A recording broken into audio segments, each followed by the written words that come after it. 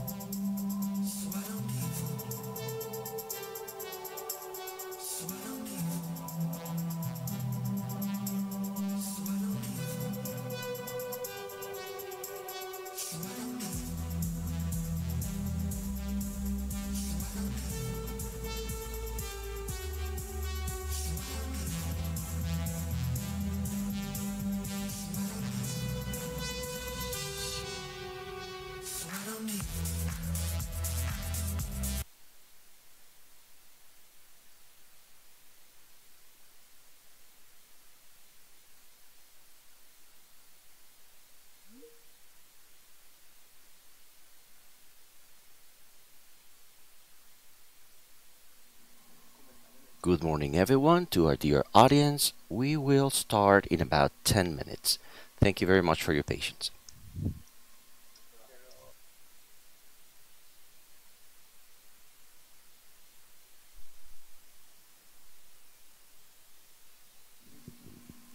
Dos, dos, dos, dos, dos. Hola, hola, hola. ¿Le está llegando este micrófono?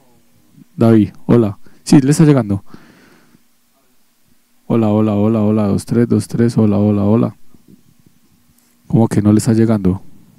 Hola, hola, hola, hola, hola, hola.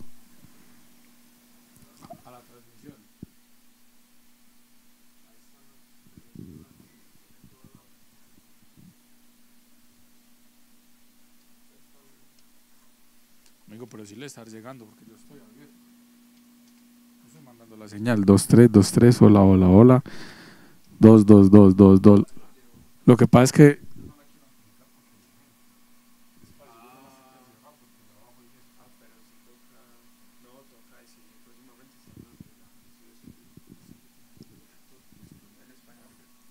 nuestra distinguida asistencia. Les damos la bienvenida. En aproximadamente 10 minutos daremos inicio a las conferencias del segmento de la mañana.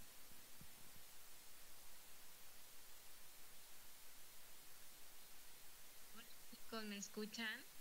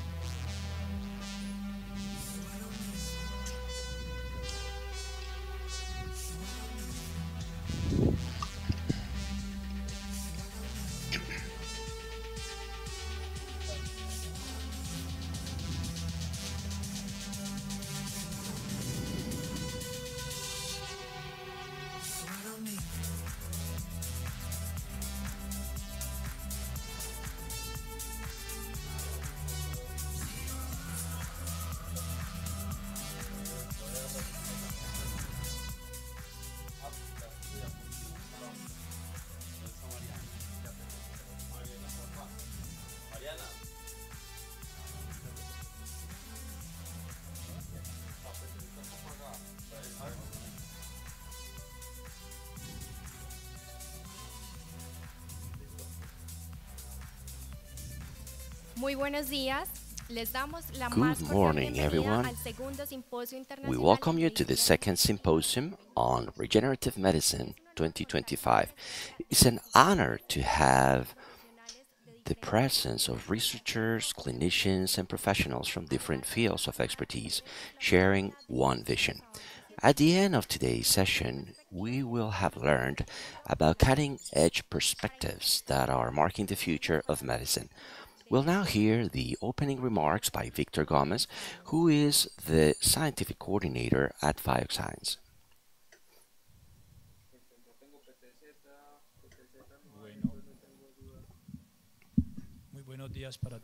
Good morning, everyone. Thank you, Dr. Stefania. It is a great pleasure to have you here once again. And I would like to say hello to those of you who are joining us via streaming both in English and Spanish.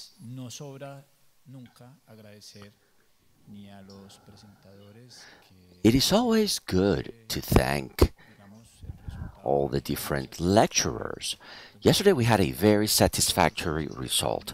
I would like to thank you for your conferences and the very high quality we were able to observe. You, our dear audience, all of our members of our team, I would like to thank you as well. Let's hope we will have a very productive day as well. Today we have our international lecturers. Yesterday we heard from Dr. Francisco Silva. He will participate once again at the end of the day with our closing conference.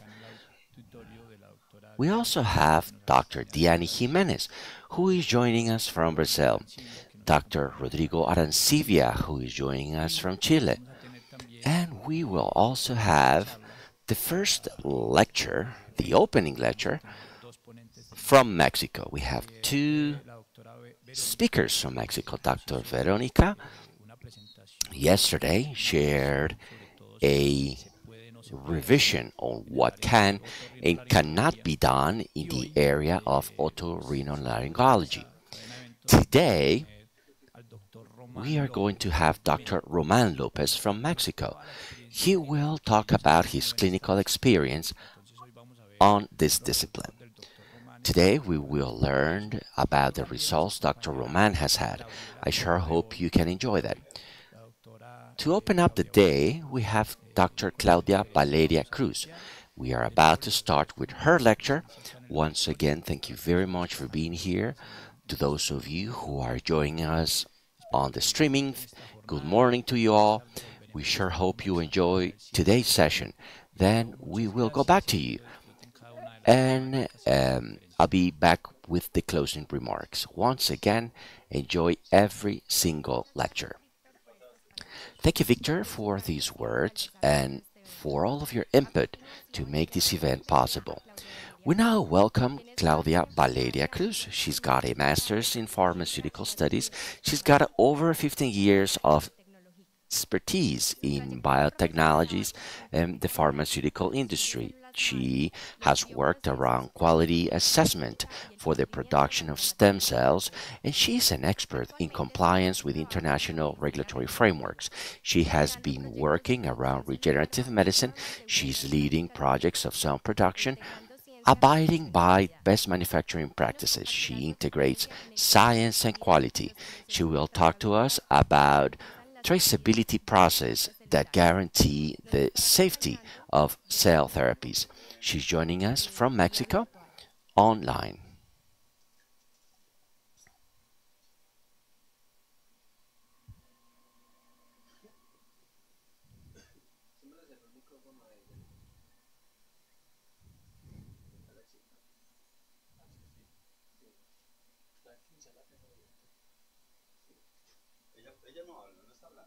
Bueno,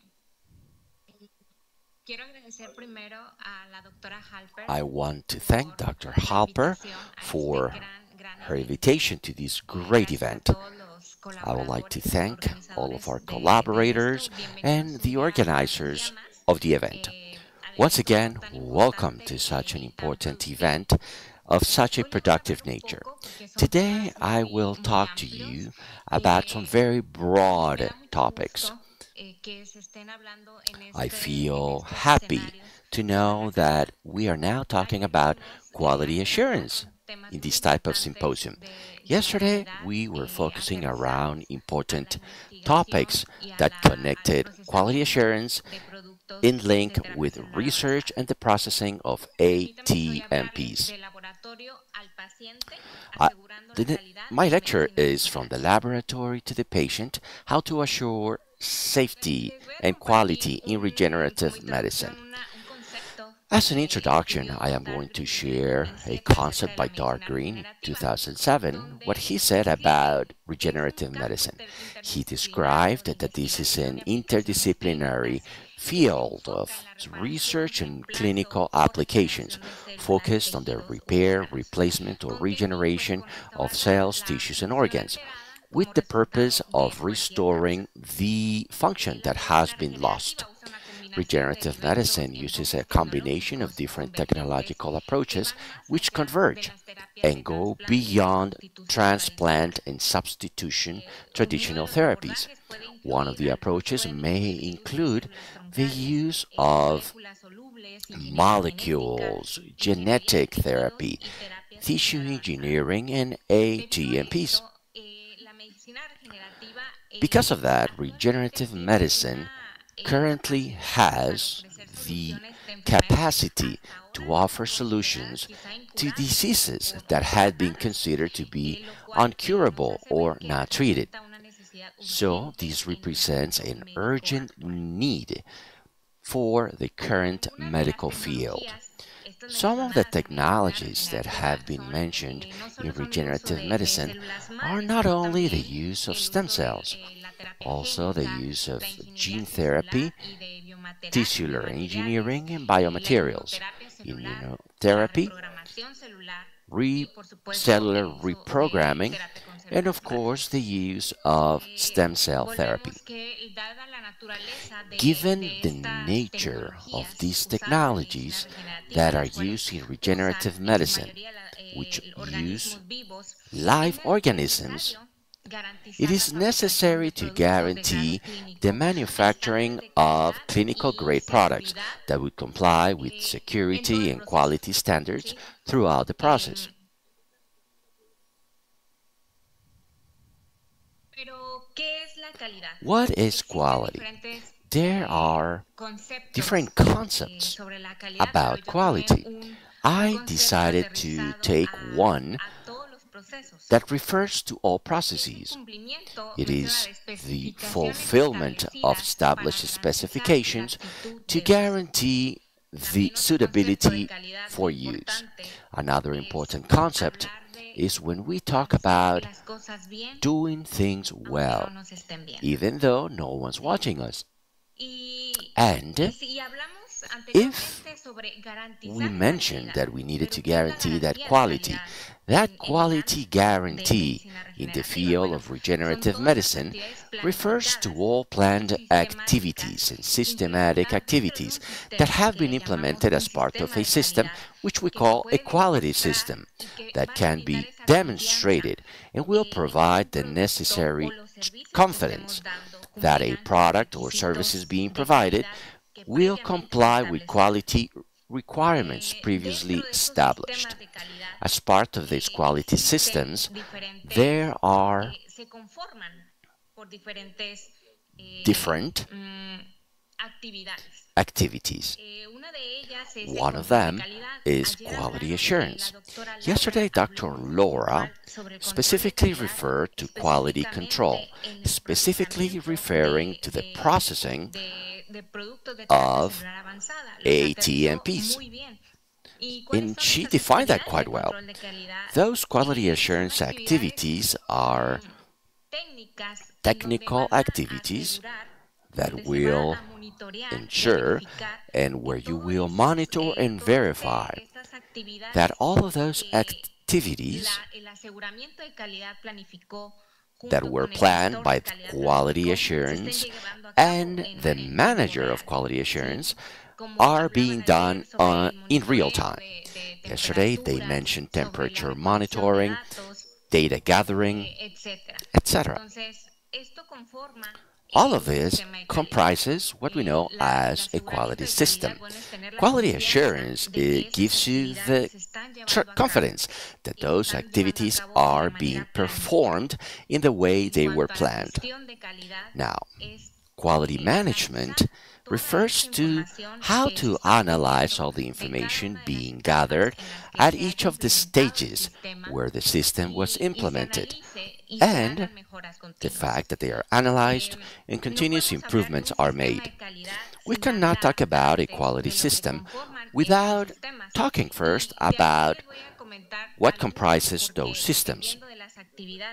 Depending on the activities being performed, knowing that there are so many different technologies, many activities that are part of regenerative medicine, some are included as part of a quality system. Those are best laboratory practices, best manufacturing practices. When we talk about good tissue practices, good documentation practices, good storage practices, good engineering practices, and good clinical practices.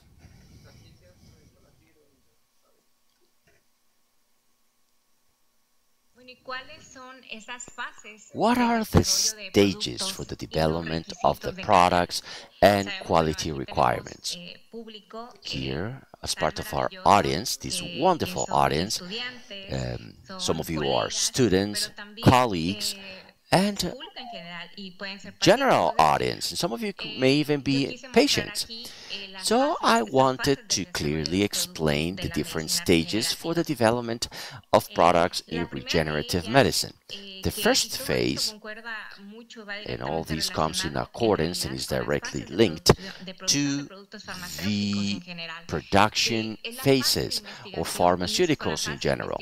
First, we start with the research and development stage, where we have an idea that may come from the lab, the medical school, the university, may be an outcome of what we did, where we see the potential for its applicability that could be turned into a product or service. Second, we have preclinical development. Yesterday, this was mentioned. Dr. Silva, for example, talked about preclinical development as part of his studies. Here, during this stage, we assess the molecules or the potential products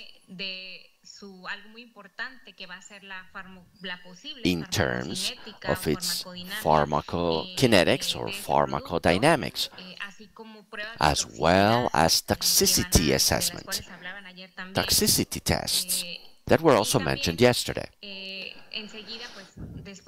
And after this, we go into production.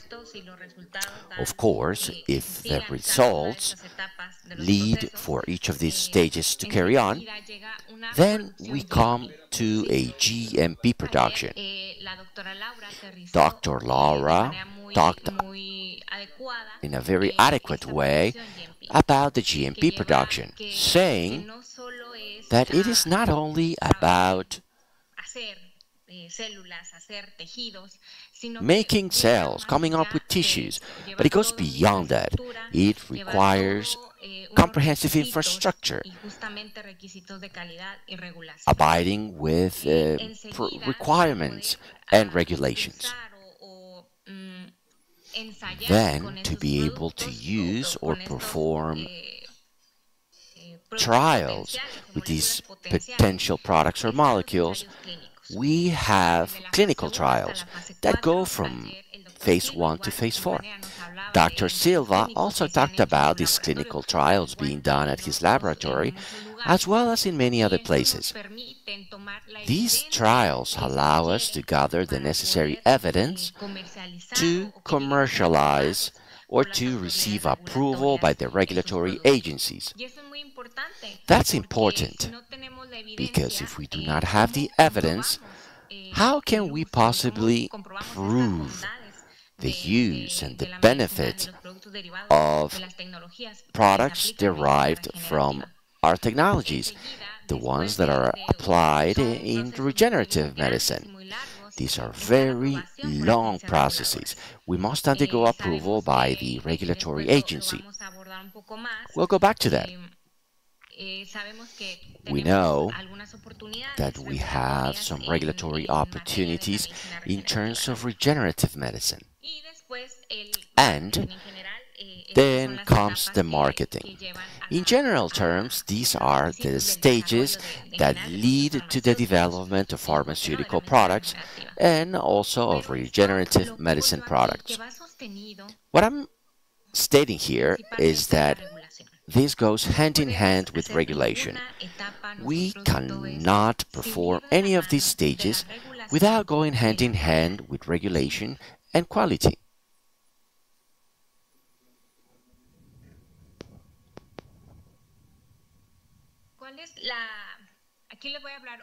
Here I'll talk to you a bit about each of the stages, how we focus around quality, and the key aspects in each of them. For research and development, the quality approaches, the main ones, this doesn't mean that I'm mentioning all of them, are complying with good practices, good laboratory practices. Why are they so important? Because even if we are just running trials, even if we're just doing research, we decided to perform this research because we have in mind the fact that this will be potentially used in human beings.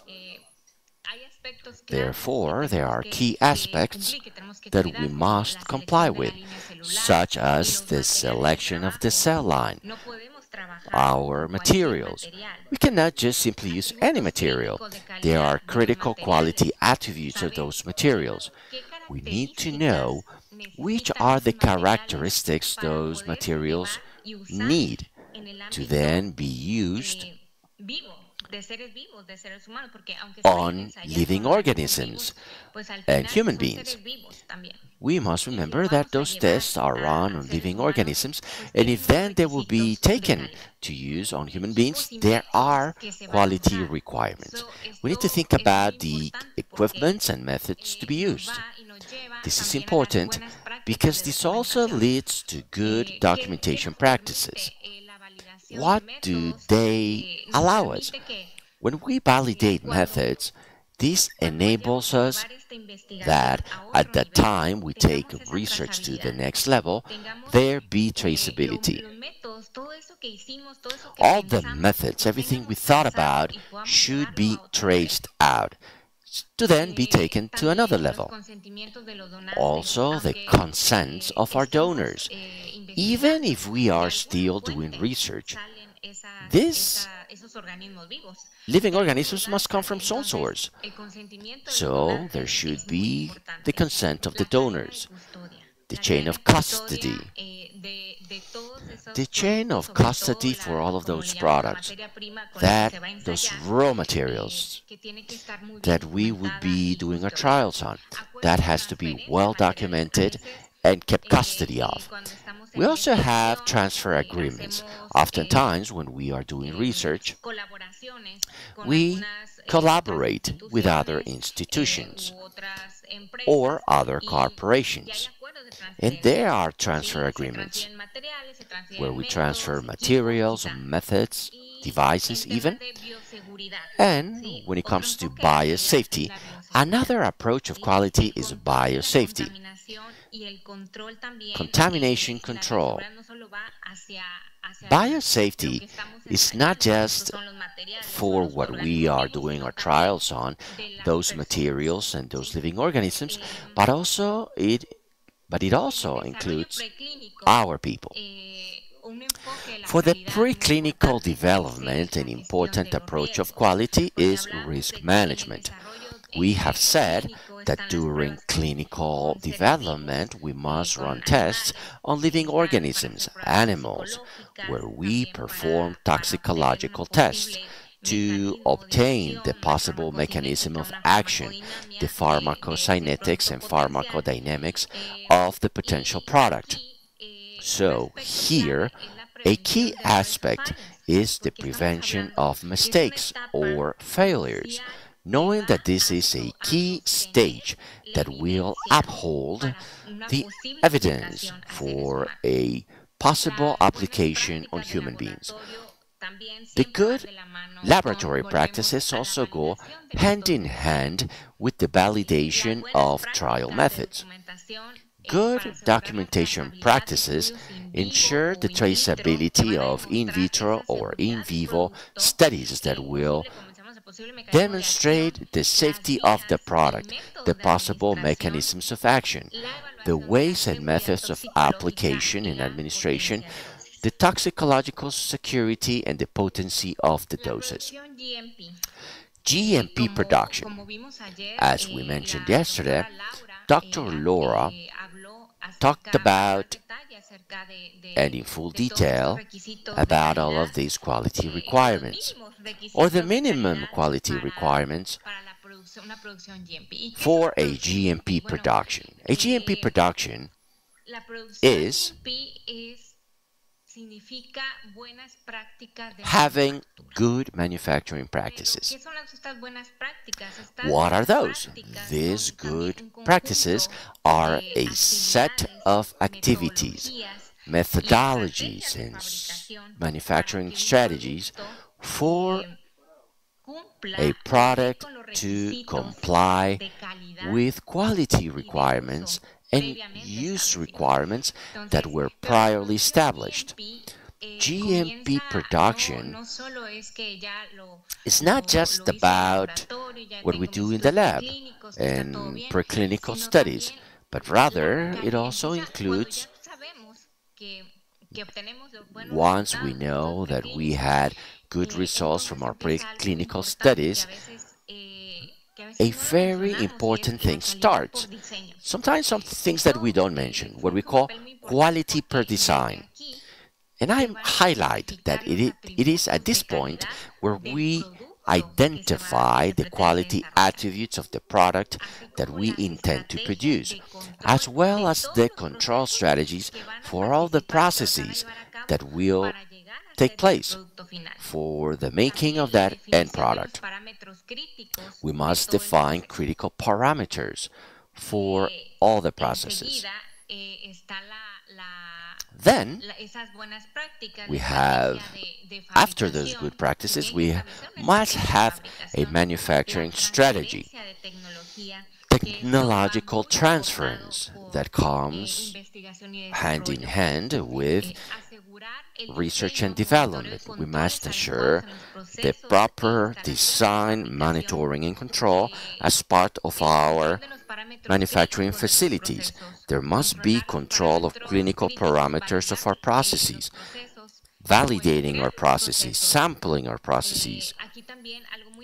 Here, another important thing is when we talked about conditioning and labeling. These are some of the key aspects in regenerative medicine, as well as storage. As you can see, we mostly work with living organisms, so storage becomes a critical aspect when it comes to regenerative medicine.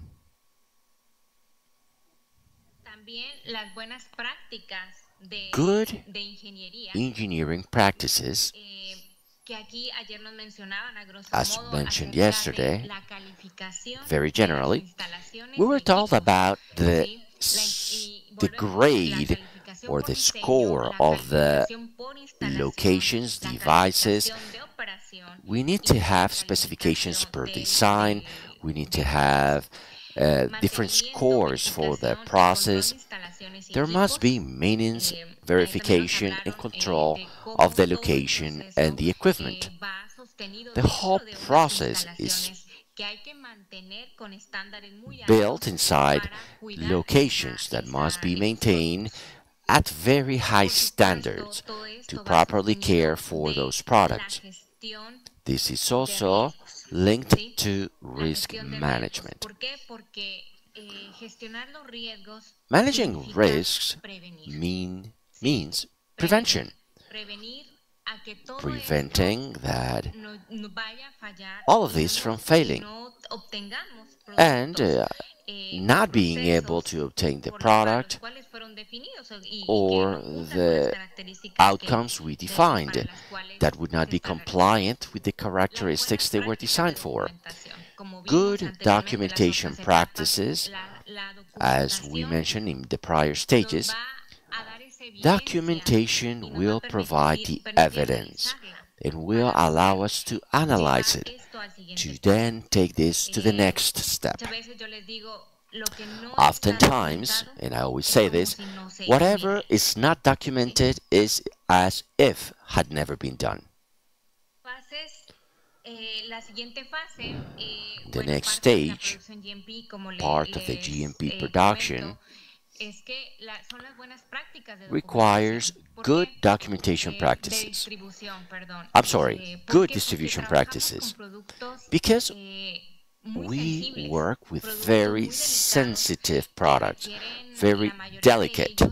Most of them require ultra-low temperature handling. So, good distribution practices is something that has to be well supported throughout the world, properly documented. Sometimes we say, I already made my product, I stored it, now I need to distribute it. Maybe I have my manufacturing in a place, but I will take it or I will hand it over for another place where the clinical application will happen or where the clinical trials will take place. So I say, my product is done, I did it, it complies with all the specs, it's been released. But that stage of reaching the end user, that's something where we could fail. Yesterday we talked about quality loss in that final step of the process. Sometimes our manufacturing locations must make sure that this cold chain is being controlled, that there's traceability of the cold chain.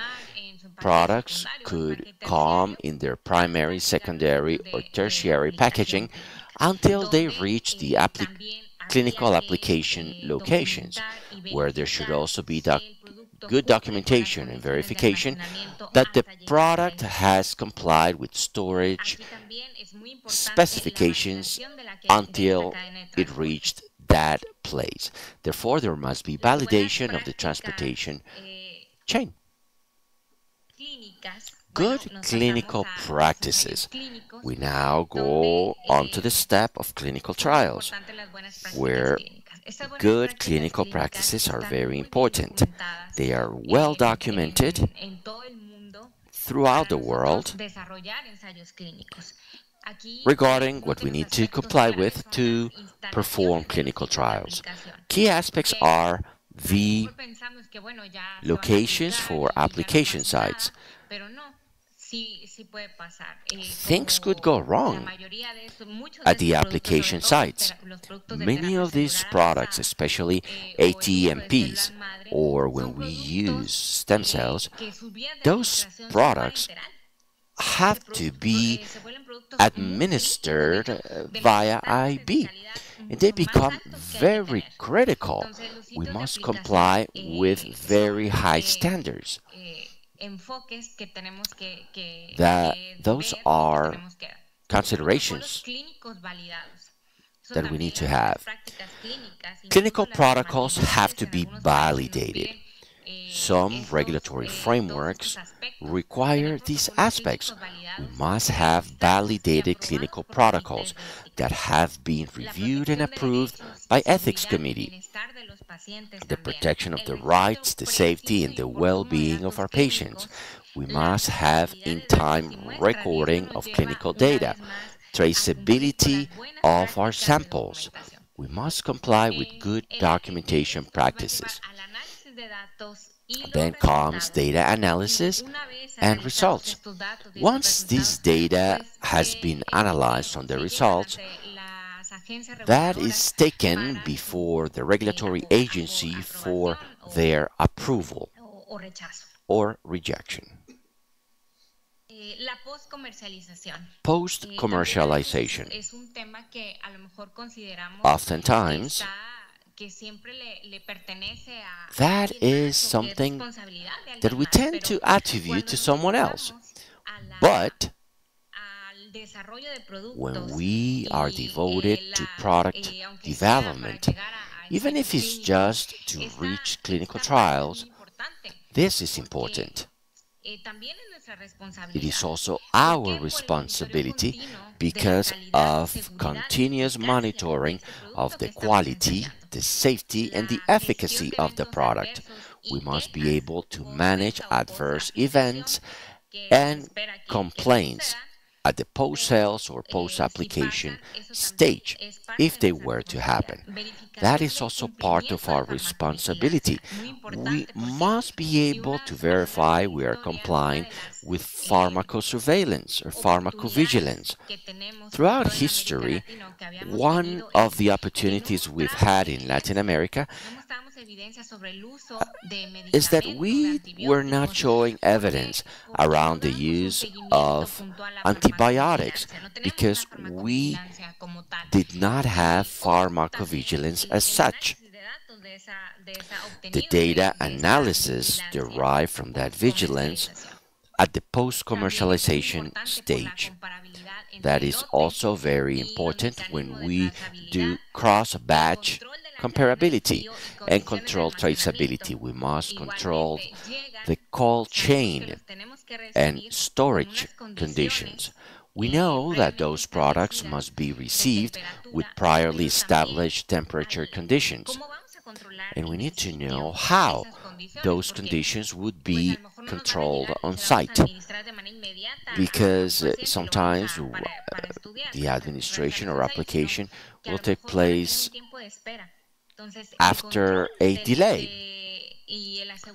So controlling and assuring proper storage of the products is taking place. That's important. There must always be continuous assessment of the risk and benefit. Imagine we had no data to assess if what we are trying is working or not, especially if it is doing what it was designed for. I always refer to this, but to those of you who are in the world of clinical pharmaceuticals, there is a risk and benefits, and the benefit has to be bigger all the time. By having a look at the full landscape, after taking a place of all of the stages that include product development, now I will try to ground these different stages, and I will refer them to quality systems that are currently adapted to regenerative medicine.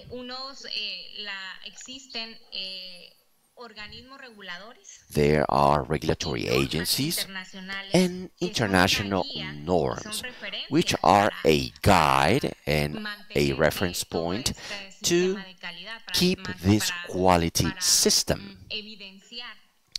to evidence and uphold the development of the products. As part of the international norms, we have the ISO guidelines. Some of them were mentioned yesterday. ICH, with our harmonization guidelines globally, the PICS, which also try to provide norms globally for us to support our quality systems in the field of medicine, not only regenerative medicine, but also for the pharmaceutical industry and the industry of medical devices. One of the most widely used and adapted by companies are the ISO guidelines.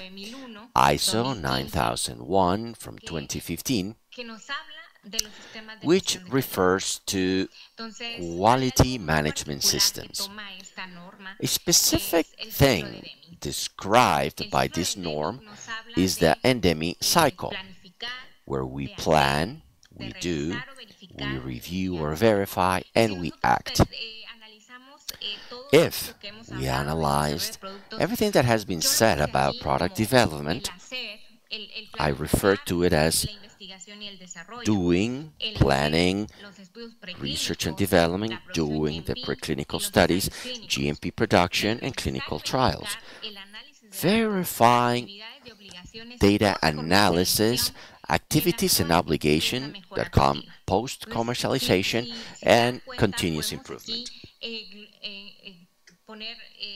Here, we can actually globalize this cycle for each of the stages.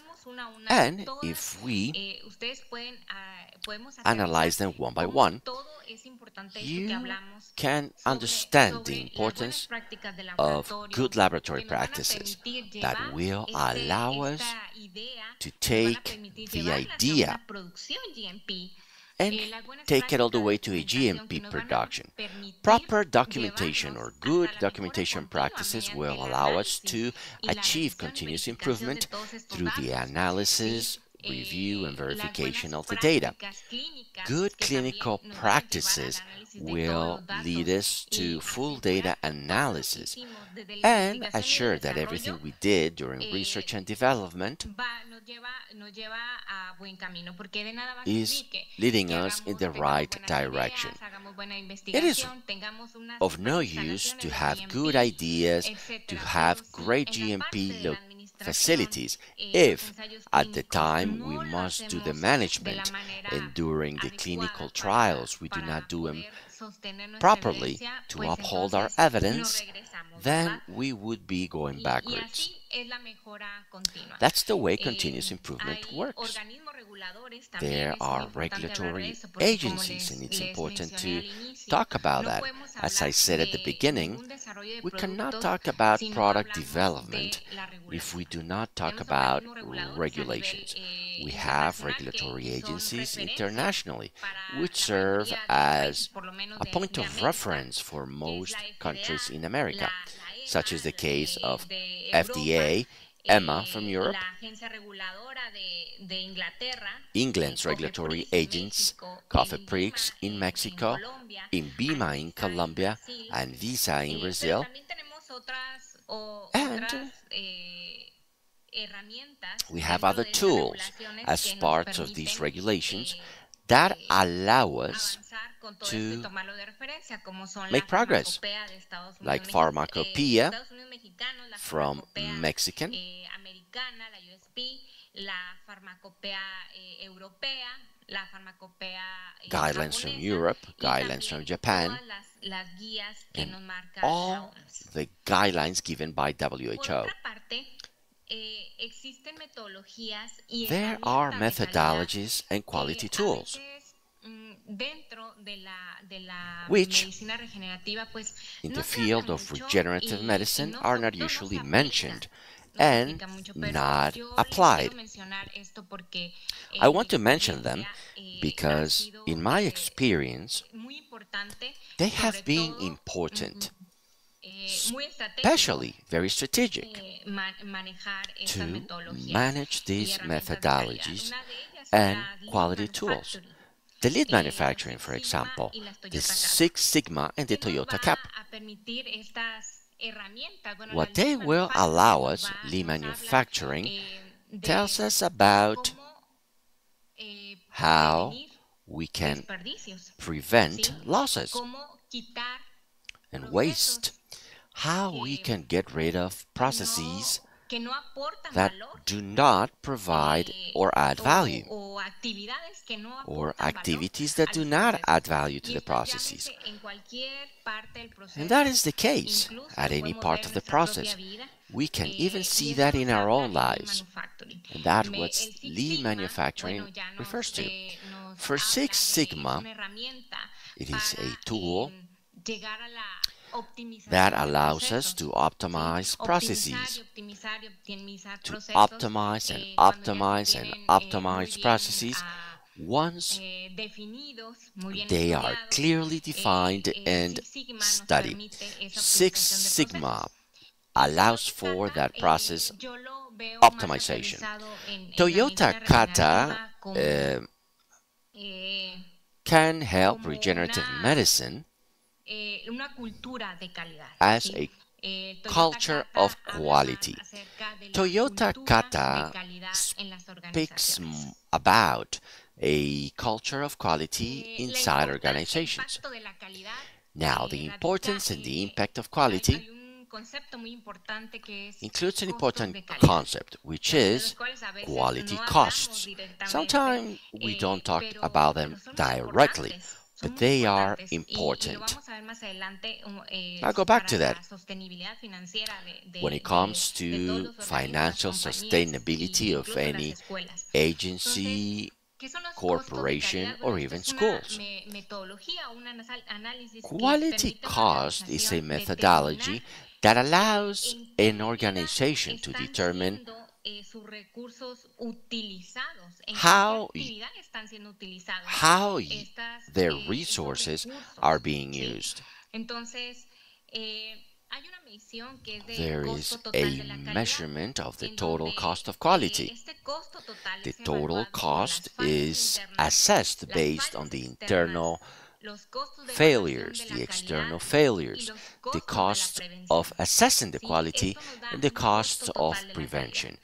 This Entonces, provides the ¿qué total queremos las cost of empresas o qué quality. queremos And las what we organizaciones? as Que companies or los organizations costos de calidad want is for sean those menores. quality Entonces, costs to aquí be les less. muestro una pirámide invertida Here en we donde have an inverted nos pyramid, muestra que which cuando shows trabajamos that sobre when los we costos work de la evaluación, on, invertimos when we sobre los invest costos de la evaluación de la on calidad y los costos de prevención, on assessing quality, and el we costo invest on de prevention, calidad total en the una cost of organización es total menor. quality Sí, for an se ve organization would be reducido. less.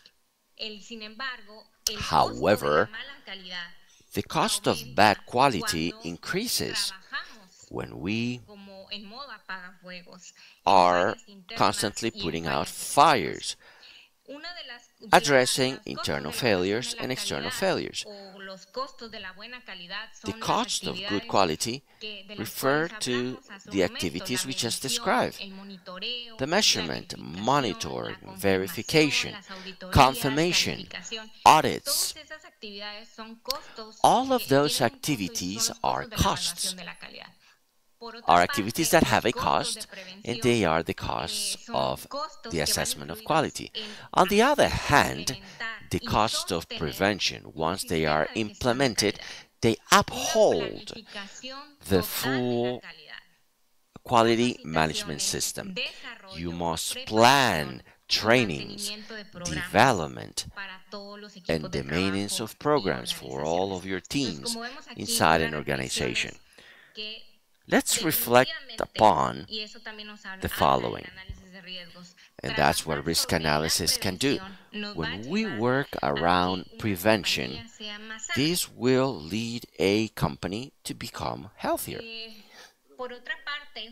On the other hand, and this is a small analysis, if we have quality and regulation working jointly, we have timely products at a fair price.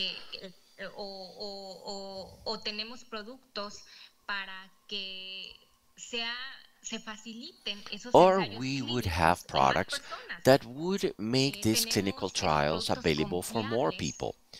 We have trustworthy products in compliance with the regulations. This leads to customer satisfaction. For let us remember that our customers are our patients. This also leads to more treatments available in the market. That's where we're heading. That is one of our fights and one of our purposes. Companies and organizations should be compliant, and that will lead to prestige, a usefulness, and financial sustainability. Remember that the FDA keep an eye on companies.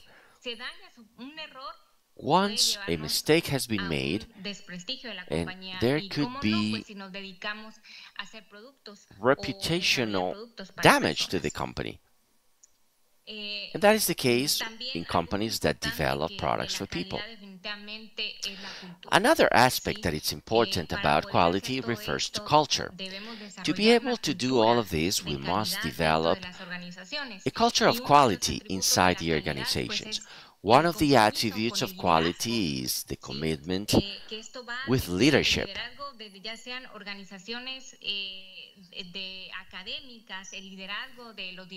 Whether we're referring about academic organizations or CEOs, when we talk about corporations, these are the ones that will provide resources for training if they have the commitment to approach information top-down for all those who are involved. Communication should be quality communication. Communication with our auditors and inspectors. Some people think that auditors and inspectors are like the police, but that's not the case. They provide feedback of great value for our organizations. The sense of belonging of our employees. All employees should understand the objectives of quality and work towards a culture of security. We have already mentioned that prevention is important and strong in terms of cost savings. Prevention provides layers of actions. We must do symmetrical management revisions. We must have clear quality objectives. We must receive comments from those in-house. And there should be technical excellence where we use proven technologies, mature systems, and very highly trained staff. The challenges and opportunities that we have in Latin America. Remember, we talked about regulatory challenges, financial sustainability, infrastructure, technology, and staff. When we talk about regulations, I like to be clear about it. What is it that we are devoted to? Do we make pharmaceuticals or do we make products for people? These products are usually administered IV. We know the requirements. In general terms, we know about the compliance. At an international level, there is no clarity. There are some general guidelines or systems. But given the diversity of technologies being used in regenerative medicine and the handling and working with live organisms, sometimes there are voids where some things are not clear, depending on the nature of the products. There are opportunities that we have in regulation, opportunities to unify criteria. Regarding infrastructure, we mentioned that in every step of development of the product, whether it is the research and development, all the way up to clinical trials, infrastructure is expensive, and that is true. Not everyone can have the necessary infrastructure to perform this full production development from beginning to end. In terms of technology, we require lots of data analysis. We require teams that would trigger alarms, teams that would be in a position to provide real-time information and make work more productive. With the coming of AI, this has become a need to save costs and to, in the case of some operations, make activities easier and strengthen others. But this is expensive. In terms of staff, other regulations talk about qualified staff, properly trained staff, staff that would have a certain degree of knowledge. And given the nature of the activities, this staff must have a given level of knowledge and studies, which oftentimes are not easily found. That is another challenge, depending on the place where we are at. This leads to financial sustainability, which is something of great importance. Sometimes we could start a project and we must suspend it because there is no financial sustainability. This is a worldwide challenge, actually. Now, let me share my conclusions. Quality is a bridge between science and clinical trust. Quality systems should be designed as a strategy to guarantee the security and efficacy of products and services. This will provide an ROI on the organizations to support and uphold the financial sustainability.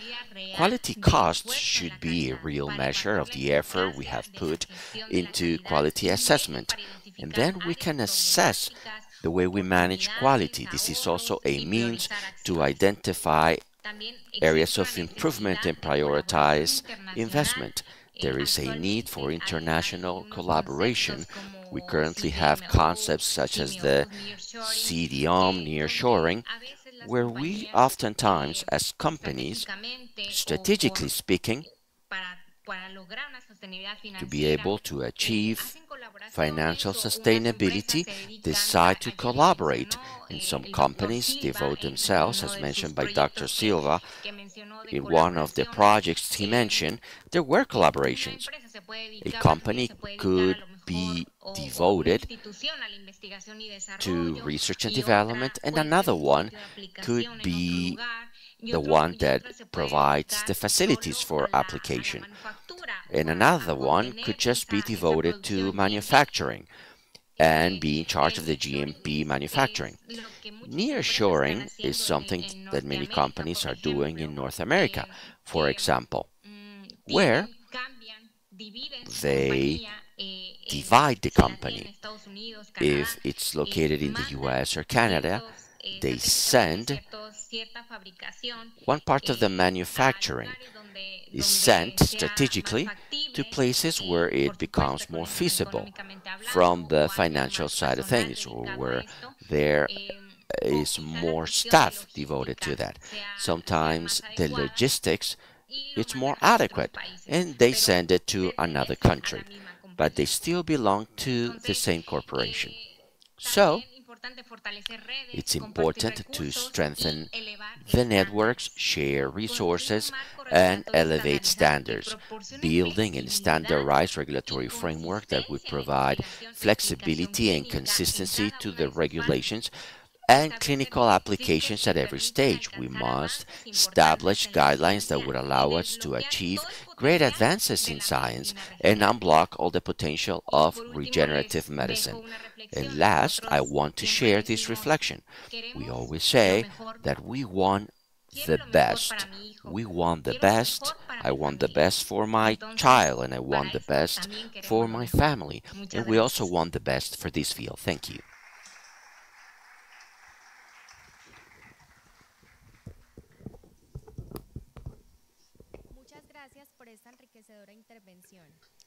Thanks a lot for that talk. Now we invite Diana Jimenez, who will talk about the scientific advancement in mesenchymal exosomes and the impact in the clinical regenerative practice. Dr. Diani, she's a researcher and entrepreneur with more than 14 years of expertise in translational research and biotechnology. Doctor specialized in the application of exosomes, co-founder of a startup that produces exosomes from plant base for thermocosmetic applications, and lead in sustainable application, therapeutical value, and international alliance. Go ahead, doctor.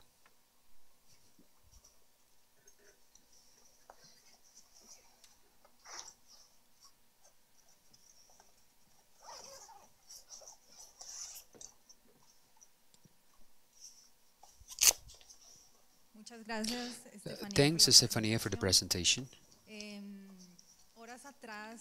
Hours before, I had a reflexive moment of everything we're going through right now in this auditorium, and I recap a lot of the presentations that we already had. Why? Because otherwise, I delivered the presentation 3 weeks before. I would perceive that I copy and pasted parts of your presentations. Why? We talked yesterday from the first presentation.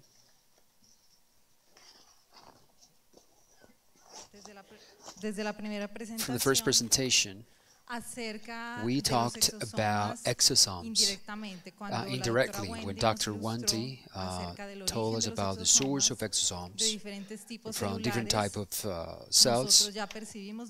We perceive where we obtain it, because it's a subproduct of the cell culture. When Dr. Laura told us about the quality control, we also talked that quality control has to be applied to exosome products. When Dr. Francisco talks about adipose cells or fat tissue cells that are browned, they talk about exosomes applied from these cells that they have a potential in obesity treatment, but also different pathologies from a metabolic disorder. Dr. Hector, if I recall well, he told us a whole flow of the processing from the production to the application. So following important parameters has ISEP. Now he illustrated that ISEP is the organism, international organism, these associations of extracellular vesicles. So they have a different criteria and guidelines are followed by these doctors. So it's a gigantic advancement. So also remembering, recalling names, Dr. Lady, I don't know if she's here today. I work with with aesthetics, regenerative aesthetics, and she talked about a very interesting case: 5 times exosomes versus PRP and activity in regeneration. So if I'm not wrong, also Dr. Marie Claire, she talked about something beautiful, that is that we have to take care of that microenvironment. It's not worth it to cure or a plant if we don't have a very comprehensive approach of different fertilizers and nutrients, and that we're talking about regenerative medicine. Many of you informed us about the applications of exosomes. Dr. Leonardo talked about the application in chronic inflammation. So it's basically all that recovery that I'm going to be doing today. Very important is also that after we talked of trunk-mesenchymal cells, we talked a little bit about what is this vision before the world, because we are producing cells, why we are producing exosomes. I would say that the rhythm, company rhythm, the scientific rhythm, and the consumption rhythm, as we see it, diverge a lot of time in times. I have the opportunity of working on these 3 different stages as a scientist, as an entrepreneur, but also I handle some aesthetics clinics, and we apply exosomes there. So I cannot tell to my patient, look, these exosomes are going to act in this metabolic way, and they're going to block on a specific route. They need to be visible results. I cannot tell to my partner, investor, look, I need to do run 10 scientific tests, I need to do experiments, I need to get a patent until I deliver the product. How long is that going to take? 2 years. I cannot tell that. But I cannot tell a scientist that to develop for tomorrow a product, I don't know, of biomimetic exosomes which has retinol. I need that for tomorrow. They have to do a complete strategic plan, pilot experiment to be able to develop such products. So it's a language that is very diverse.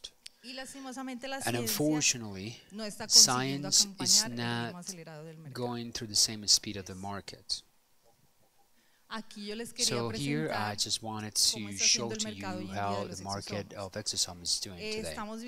We see that 1.5 we obtained in 2024, but we expect that by 2034 we're going to reach $7.2 trillion in the exosome market. What is that based upon? Exosomes is not only a regenerative medicine segment. Exosomes are working in diagnosis. They are biomarkers of some diseases as cancer.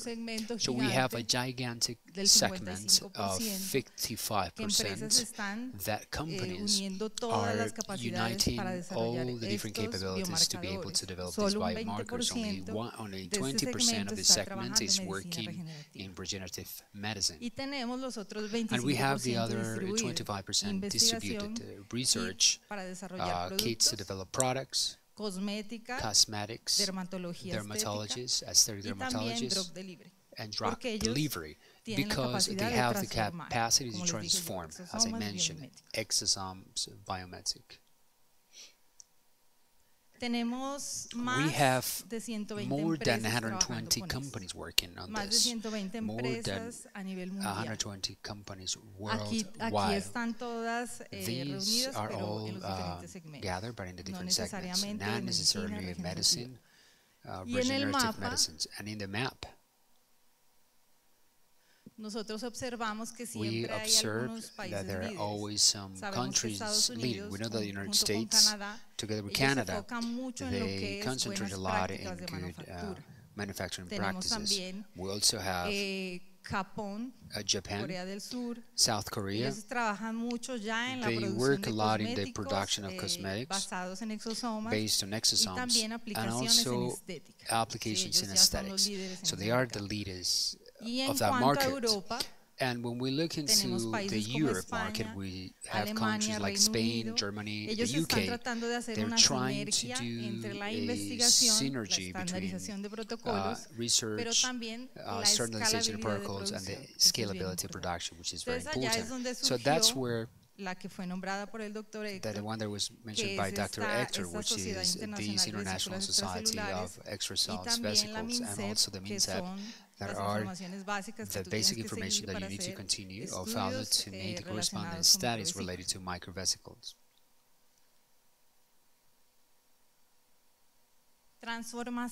Transformation. So we know that is a transforming market from the company towards the science, from the science to the market, from the clinical applications to the translational medicines. Who are the main characters of this transformation? We have exosomes in my case, but not to put in apart stem cells. Stem cells are the ones that restore. And this nanometric language is led by exosomes.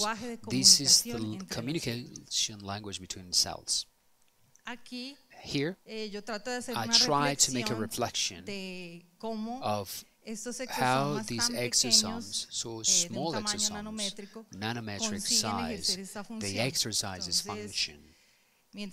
So while you are there, millions and millions of exosomes are working inside your body, not necessarily repairing, not necessarily renewing, but also complying with the actions of physiological normal actions, and they work or inside us.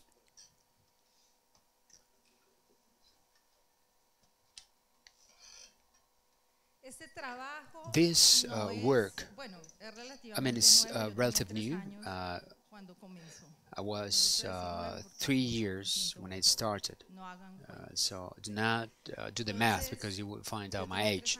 So I was 3 years old when this started, but it started the term to be exposed because in the 60s they were already studying it. The big difference is that in this year, Dr. Rosalind Johnston, she started to understand the communication system these exosomes have, because before they were thought to be cell waste, and that cell waste then became an important communication solved method. She made an experiment and she discovered these exosomes participated in the communications in the maturing stage of meticocytes. So we have some important milestones that were already mentioned yesterday. The most important ones that I believe, we have regenerative medicine at the beginnings when we started to be able to maintain and expand stem cells. Why? Because it's a subproduct of stem cells. So we obtain the exosomes as of that environment. So we have also validity and collaborators when they talk about that those exosomes contain genetic material. Later on, you're going to see that that genetic material is important in the communication of cells. Why? Because they have a lot of genetic material that are called microRNAs. The one who do not work a lot with genetics, these microRNAs are small fragments of that are in charge of activating the expression of certain genes. They activate a gene. So it's an important discovery to me from the biological foundation of exosomes. So later on, we have the creation of ISEP. ISEP didn't stop. Foundation ISEP was created. It was updated in 2023. Criteria that establish whether or not we have exosomes. Criteria that unfortunately many companies today are not following up. They do not execute the purification. They don't generate the characterization that it's supposed to do. In scientific publications, it's different. You are forced to follow those steps.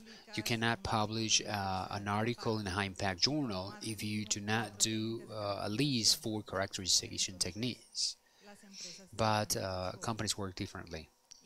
And here, in the 2000, we also found a very interesting discovery of the mechanism of the drug of this, and they obtained the Nobel Prize, James Rondin and Thomas. There is a milestone in this area of the cell traffic. And then, between 2020 until today, these exosomes, after looking at the mechanism of their communications, they are being assessed in everything that has to do with regenerative medicine, or the regeneration in all the different areas. So we see, for example, regeneration, bone, cartilage regeneration, we see regenerative aesthetics, and all the different areas are being explored. Not only with exosomes, human exosomes, but also with bacteria. That it's a little bit of what I work, but today we're going to cover just the mesenchymal exosomes. Precision. So it's important to talk about precision when we're talking about exosomes. People have a tendency to believe that an exosome is a small vesicle that has inside particles, growth factors, and they work randomly. So if you inject or if you do a non-invasive way, intravene, exosome is going to free everything it has an action for all. But it's not like that. Exosome has a very specific function, and that specific function comes from their source. And here I'm going to get information from Wendy when she tells us all the source. So once again, I mentioned that exosomes are a subproduct of this cell culture, the ones that we use in regenerative medicine. How are they produced? So we have a graph of a cell. The cell just make an invagination, a process of encapsulating inside of the cytoplasmic membrane, and is there where it traps important factors, microRNAs, different proteins, lipid material, but this material depends on the source cell, and that's important. It's not the same. Exosomes that come from a bone cell to fibroblast to the ones that we obtain from mesenchymal cells. So you can imagine then the rich that is the material of mesenchymal cells is the one that is the source of all cells, is the one that differentiates in all the tissues. So from there, regenerative medicine uses those exosomes for their treatments. It's very important to obtain these exosomes from the proper cell for our objective. Today, at the aesthetic level, we are using fibroblasts, those exosomes. They also work because we're talking about cells that they have a lot to do with regeneration of the skin.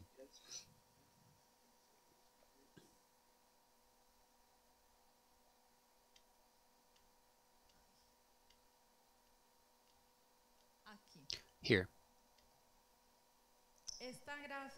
This graph, I want you to observe it very well, because it shows some characteristics that exosomes have that other particles that could be recovered do not have. And with that, I want to make a point.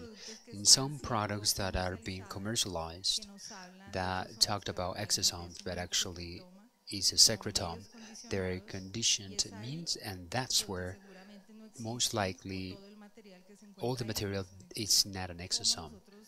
How do we discover if it is or is not? Exosomes, then, they have some specific characteristics, like mainly, and that we analyze today, this Z potential.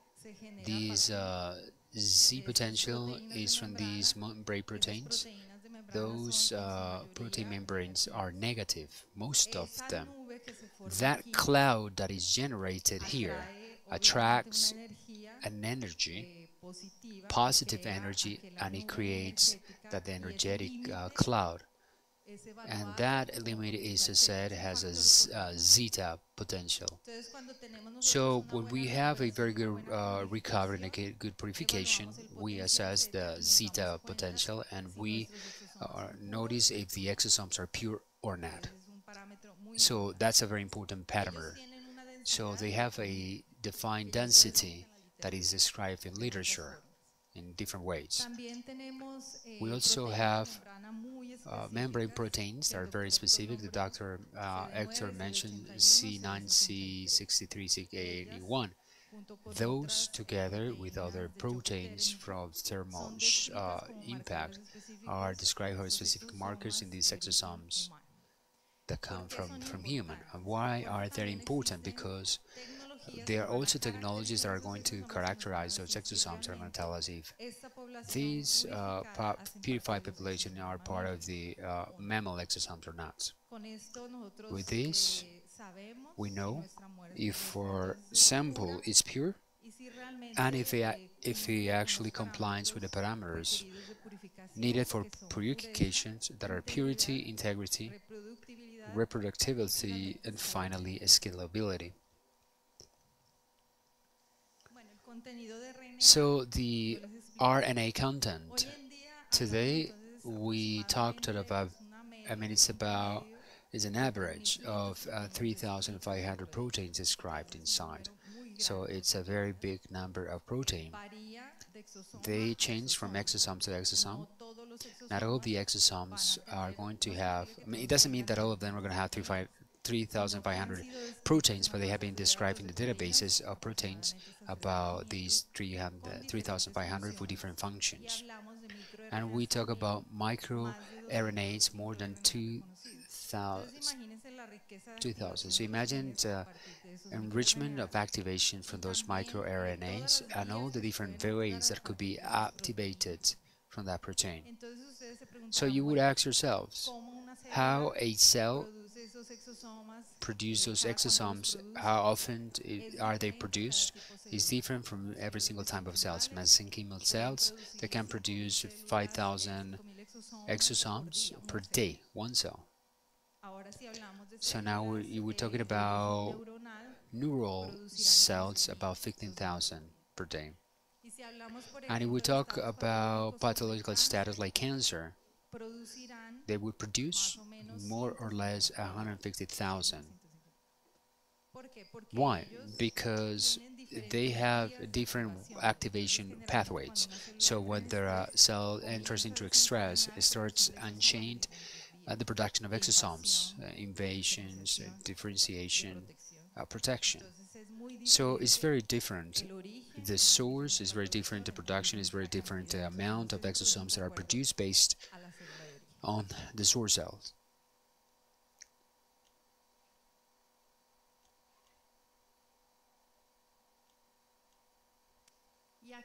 And here,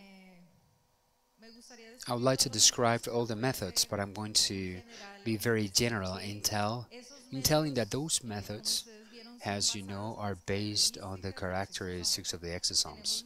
So we have methods that are based on the density of the exosome. So, you know, the centrifugation is based in density. We have gradients that use the saccharose that help us to create different phases of density to be able to capture with more purity the exosomes. We also have ultrafiltering, that is one that is used, UF, that is based on the size of the exosomes, as well as the SEC, which is size exclusion chromatography, as well as polymer-based precipitation, that is also based on these characteristics of the exosomes. The problem of these techniques today is that science uses, as the golden one is the ultra centrifugation, but it's not scalable.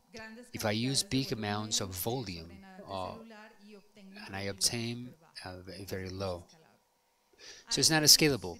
At the industrial level, what is being using is the tangential flow filtration, TFF. It doesn't have a lot of purity, like the ultracentrifugation. It gives me functional exosomes, because you know that centrifugation, we're talking about 100,000 and that damaged the membrane of exosomes. So we have some exosomes that are pure but not functional and not scalable. The old tangential flow filtration is a more suitable way to scalability, not purity, but I see the traditional methods are not efficient, but not the emerging one. Today we don't have a method that warrants 100% the purity of the mean of the resource that I use to isolate these exosomes. So we're buying and selling exosomes, and we're doing everything possible to obtain pure samples. That's why today we use hybrids, hybrid combinations of different techniques to guarantee that we combine these three factors to be able to obtain a product: purity, performance, and integrity. So we have these emerging methods. So they're basically platforms in the capture of these exosomes.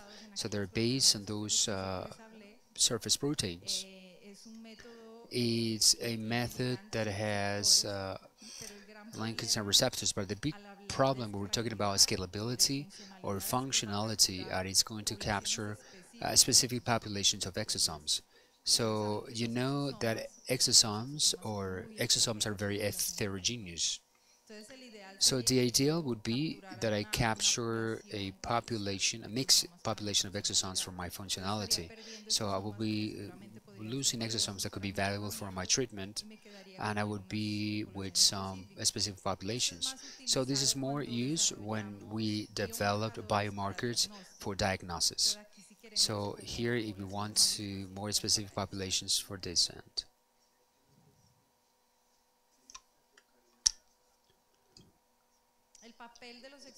The role of exosomes in regeneration.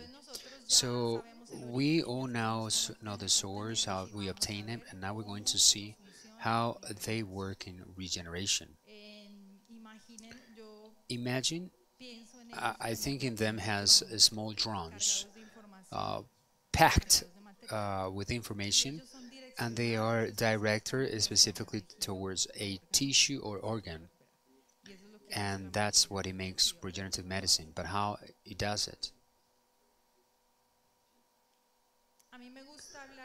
I like also to talk that regenerative medicine integrates. We can work with traduced stem cells. These stem cells are going to restore it. They have the mission to restore it. We also have growth factors. These growth factors, in some areas, they have factors that are going to activate defined pathways. But the exosomes are the ones that are going to communicate, and the ones that are going to inform, activate paths, or deactivate all other paths, are going to help to express certain genes. So to me, it's an important triad that could work together. We can do treatment with stem cells, with growth factors, and we can use also the exosomes as a tool to enrich our treatment, and they're not excluding one another. We have a lot of scientific evidence when we're talking about treatments using these three forces. I'm going to talk to you a little bit. This is an example that I wanted to brought.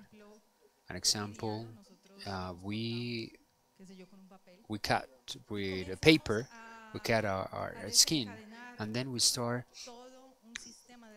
unchaining a whole regeneration system. So there is an inflammation control system. The first ones to arrive are the plaquettes. They're going to generate these clots of blood, and they start activating growth factors, also transform beta, and we're going to activate macrophage. These neutrophils are going to allow us not to have an infection in the place. They're going to clean in a way. And the macrophages, they act at specific weights, like the Wnt beta-catenina, and then we start producing interleucina, pro-inflammatory. So we have some examples of pro-inflammatory interleucina, and from there we start activating the proliferation phase. So then we have here fibroblast and keratinosis activated by growth factor of fibroblasts, growth factors epidermic, and we start to produce collagen type 3. Then later on in the remodeling, this collagen type 3 becomes collagen type 1. So I know there's a lot of specialists here, and I'm being a little bit general to just tell that these are visual lesions. But these visual lesions work as micro lesions in our skin, and that's what it happens when we get old. That micro lesions happen second after second in our skin. Why?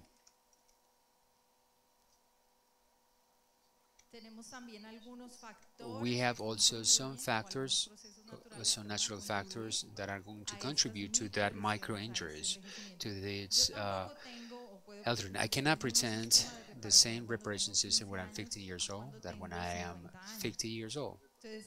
So this regeneration system, it could be becoming slower.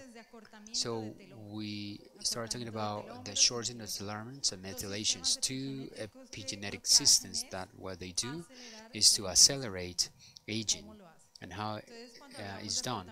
So we're talking about shortening the telomeres. We can use the analogy of shoelaces.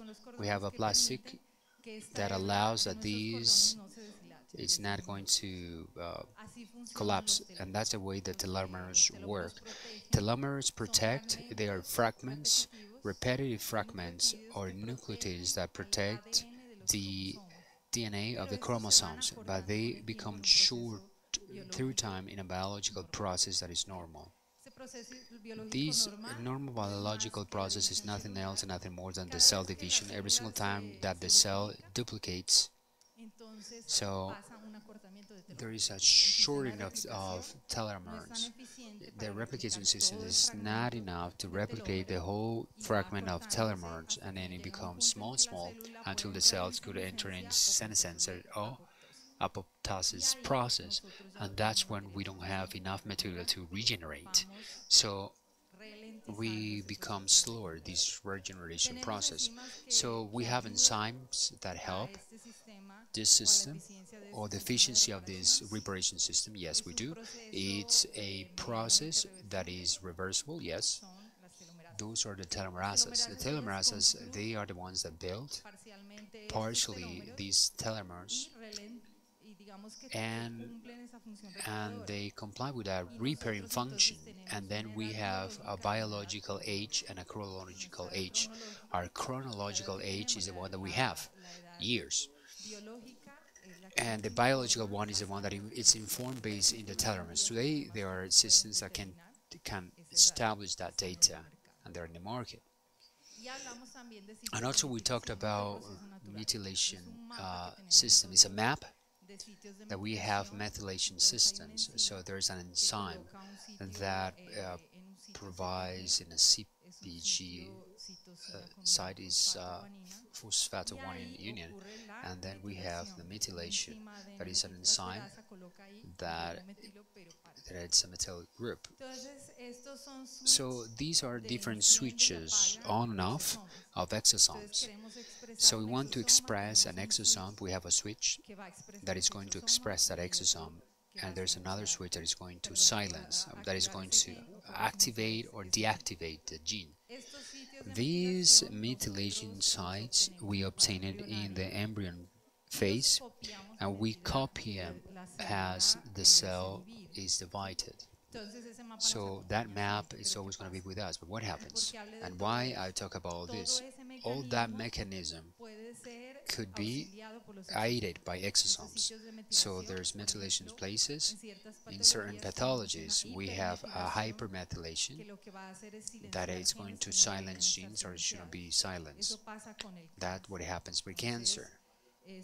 So bronchogenes, there's silence, or on the contrary, hypomethylation, and it's uncontrolled activation of tumor cells, tumor genes. So we have the risk, and that risk comes from our hands. So we consume alcoholic drinks, we consume, we smoke. Chronic stress contributes also highly. They alter these methylation places and also the restructuring of the telomeres. How it's done?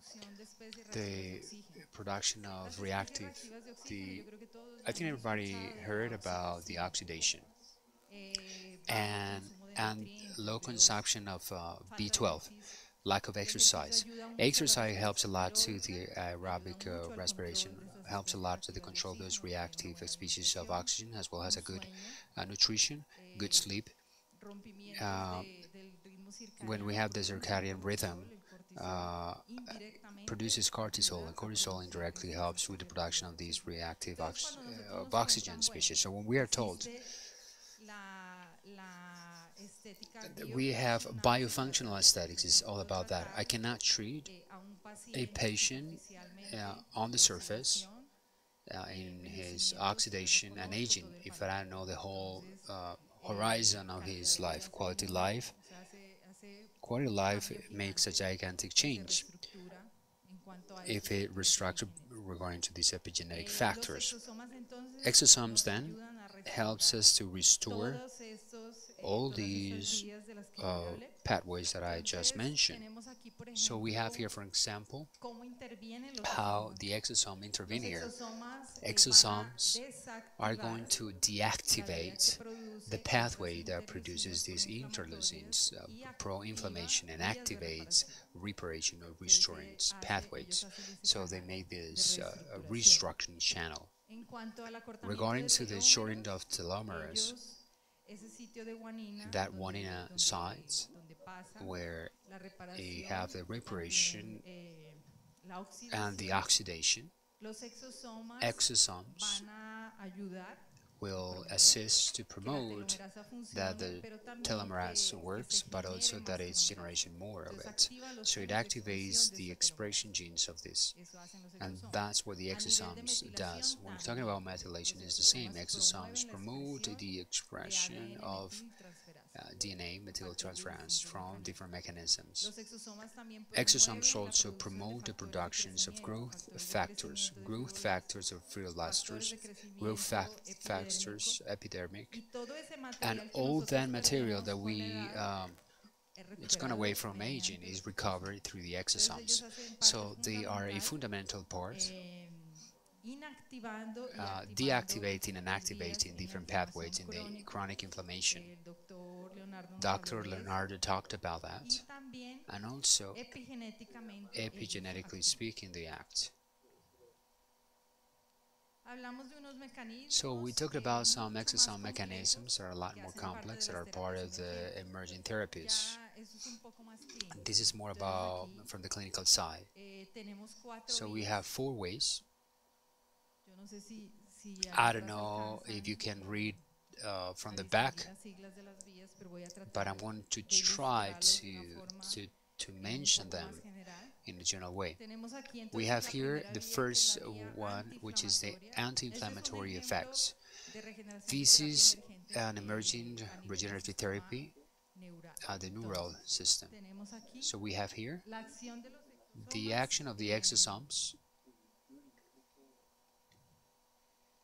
The exosomes actions is going to be in this pathway, protein kinases, linked to mitogenes. We have also all these pathways that produce those interleucines that I talked about are deactivated by the exosomes, and how they do that. Some of those microRNA, so we have MER 146, MER 21, and so on and so forth. So there's micro RNAs that has been assessed in this pathway. So we have also growth factors that are going to promote the recovery. And the important part here is that this is a macrophage, this one starts being a pro-inflammation and becomes a reparation, and that is done through exosomes. Also, it activates oxidation pathways, so it also intervenes in the inflammasome that it was discussed by Marie Claire, doctor.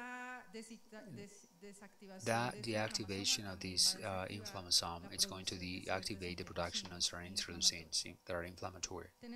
So we also have the example of this pathway, NORSAR3, and that is a pathway that is an activation of regeneration of the axon. And this pathway is activated with the microenvironment is not inflamed.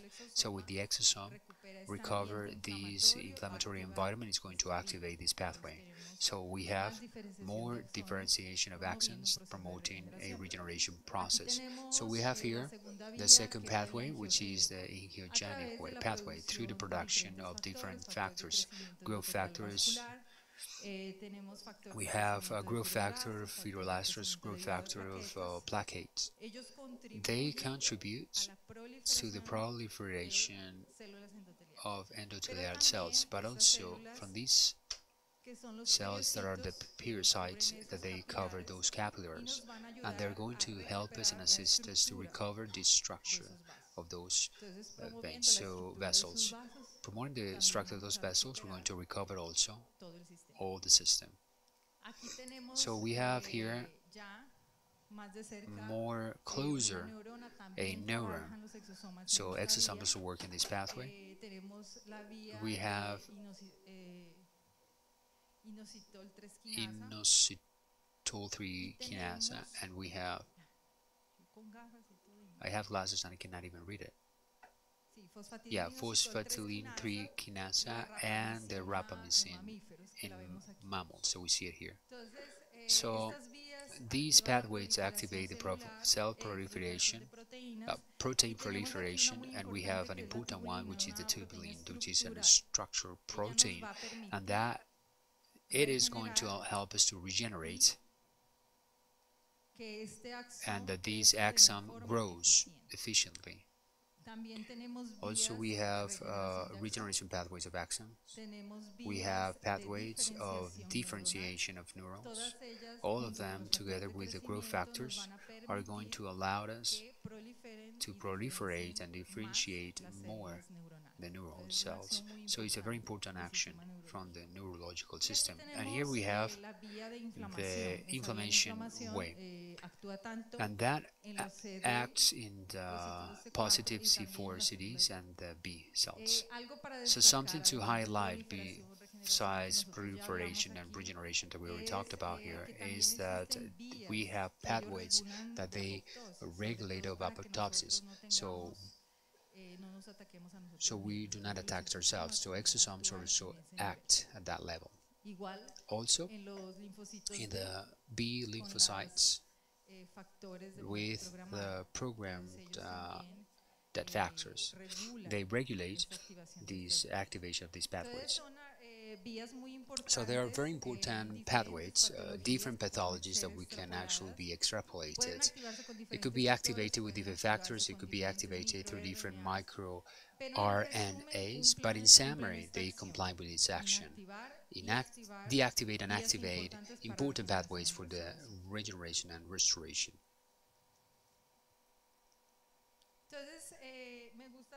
So I like to say that exosomes are a company, are a business that is solidly, it's a structure that has different action teams. So we have the first action team that I call it uptake and binding. That is the team that is going to open the doors of signals. It makes this first presentation, this first encounter.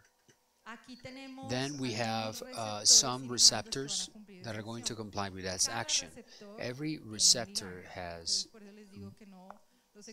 a ligand. Exosomes do not act randomly. They have specific missions. They have a role. So we have some examples of these factors. We have toll type receptors. We have differentiation antigens. These toll receptors are going to unite to integrins. The antigens of differentiation 44 units to the. So that's going to be the door.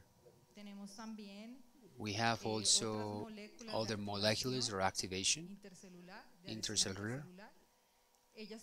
They comply with that function and they make the connection between cells and exosomes. We have these thermal impact proteins. This is the proteoglucan from sulfaniparam. And what it does is to unite to the phosphatidylserine of the exosomes. So everyone has a receptor and ligands, specific ligands for this, remembering that this is the first encounter with the exosomes. So we're not activating still regeneration pathways. We're just making the presentation letter, the welcoming letter, the attention, customer service. Then we have the other team.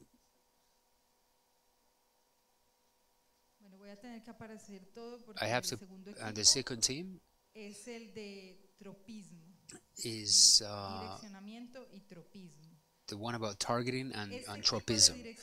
These targeting and tropism is the most specific one. So here we have two types of receptors and ligands, but also the receptors are not the ones for the cells. We're talking about receptors that are on the surface of the exosomes. They also have some receptors that what they do is to direct this exosome, and they have, for example, these CD4D7 that is do not eat me. I call it do not eat me. This receptor is called do not eat me. The beta that makes sure that an exosome is not going to be eaten, and that it's important because exosomes can actually be directed. And also having a lipid membrane that provides the stability, besides having a nanometric size that allows us to go through different barriers and walls, it also has these receptors of differentiation that avoids them to be eaten. So that's why they can go through different barriers. So here, that receptor complies with that function. So we have TSPA and 8 integrins. They're all adhesive proteins, and we have the ligands.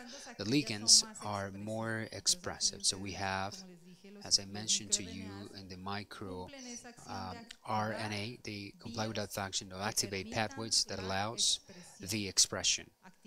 They activate expression genes, and we have some examples, some important examples.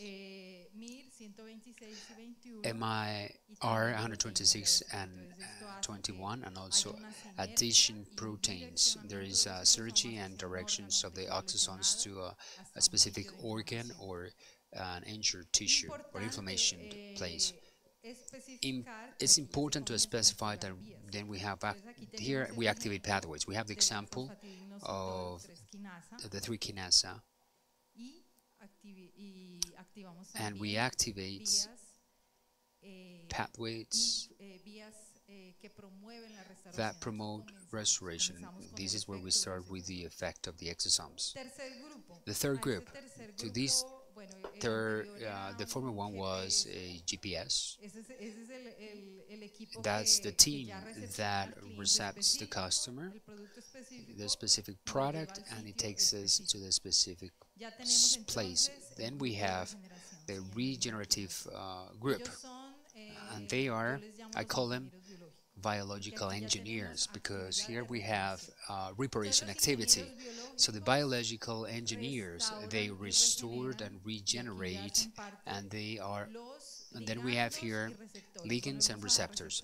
We go back to cells receptors of cells, and we have ligands, specific ligands for those receptors. Then we have Frieslet that act on the beta-catenanes that we mentioned. They were activated regeneration and proliferation pathways. We have NACH and Bacter's receptor, and we have growth factors. So we have pathways that are a lot more specific and directed. We want to activate the reparations of vessels, the reparations of fibroblasts. We want to activate the regenerations of axons, or depending on what we want, we're going to have in that process, natural process and biological process, ligands and receptors that are going to act there. And finally, we have this team, anti-inflammatory and anti-fibrotic regulation, and this is support. You bought the equipment. How is that working? I'm going to have a control visit. The product that I sold to you is good. So that is the team that brings calm to the whole process, is the one that keeps the balance. That team is very important. And then we're talking about a very important suffix, which is the anti-inflammatory processes, anti-fibrotic processes, and what they're going to do is to finish restoring all the process. So we have factors, important factors, like STAT3, STAT3. We have growth factors, and we have a lot of microRNAs, so for that control and for that balance. So we have MIR21, MIR23, MIR146 of the most studied ligands in this point. So here we talk about this conversion of to reparations, T helper cells, pro, and T helper type 2 reparation. So this is very important to close the cycle of regeneration and restoration cycle, and especially to maintain the whole system. So the importance of this that I wanted to highlight here is that you understand that what is a mechanism of synergy, and that the only ones in charge of this synergy mechanism works well are we, when we look for the important criteria for the obtention of a product.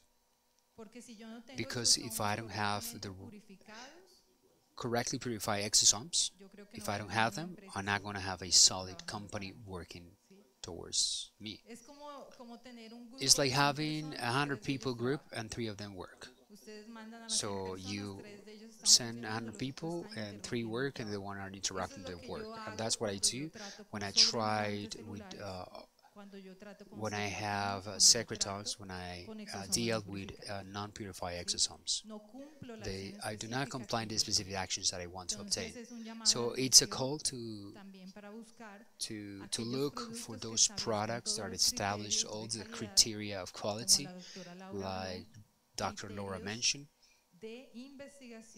research criteria installed by the ISAP, purification, characterization criteria, and production criteria. I know that it's very difficult from professions like medicine to go in depth into this and to, how do you make the production? How do you make the characterization of these exosomes? But it's a must.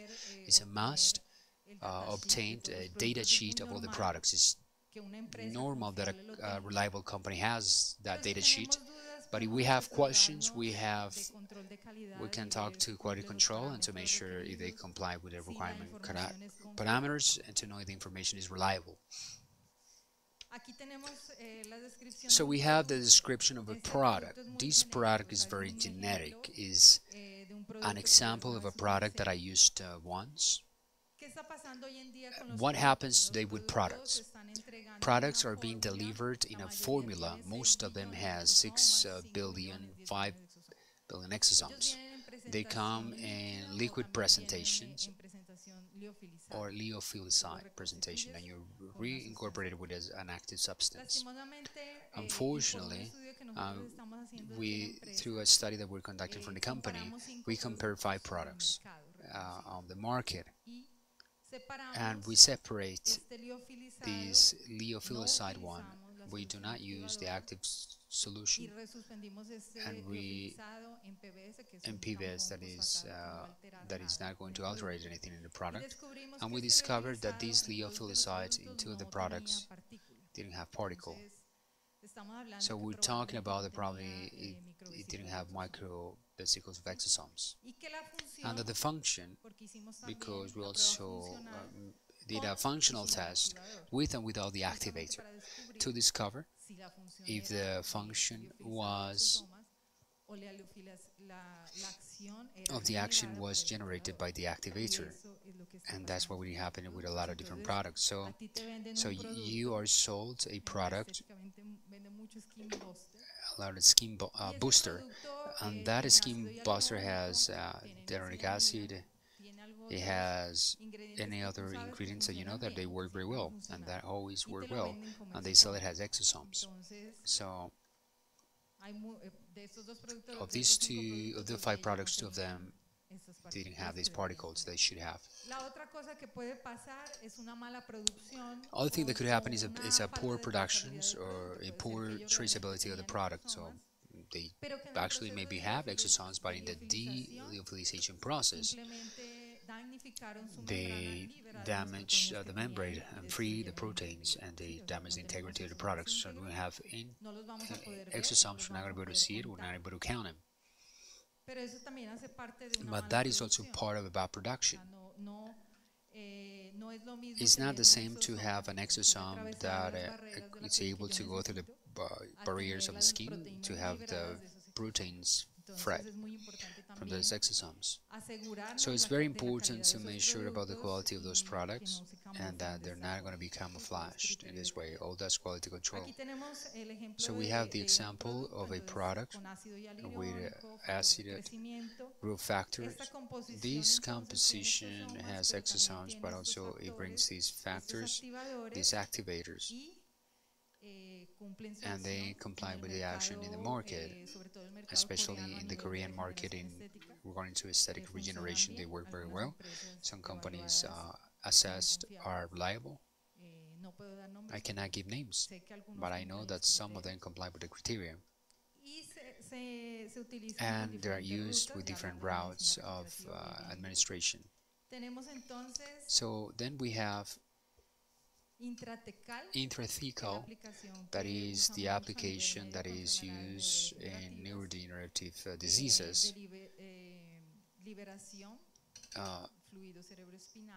Delivery into cerebrospinal fluid, intravenous and systemic inflammation and metabolic diseases, local and topical, especially for mesotherapy. And we have nebulized. Nebulized is relatively new and is being used in post-COVID. Yesterday was a question about infections, but it's basically for pulmonary fibrosis, the post-COVID-19 inflammation. On an aesthetic level, we're treating a lot of the hair loss, especially in women, after post-COVID, and work very well, especially humans. But in Brazil, we have restriction, and we are just doing the clinical study. We're not selling products. Here, it's important to mention I'm not a doctor. I do not work with regenerative medicine, but I can tell you the application that is normally done is about doses between 5 and 15 trillion exosomes and intrathecal treatments. It's just to give an information about how these dosages been used. evolution. So we have the people that work from science to produce these exosomes. We have the doors that have to be open by the regulatory entities. And this is where everything becomes kind of weak. This evolution should be a synergy between the science and the market, but also the regulatory entities. We need then to standardize the products. It's not going to be enough. We need to continue with the criteria established by the entities that I already mentioned regarding to the obtention criteria from the obtention of exosomes. We need integration of characterizations to make sure what we actually have exosomes. We also need quality control. But when we complied with these standards, we need also to comply with standards, regulatory standards that were already mentioned here,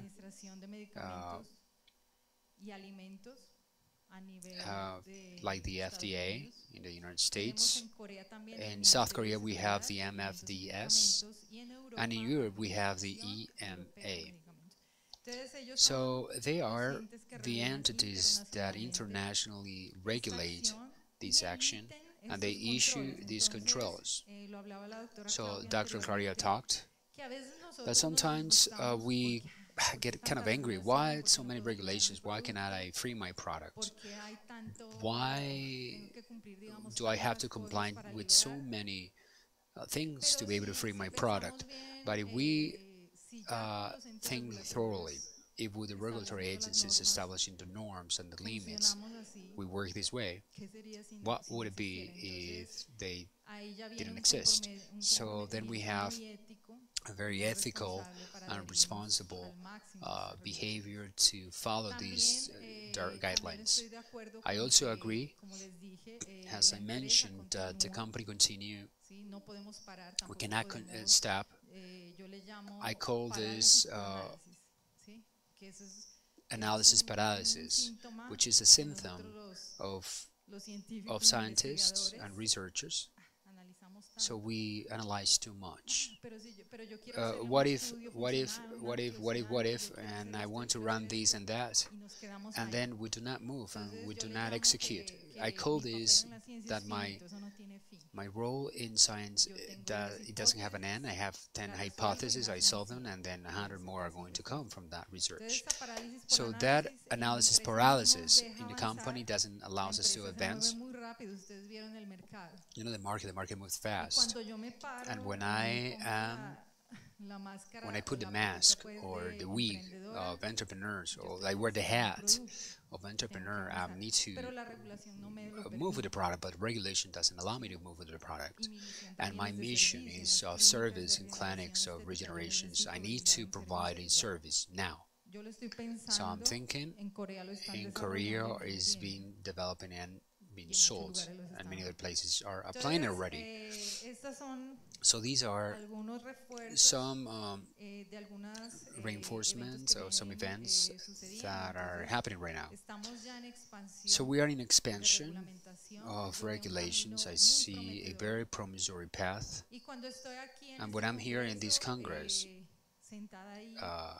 there, learning with you, I realize that Colombia, and especially this company, is making a change when we obtain that synergy between scientific knowledge, ethic and responsibility, also implementation of the guidelines and clinical application, but not randomized clinical application. I see and specialize, and I see a specialist of every single area assessing these therapies, producing scientific results.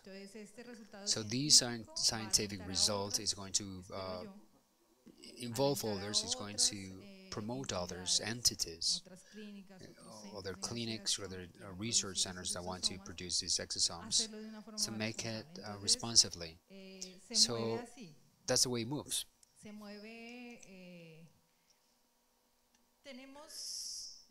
So we move this. masses, or it's demonstrated that masses move. We have a demand, we have a common opinion, we have a demand of product, a need for a product. The market moves because the market is interested to sell. The market is interested to make profit based on the necessity of the consumer. So, but this market has to move these changes. These changes regarding to regulations, these administrative accelerations of companies like this one, like the FDA, and at the national level, we hope that it's going to move Anvisa. Not Anvisa, that we're going to start using cells and exosomes, but it helps us to raise our voice before the corresponding entities, mentioning that regenerative therapy is happening and is obtaining results. So I'm very positive about this, and the message that I wanted to leave here today with you is, as a scientist, I commit to generate quality products. Regulatory entities, they open doors for the use of them, but you are the ones as doctors, leaders, the only ones, main characters of this evolution. So that is a call to reflect upon this. Thanks a lot.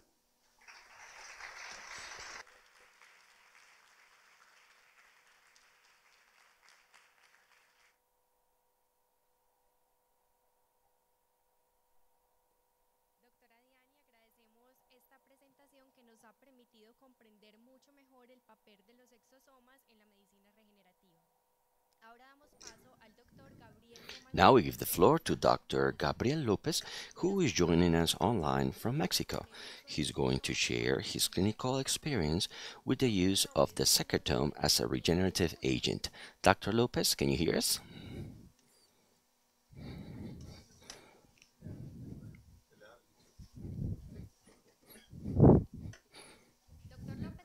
Dr. Lopez, can you hear us? Let's give him a couple of minutes until we establish our connection. Meanwhile, I am going to present Dr. Lopez. He's an otorhinolaryngologist. He's a head and neck surgeon. He's got a master's degree on homeopathic medicine and regenerative medicine. Throughout his trajectory, he has positioned himself as a key opinion leader in the implementation of these therapies in Mexico. His experience combines clinical knowledge with an innovative view oriented to improving the quality of life of patients through advanced and personalized treatment.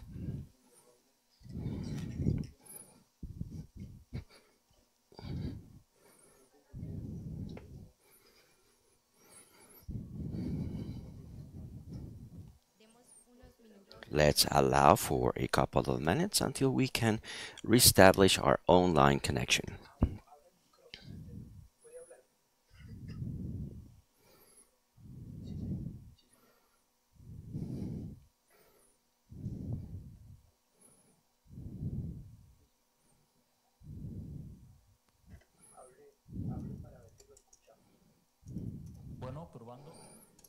Testing 1 2 1 2. Dr. Lopez, welcome.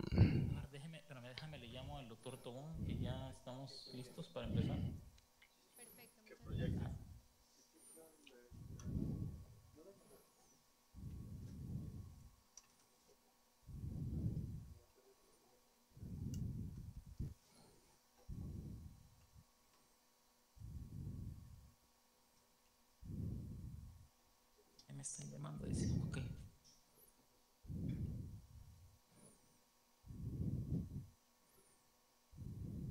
Ya comparto pantalla. Ya comparte pantalla, audio y ya. Muchas gracias.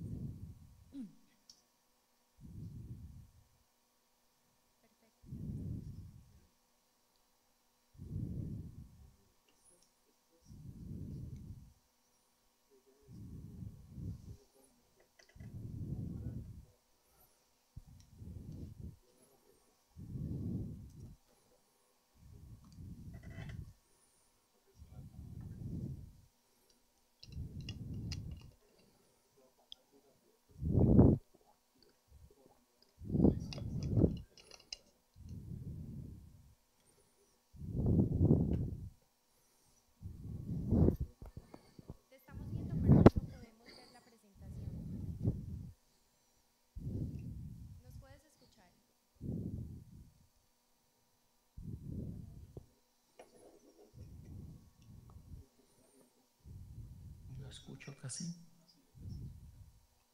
Te podemos ver, pero no hemos visto la presentación.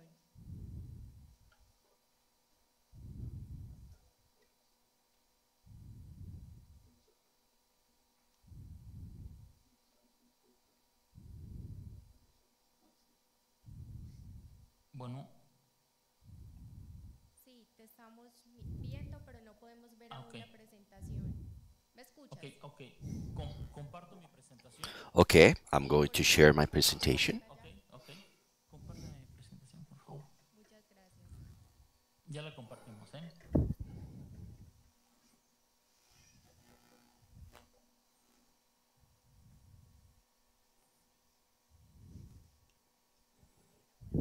Muchísimas gracias. Adelante, doctor.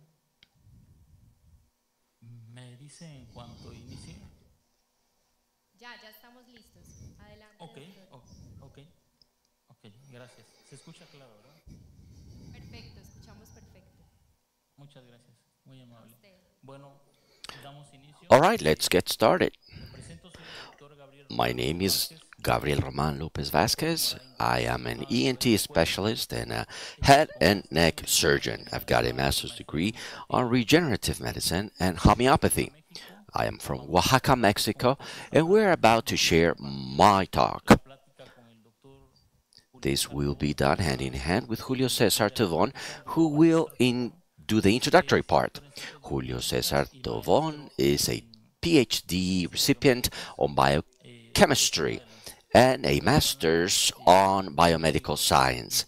He is one of the most important researchers in Mexico that has provided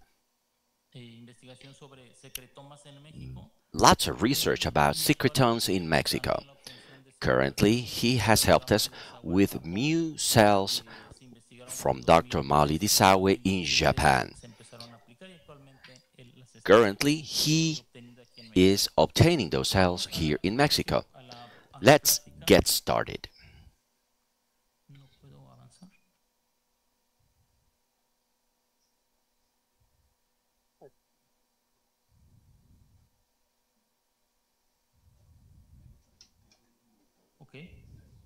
Iniciamos.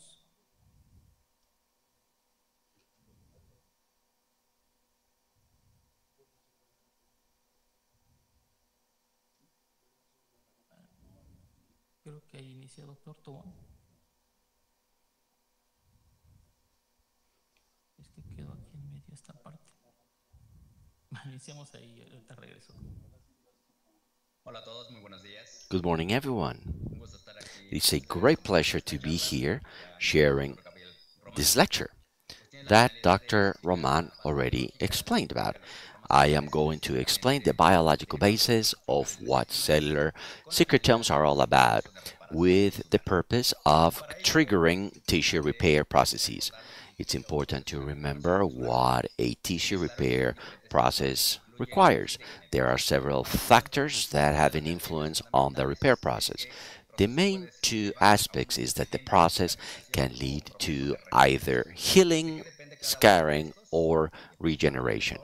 And that depends on the following: establishing that the scarring process would generate extracellular matrix with the purpose of filling a space at an injured tissue where a great population of cells that went through the induction of apoptosis would as such have to recover that tissue. Oftentimes, the lack of control on the inflammatory process, the cytotoxic process, affects the repair process and does not go into regeneration, and that makes it mandatory for the extracellular matrix that is being formed to have an inadequate cytoarchitecture, and instead of regeneration, it would do scarring. This is a non-functional process. Through cellular regeneration, we can modify some cell events. We can regulate them with the purpose of fostering the restoration of a tissue through regeneration. To that extent, we must control the cell microenvironment. We must control cytotoxic events such as inflammation and allow the cell population responsible for their regeneration to have an adequate phenotype. It is essential for us to induce the cell event with the purpose of triggering regeneration that would allow for proliferation, growth, and the expression of a specific function in the tissue we are restoring. There are several events that have to be improved. That is why we have designed the generation of a secretome from MSC activated for given phenotypes with the purpose of giving specific properties to this biological product.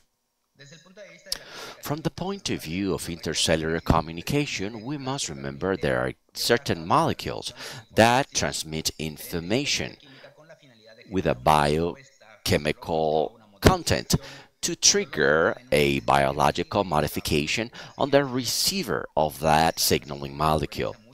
There are multiple proteins in nature or lipidic components that can trigger a response. The purpose of regeneration implies the use of several molecules that, as a whole, could regulate cytotoxic processes and would allow for regeneration.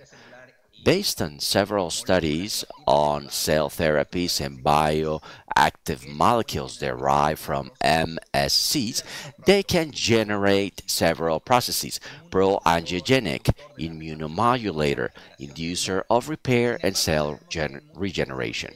We know that in many of these cell events, the differentiation process of this specific cell lineage is limited.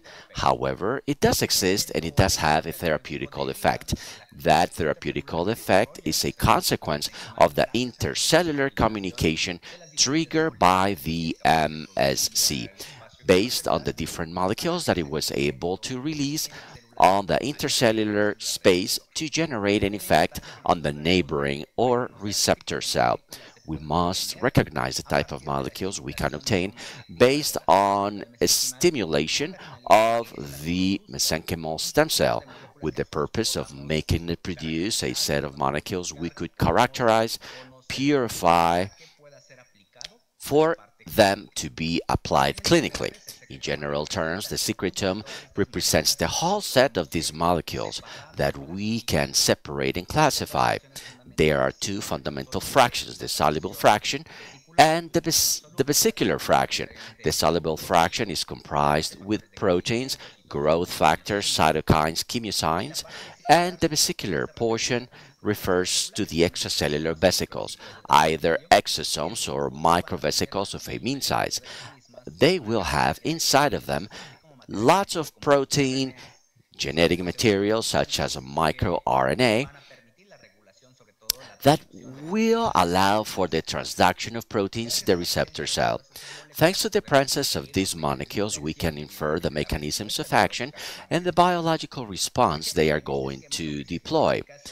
This is an example of some of those events or processes that could be regulated by the secretome of the mesenchymal stem cell. We know that in a pathological event or neurodegenerative disorder, oxidative state is there. There is an imbalance in the accumulation of free radicals with regards to antioxidant systems that are part of the biological system. The secretome could present antioxidant enzymes that would potentiate the action of this antioxidant mechanism. Therefore, it plays an important role for the control of cytotoxic damage. They have an immunomodulator action because it's got cytokine 10, which immunomodulates, and they trigger a phenotypical change. We know that in chronic disease and even during the process of tissue damage, there is an activation towards immune cells that allows for the obtention of pro-inflammatory phenotypes. The macrophage gets activated, it becomes an M1 pro-inflammatory. The lymphocytic line of T lymphocytes, T becomes Th1, which is also pro-inflammatory. If we intend to induce a repair process, we must control inflammation, that immunomodulator activity exerted by cell therapy, as with derivatives such as secretomes or exosomes, allowed for that phenotype change. It is thanks to those molecules that there is a change from an M1 to an M2, from a Th1 to a Th2, an increase of the T regulators, which are of fundamental importance for the control of inflammation and the response of the immune response. There are growth factors which are needed for the stimulation of a tissue repair process, like vascular endothelium growth factor, to trigger neovascularization. Is fundamental for the restoration of the harmed tissue. It is thanks to the presence of those principles or bioactive molecules on a secretome derived from a mesenchymal stem cells we could induce either of these two events to foster a more adequate microenvironment for the triggering of the regeneration process and the healing of that injury. Based on this, we may indicate that this is essential to have communication between the characterization, purification, and characterization of the molecules, with the purpose of being able to determine the types of actions it would create on a harmed tissue. We would then be able to have an adequate microenvironment and trigger metabolic pathways that would foster cell repair and maintain proper cytoarchitecture with the proper structural organization of the extracellular matrix that would allow for the regeneration. Thanks to the molecules present in the secretome of these mesenchymal stem cells, we have the proper conditions for that repair.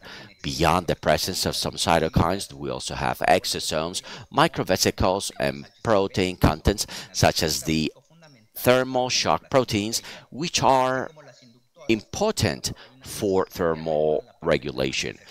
Proteinases that also regulate the extracellular matrix. Thanks to that component, we can allow for a more adequate microenvironment that would also allow for a repair process in comparison with other biological tools. Therefore, the analysis and the study of the bioactive components that a mesenchymal stem cell can produce and release onto the extracellular space is fundamental. Beyond having it through the classical way, without any modification, we can also establish that the mesenchymal stem cell, as with any other cell lineage, is susceptible to signaling molecules that would allow for selective activation of this lineage. What we can do in the lab is to have culture systems where in the medium we could generate conditions or preconditions with the purpose of stimulating this mesenchymal stem cell with physical properties such as changes in the partial oxygen pressure, generating a hypoxic system. Pharmacological considerations, where in cultures you have interleukin cocktails, interleukin 2 and 4, that would create selective stimulation processes, and even genetic engineering, so you could establish an continuous expression and known expression of some target protein. We can stimulate these mesenchymal stem cells with the purpose of having it produce the greater amount of proteins, a greater amount of given factors of interest, to then displace it towards a given property, to have a better anti-apoptotic effect, a better antioxidant effect, a better pro-angiogenic activity, etc., that would allow us to potentiate any of these activities and allow us to induce the process when we can use it clinically speaking. Therefore, the interest of our research project was getting to know the types of molecules contained by a heterogeneous secretome. Thanks to the fact that we knew it, we can use it as a biological tool to induce restoration processes, as is the case of the process that Dr. Gabriel will explain in the reparation of a tympanic perforation. explicar ya la parte que me corresponde. Bueno, entonces, pues es un trabajo. Well, the research project was the restoration of the tympanic membrane with secretomes from mesenchymal stem cells. Not all of you are ENT specialists, so I am going to provide some context. The tympanic membrane is an elastic structure of 1 centimeter diameter located between the mid-ear and the internal ear. It is the one dividing structure. Its function is to transmit sound from the mid-ear to the internal ear and to protect the tympanic cavity. Through this protection, it will avoid issues with the inner ear. On the picture, you can see a histological analysis of the tympanic membrane showing the epithelium. The part that you see in white, which is the fibers of the muscle layer, and the mucous layer, which is the internal part. It's important to understand this classification because later on we will talk about monomeric repairs where you only repair this section, and total repairs where you do a full repair of the histological cut. The causes of perforation could be of a multiple nature, of an infectious nature because of trauma, some of them because of bottle trauma. In the first image, you can see there is a rupture because of automycosis. Here, the ear has been cleansed, and what we have here is necrosis of the tympanic membrane, and you can see the perforation. In the second image, you see a traumatic injury all the way to the annulus, towards the edge. These are complex complications that must be addressed via surgery. The consequences of a puncture, if not properly addressed, you can see how in the image, this white section, you have a full rupture of the membrane, and you can have a look at the tympanic box outside the external ear. The white area towards the interside, you have a cholesteatome matrix formed because the cells that were not able to exit, they have keratin, and they create this type of tumor, a benign tumor, because there is no malignant behavior from a histological point of view. However, this continues to affect the bone and hurt it because it expands towards the inside. In these patients, because of the hearing loss they have, suffer from a loss on their quality of life. Therefore, we have tried to solve the situation that would not be as severe as undergoing surgery. The audiological graph, allow me to explain it briefly, where you have 20 decibels, which is the normal range of hearing. In blue, you see the coding for the blue ear, red for the right ear, so that you can understand this a bit better. The objectives of a tympanic repair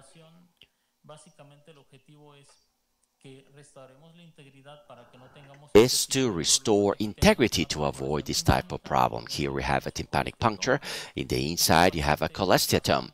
The patient is quite complex because it will no longer be solved through a tympanoplasty. It will no longer be a functional surgery, but rather a surgery fully radical in nature. It's like a cavity. You have to fully clean it and leave the ear empty. We must avoid that. That is why we need to achieve repair. We should also achieve repair to improve hearing abilities. What we see here, based on these images, they are a bit blurry because they were taken under the microscope. What you see here is that the gold standard of tympanic repair, tympanoplasty, which is a surgery where we must obtain a graft from the bone and the fascia. It's very, very complex than the procedure that we are currently describing. You have to open up the duct from the back part to get to the inner part, and we apply the graft. It's quite complex, it's quite expensive and time-consuming. Oftentimes, this requires interesting actions. On a tympanoplasty, which is the surgery where you traditionally repair the tympanic membrane, this is a surgery where the healthcare system leaves the patient 6 months with a dry ear in absence of inflammation and infection. But to apply secretomes, we do it differently. When we regulate interleukin 1 and 6, we do not have this problem. Some of the procedures that have also been done, meningoplasty, that can be done in your private practice, we lift the epithelium at the superficial layer and we apply a patch with rice paper and we allow it to restore. In some patients with smaller punctures, they do improve. Larger punctures are quite more complex and they do require going to surgery. The grafts that have traditionally been done are autologous grafts, and the one most widely used is the temporal bone fascia and sometimes from the tragus as well. And we have the lower part of the ear, the upper part. As you can see, you have to go towards the temporal bone, obtain it, and it's quite more complex. What I'm trying to show with these slides is that the procedure implies complexity. It is not as simple. Here we have an image that I wanted to share with you. This is a microscopic image of the mesenchymal stem cells, and this is an image of the secretome, where you can see in dark field microscopy. That is what we apply.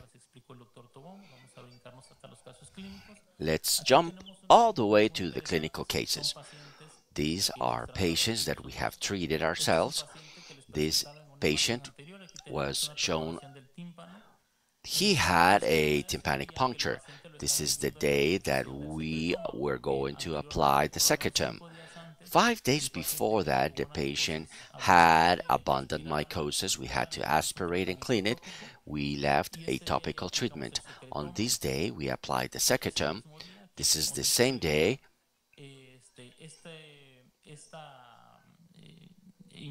This image is an image that we obtained 2 weeks after, and this is an image a month after where it is practically closed. This patient had otomycosis that had been treated multiple times by ENT services. He had undergone complications all the way to puncture of the tympanic membrane because they did not have proper follow-up. This is a 70-year-old patient with a tympanic puncture because of trauma. Here, the patient, you would see the puncture went all the way to the edge. The tympanic membrane is anatomically divided because of surgical purposes from top to bottom. Posterior part, anterior aspect, and you have an imaginary line towards this side at the inferior quadrants and the superior quadrants. This tympanic membrane was punctured in the anterior part, and because of the angle nature, the surgery is much more complex. This is our third take.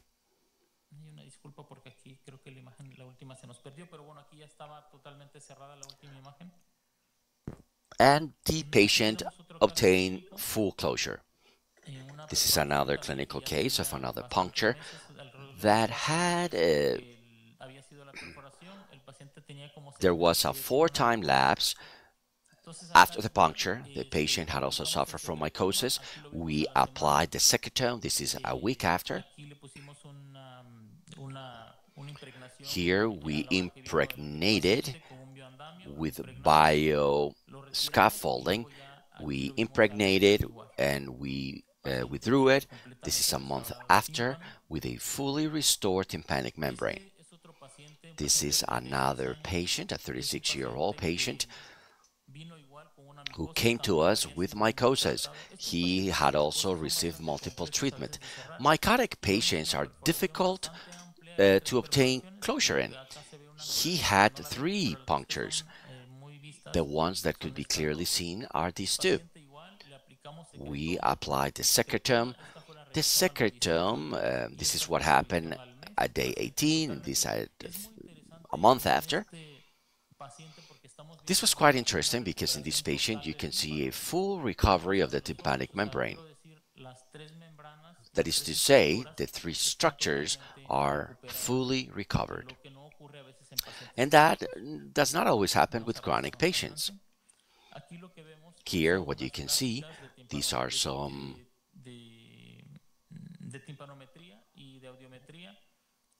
hearing tests and the graphs. We did not have the prior graph because when you measure the impedance of the membrane, you need to have some resistance, and when there is a puncture, you get a flat curve.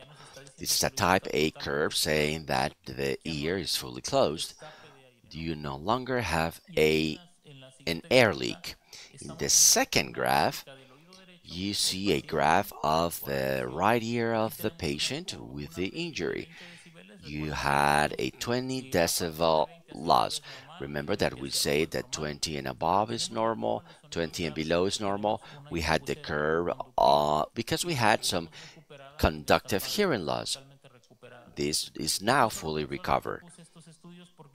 I share these studies with you to just summarize them. All graphs are the same in all patients. And what we have here, these are images that allow you to properly see the group data as part of our research provide a broader context and more precise of what we are seeing. The amount of patients that we included in this research project was 10.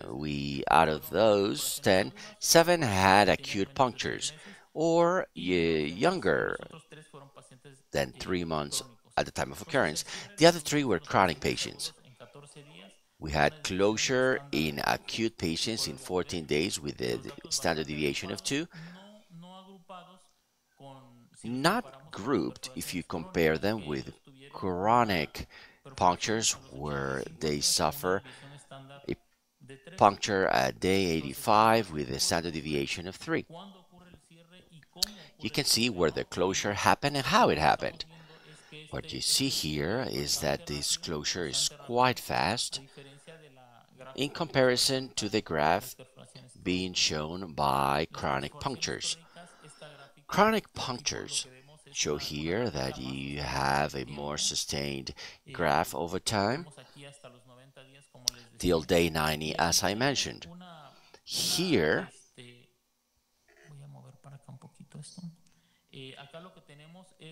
what you have is a chronic puncture. This was a patient that had the puncture when she was a child. She is now a 60-year-old woman. The puncture did not spontaneously close. So what we did is that we did the application, we applied the secretome, and every 2 weeks we continued to apply 100 milligrams because these patients are more complex to achieve improvement.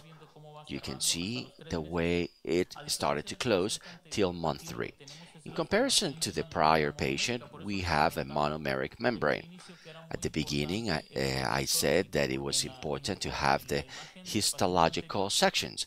In the image from the prior patient, we had a fully restored membrane in each of its layers, but what we have here is a monomeric membrane. That is to say, the patient closed only at the epithelial layer.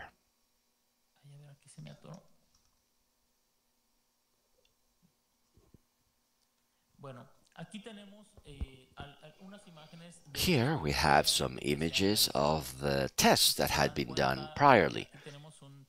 You see a control patient where nothing was applied. We have other patients where some substances were applied, such as the secretum and substances that we get from the stem cells. The study has been done on lab specimens, not in humans. This was the first study done in humans worldwide. But what the graph shows is that as you apply some more substances, such as the growth factors, the membrane has greater thickening, going from 0 to 250 micra. What happens at the end is that in this chart, which shows all the data. Here we were assessing adverse event of tympanoplasty, which is the gold standard, the type of surgery done for tympanic repair, and secretomes. We were assessing pain, the pain that can happen after the surgery, infections, dizziness, vertigo, hearing loss, problems with the graft, necrosis of the graft, lateralization of the graft, loss of the graft, graft failure, and bells in their ears. For tympanoplasty, all of those situations could happen. In the patients that we addressed as part of our research study, we had none of those adverse events. But for the purpose of research, we had to be prudent on the things we state. So thinking that our N was an N of 10, we had to be prudent in our report. Biologically speaking, as we mentioned, we are moving in the right pathway. We are going in parallel fashion to what has already been done. We haven't had any adverse event. Knowing about an N of 10, we still have to be cautious. If we were able to perform research on a larger sample, we could have some adverse events that would happen at some point in time.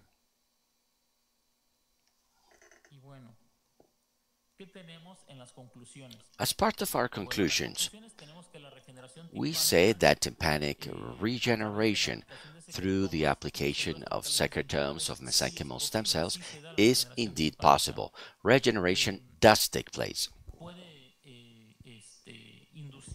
It could induce regeneration of the tympanic membrane, and when we apply more specific secretomes, we can potentiate the repair and regeneration of tissues. In this case, it could be the tympanic membrane, but any repair could be done. That's it on our side.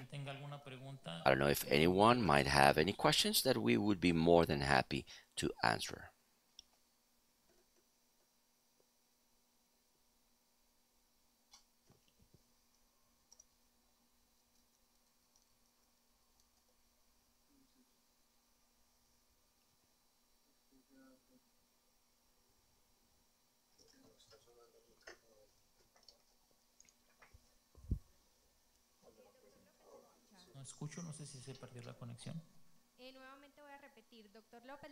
Doctor, thank you very much for your excellent lecture and for having shared with us your clinical results of the application of the secretome.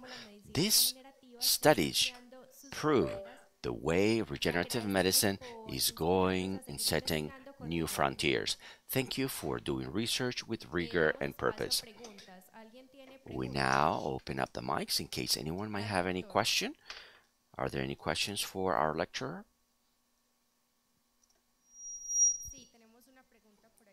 Yes, we do have a question.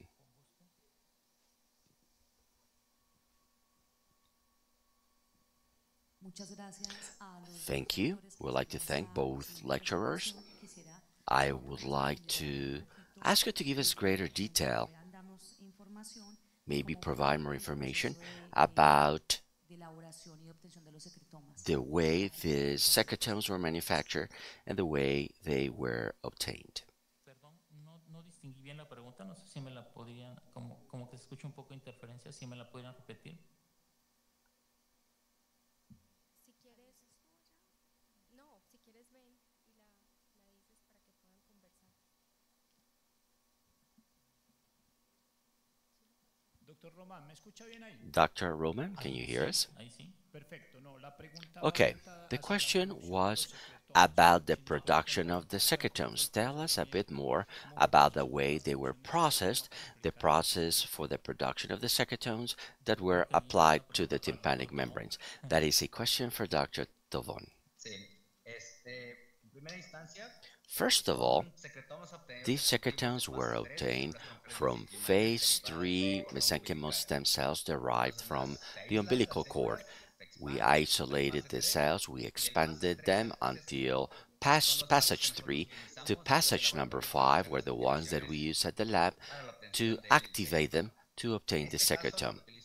In this case, what Dr. Gabriel Roman used was a secretome from mesenchymal stem cells that went through hypoxic procedures to have better proangiogenic properties, and we used deferrexam, which is an iron chelate, to potentiate the event that would increase the expression of the hypoxic-induced agent, and that would promote the growth factor for vascular growth factor, plus the use of anti-inflammatory interleukins. Once we had those secretomes, which come from the conditioned medium, we started its purification process through ultrafiltration systems. With ultracentrifugation, allowed us to concentrate the exosomes, the microvesicles, and the proteins, and then went through flow cytometry for characterization panels of chemokines, exosomes, and then normalization based on micrograms of protein that would allow us to do proper dosage for them to be used in the clinical field.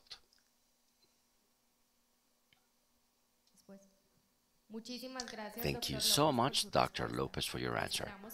We hope we will be able to see you in a future event.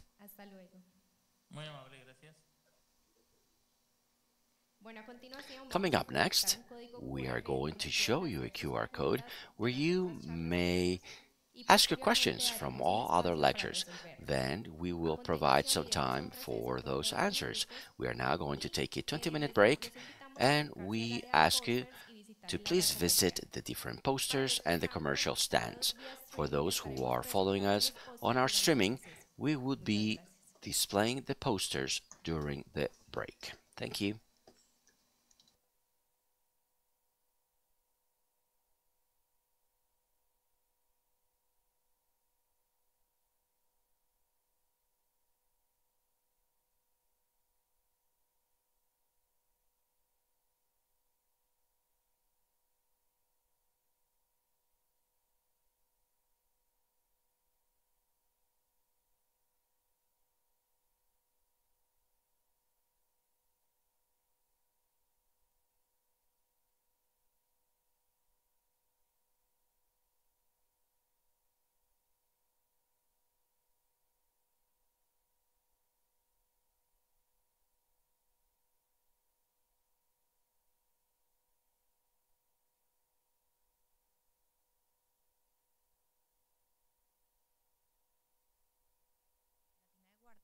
Son una poderosa herramienta en medicina regenerativa, pero queríamos entender si aspectos como la edad materna, el tipo de sangre o las condiciones del parto pueden afectar sus características biológicas. Analizamos 24 cordones umbilicales obtenidos después de partos a término, evaluando viabilidad, morfología, capacidad de diferenciación y estabilidad genética bajo condiciones normóxicas e hipóxicas.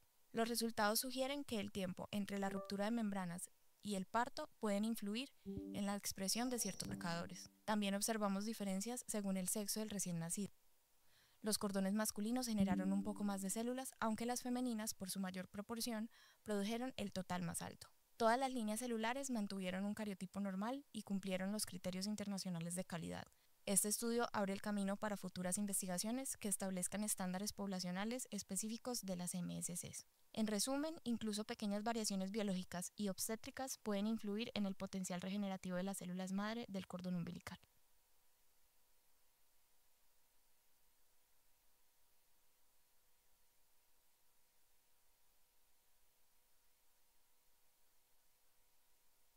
Cultivo hipóxico versus normóxico en MSCs del cordón umbilical. En este estudio analizamos cómo las condiciones hipóxicas, es decir, con bajos niveles de oxígeno, pueden modificar el comportamiento y la producción de exosomas de las MSCs derivadas de cordón umbilical. Los exosomas son diminutas vesículas que transportan moléculas bioactivas y desempeñan un papel clave en la reparación de tejidos. Bajo hipoxia, las células produjeron casi el doble de exosomas que en condiciones normales de oxígeno. Además, esos exosomas presentaron un perfil proteico distinto asociado con la remodelación de la matriz extracelular, la respuesta al estrés oxidativo y la adhesión celular, lo que sugiere un mayor potencial regenerativo y antiinflamatorio.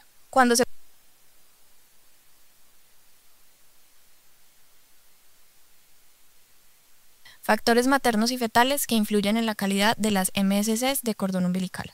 Bienvenidos a este estudio que explora cómo los factores maternos y fetales pueden influir en la calidad de las células madre mesenquimales derivadas del cordón umbilical. Las células madre mesenquimales de la gelatina de Wharton son una poderosa herramienta en medicina regenerativa, pero queríamos entender si aspectos como la edad materna, el tipo de sangre o las condiciones del parto pueden afectar sus características biológicas. Analizamos 24 cordones umbilicales obtenidos después de partos a término, evaluando viabilidad, morfología, capacidad de diferenciación y estabilidad genética bajo condiciones normóxicas e hipóxicas. Los resultados sugieren que el tiempo entre la ruptura de membranas y el parto pueden influir en la expresión de ciertos marcadores. También observamos diferencias según el sexo del recién nacido.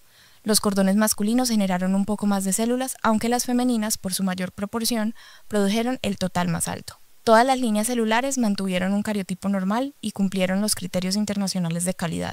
Este estudio abre el camino para futuras investigaciones que establezcan estándares poblacionales específicos de las MSCs. En resumen, incluso pequeñas variaciones biológicas y obstétricas pueden influir en el potencial regenerativo de las células madre del cordón umbilical.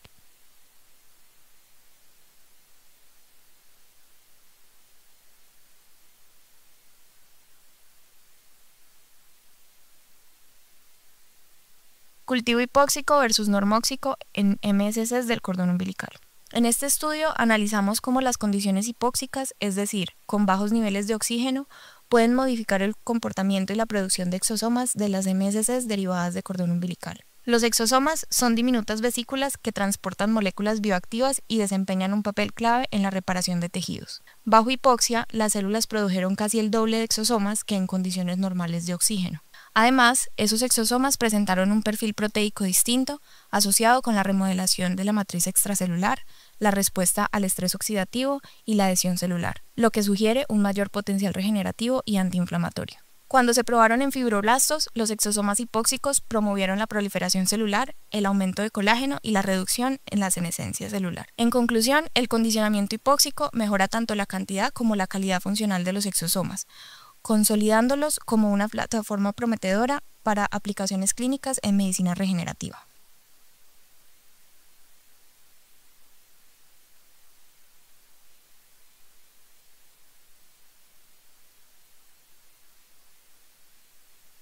Terapia con MSCs en enfermedad inflamatoria intestinal.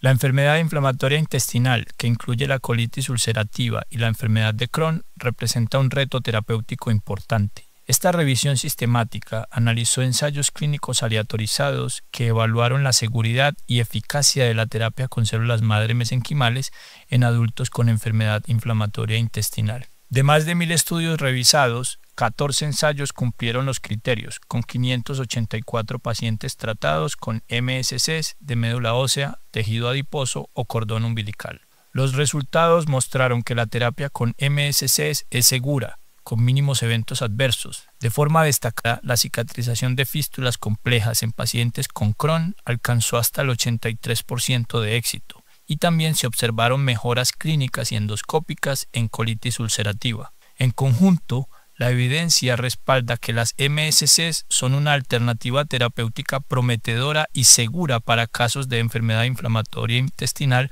refractaria, aunque se requieren estudios más amplios para estandarizar protocolos.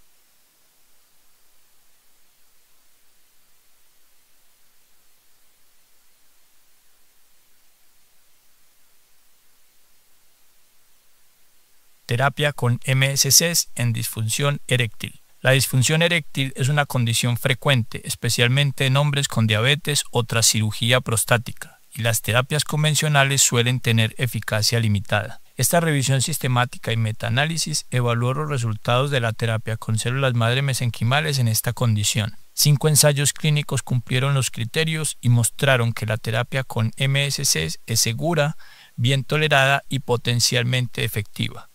Los pacientes tratados con 2 inyecciones intracavernosas mostraron mejoras significativas en la función eréctil a los 6 meses. No se reportaron eventos adversos graves y los índices internacionales de función eréctil reflejaron recuperaciones clínicamente relevantes. Estos hallazgos sugieren que la terapia con MSCs puede restaurar la integridad vascular y tisular del pene, ofreciendo una alternativa regenerativa para pacientes que no responden a los tratamientos convencionales.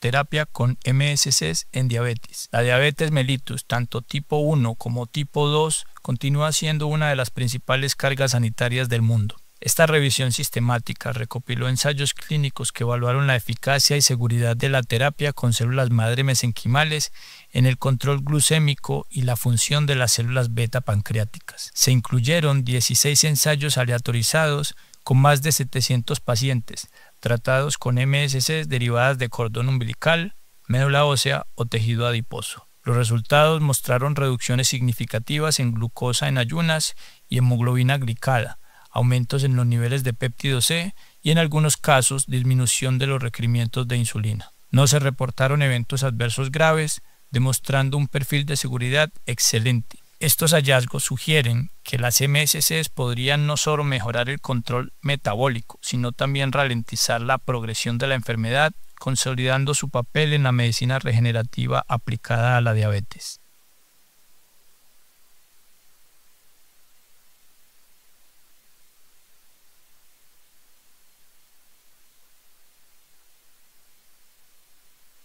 Terapia con MSCs de la gelatina de Wharton en osteoartritis y condromalacia patelar. La osteoartritis de rodilla y la condromalacia patelar afectan a millones de personas en todo el mundo y representan un problema creciente de salud pública. Este estudio de evidencia del mundo real evaluó la seguridad y eficacia clínica de la terapia con MSCs derivadas de la gelatina de Wharton en pacientes con estas patologías. Se analizaron 124 pacientes, 209 rodillas tratadas que recibieron una inyección intraarticular guiada por ultrasonido con 40 millones de MSCs halogénicas. Después de 6 y 12 meses, los resultados fueron contundentes. El dolor disminuyó más del 40%, la discapacidad funcional cerca del 45% y la calidad de vida mejoró hasta un 35%. Además, el 78% de los pacientes mostró una respuesta clínica significativa y no se reportaron eventos adversos graves. Las resonancias mostraron signos de reparación del cartílago y reducción de la inflamación.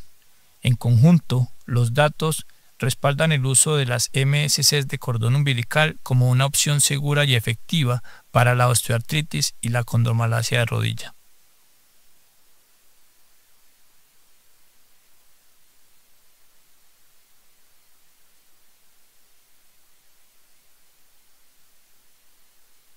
terapia con MSC en lesiones por sobreuso del hombro.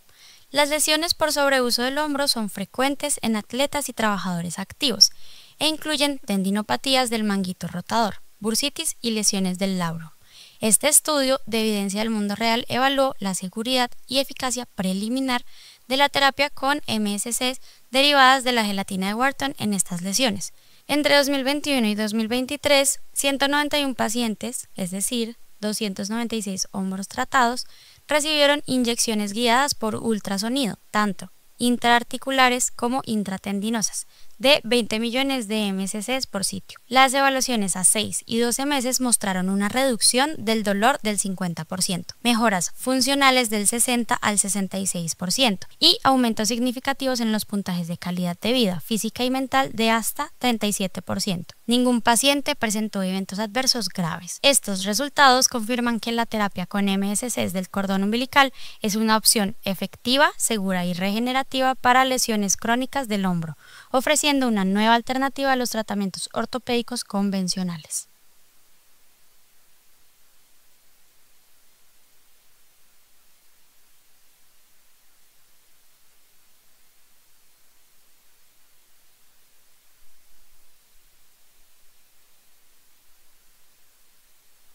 Factores maternos y fetales que influyen en la calidad de las MSC de cordón umbilical.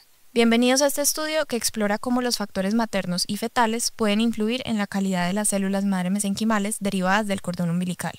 Las células madre mesenquimales de la gelatina de Wharton son una poderosa herramienta en medicina regenerativa, pero queríamos entender si aspectos como la edad materna, el tipo de sangre o las condiciones del parto pueden afectar sus características biológicas. Analizamos 24 cordones umbilicales obtenidos después de partos a término, evaluando viabilidad, morfología, capacidad de diferenciación y estabilidad genética bajo condiciones normóxicas e hipóxicas.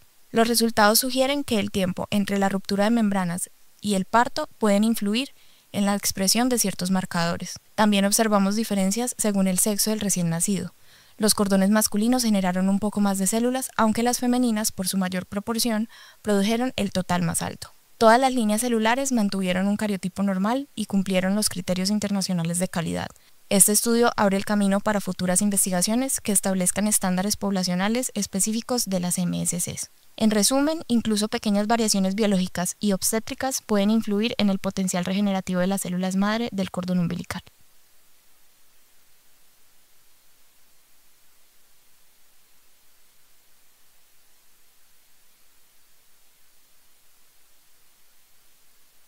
Cultivo hipóxico versus normóxico en MSC del cordón umbilical. En este estudio analizamos cómo las condiciones hipóxicas, es decir, con bajos niveles de oxígeno, pueden modificar el comportamiento y la producción de exosomas de las MSC derivadas de cordón umbilical. Los exosomas son diminutas vesículas que transportan moléculas bioactivas y desempeñan un papel clave en la reparación de tejidos. Bajo hipoxia, las células produjeron casi el doble de exosomas que en condiciones normales de oxígeno.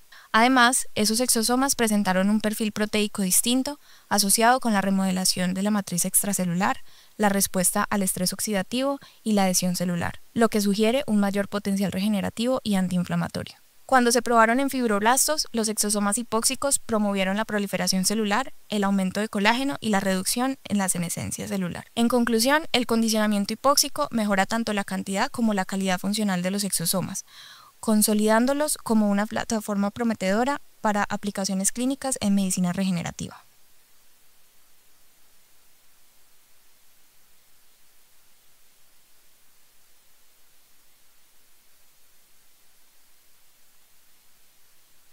Terapia con MSC en enfermedad inflamatoria intestinal. La enfermedad inflamatoria intestinal, que incluye la colitis ulcerativa y la enfermedad de Crohn, representa un reto terapéutico importante. Esta revisión sistemática analizó ensayos clínicos aleatorizados que evaluaron la seguridad y eficacia de la terapia con células madre mesenquimales en adultos con enfermedad inflamatoria intestinal. De más de 1.000 estudios revisados, 14 ensayos cumplieron los criterios, con 584 pacientes tratados con MSC de médula ósea, tejido adiposo o cordón umbilical. Los resultados mostraron que la terapia con MSC es segura, con mínimos eventos adversos. De forma destacada, la cicatrización de fístulas complejas en pacientes con Crohn alcanzó hasta el 83% de éxito y también se observaron mejoras clínicas y endoscópicas en colitis ulcerativa. En conjunto, la evidencia respalda que las MSCs son una alternativa terapéutica prometedora y segura para casos de enfermedad inflamatoria intestinal refractaria, aunque se requieren estudios más amplios para estandarizar protocolos.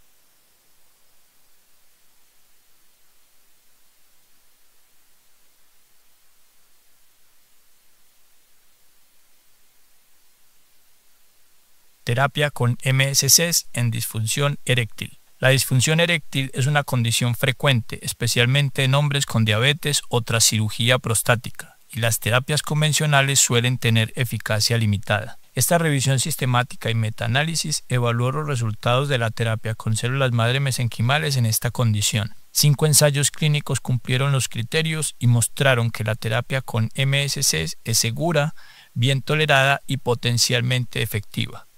Los pacientes tratados con 2 inyecciones intracavernosas mostraron mejoras significativas en la función eréctil a los 6 meses. No se reportaron eventos adversos graves y los índices internacionales de función eréctil reflejaron recuperaciones clínicamente relevantes. Estos hallazgos sugieren que la terapia con MSCs puede restaurar la integridad vascular y tisular del pene, ofreciendo una alternativa regenerativa para pacientes que no responden a los tratamientos convencionales.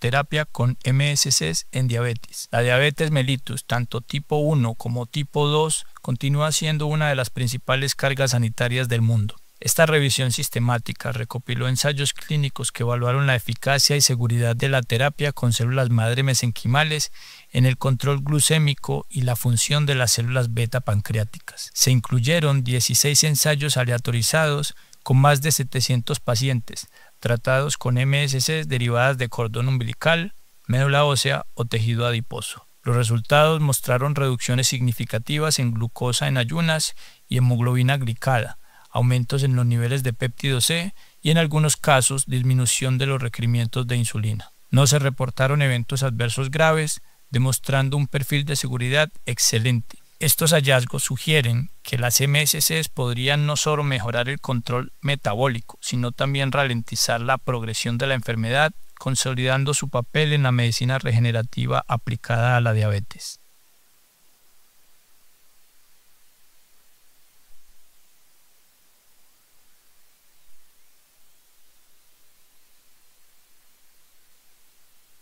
Terapia con MSCs de la gelatina de Wharton en osteoartritis y condromalacia patelar. La osteoartritis de rodilla y la condromalacia patelar afectan a millones de personas en todo el mundo y representan un problema creciente de salud pública. Este estudio de evidencia del mundo real evaluó la seguridad y eficacia clínica de la terapia con MSCs derivadas de la gelatina de Wharton en pacientes con estas patologías. Se analizaron 124 pacientes, 209 rodillas tratadas que recibieron una inyección intraarticular guiada por ultrasonido con 40 millones de MSCs halogénicas. Después de 6 y 12 meses, los resultados fueron contundentes. El dolor disminuyó más del 40%, la discapacidad funcional cerca del 45% y la calidad de vida mejoró hasta un 35%. Además, el 78% de los pacientes mostró una respuesta clínica significativa y no se reportaron eventos adversos graves. Las resonancias mostraron signos de reparación del cartílago y reducción de la inflamación. En conjunto, los datos respaldan el uso de las MSCs de cordón umbilical como una opción segura y efectiva para la osteoartritis y la condromalacia de rodilla.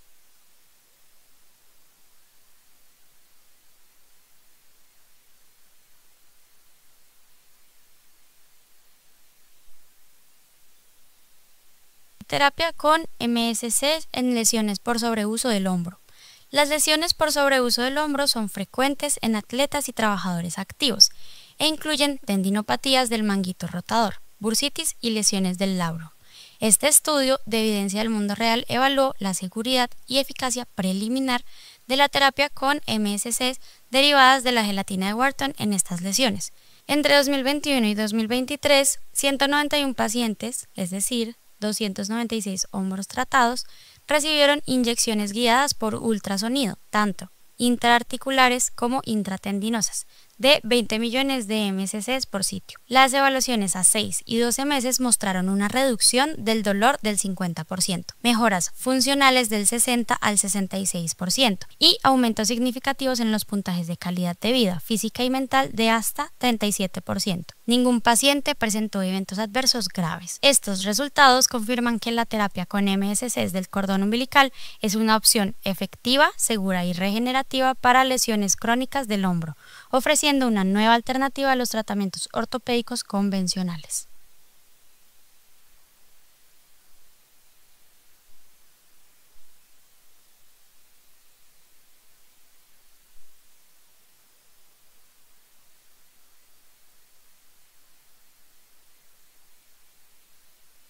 Factores maternos y fetales que influyen en la calidad de las MSCs de cordón umbilical. Bienvenidos a este estudio que explora cómo los factores maternos y fetales pueden influir en la calidad de las células madre mesenquimales derivadas del cordón umbilical. Las células madre mesenquimales de la gelatina de Wharton son una poderosa herramienta en medicina regenerativa, pero queríamos entender si aspectos como la edad materna, el tipo de sangre o las condiciones del parto pueden afectar sus características biológicas. Analizamos 24 cordones umbilicales obtenidos después de partos a término, evaluando viabilidad, morfología, capacidad de diferenciación y estabilidad genética bajo condiciones normóxicas e hipóxicas. Los resultados sugieren que el tiempo entre la ruptura de membranas y el parto pueden influir en la expresión de ciertos marcadores. También observamos diferencias según el sexo del recién nacido.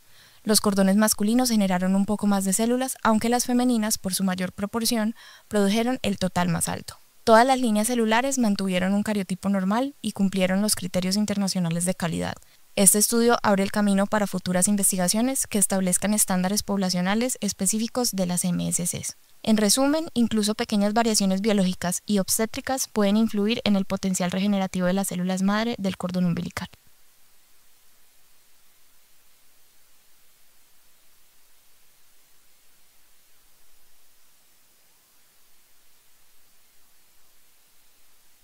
Cultivo hipóxico versus normóxico en MSCs del cordón umbilical. En este estudio analizamos cómo las condiciones hipóxicas, es decir, con bajos niveles de oxígeno, pueden modificar el comportamiento y la producción de exosomas de las MSCs derivadas de cordón umbilical. Los exosomas son diminutas vesículas que transportan moléculas bioactivas y desempeñan un papel clave en la reparación de tejidos. Bajo hipoxia, las células produjeron casi el doble de exosomas que en condiciones normales de oxígeno. Además, esos exosomas presentaron un perfil proteico distinto asociado con la remodelación de la matriz extracelular, la respuesta al estrés oxidativo y la adhesión celular, lo que sugiere un mayor potencial regenerativo y antiinflamatorio. Cuando se probaron en fibroblastos, los exosomas hipóxicos promovieron la proliferación celular, el aumento de colágeno y la reducción en la senescencia celular. En conclusión, el condicionamiento hipóxico mejora tanto la cantidad como la calidad funcional de los exosomas, consolidándolos como una plataforma prometedora para aplicaciones clínicas en medicina regenerativa.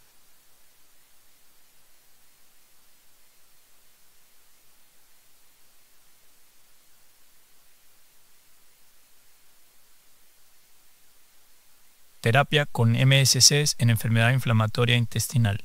La enfermedad inflamatoria intestinal, que incluye la colitis ulcerativa y la enfermedad de Crohn, representa un reto terapéutico importante. Esta revisión sistemática analizó ensayos clínicos aleatorizados que evaluaron la seguridad y eficacia de la terapia con células madre mesenquimales en adultos con enfermedad inflamatoria intestinal. De más de 1000 estudios revisados, 14 ensayos cumplieron los criterios, con 584 pacientes tratados con MSCs de médula ósea, tejido adiposo o cordón umbilical. Los resultados mostraron que la terapia con MSCs es segura, con mínimos eventos adversos. De forma destacada, la cicatrización de fístulas complejas en pacientes con Crohn alcanzó hasta el 83% de éxito, y también se observaron mejoras clínicas y endoscópicas en colitis ulcerativa. En conjunto, la evidencia respalda que las MSCs son una alternativa terapéutica prometedora y segura para casos de enfermedad inflamatoria intestinal refractaria, aunque se requieren estudios más amplios para estandarizar protocolos.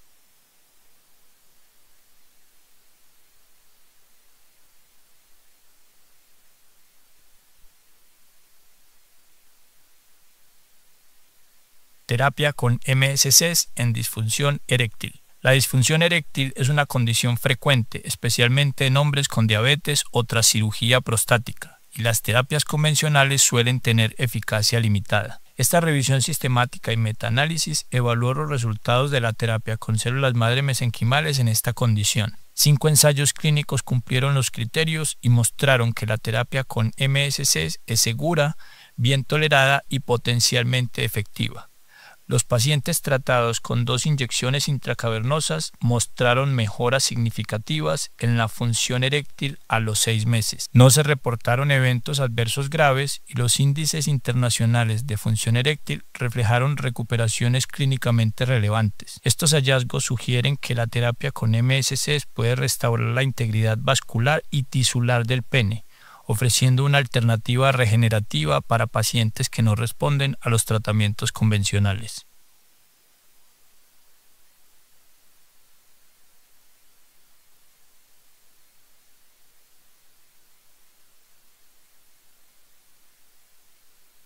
Terapia con MSCs en diabetes. La diabetes mellitus, tanto tipo 1 como tipo 2, continúa siendo una de las principales cargas sanitarias del mundo. Esta revisión sistemática recopiló ensayos clínicos que evaluaron la eficacia y seguridad de la terapia con células madre mesenquimales en el control glucémico y la función de las células beta pancreáticas. Se incluyeron 16 ensayos aleatorizados con más de 700 pacientes tratados con MSCs derivadas de cordón umbilical, médula ósea o tejido adiposo. Los resultados mostraron reducciones significativas en glucosa en ayunas y hemoglobina glicada, aumentos en los niveles de péptido C y en algunos casos disminución de los requerimientos de insulina. No se reportaron eventos adversos graves, demostrando un perfil de seguridad excelente. Estos hallazgos sugieren que las MSCs podrían no solo mejorar el control metabólico, sino también ralentizar la progresión de la enfermedad, consolidando su papel en la medicina regenerativa aplicada a la diabetes.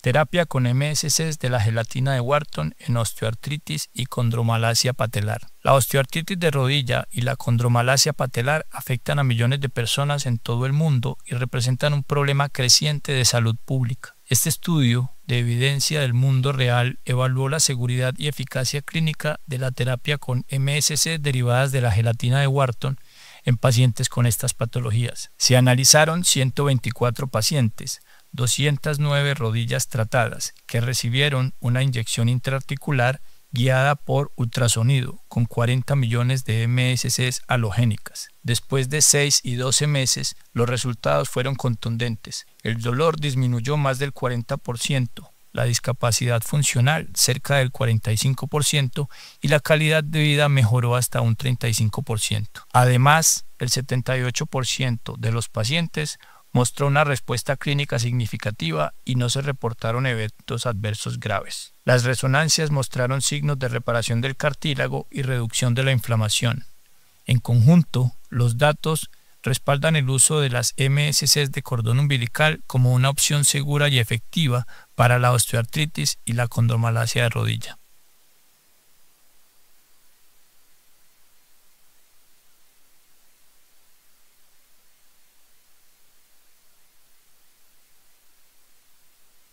Terapia con MSCs en lesiones por sobreuso del hombro. Las lesiones por sobreuso del hombro son frecuentes en atletas y trabajadores activos e incluyen tendinopatías del manguito rotador, bursitis y lesiones del labro. Este estudio de evidencia del mundo real evaluó la seguridad y eficacia preliminar de la terapia con MSCs derivadas de la gelatina de Wharton en estas lesiones.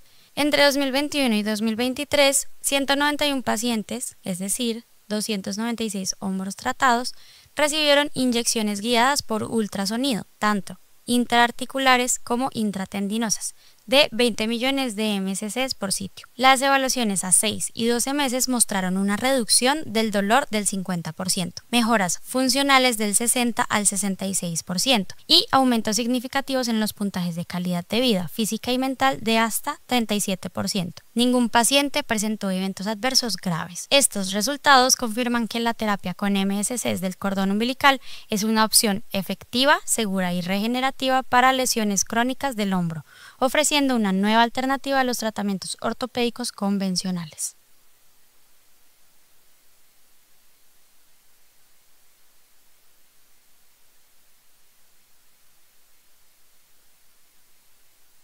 Para continuar, damos paso a Rodrigo Arancibia, quien presentará innovaciones en ortobiología aplicadas a osteoartritis y las lesiones condrales. Rodrigo es bioquímico de la Universidad de Chile. Posee una maestría en gestión y globalización y un MBA de la Cranfield School of Management en Reino Unido. Además, cursó estudios de posgrado en gestión de proyectos, Project Management and Advanced Negotiation at the Economic School of Stockholm. He has more than 17 years of expertise in biomedicine, translation of biomedicine, connecting academic research with technological innovation in the private sector.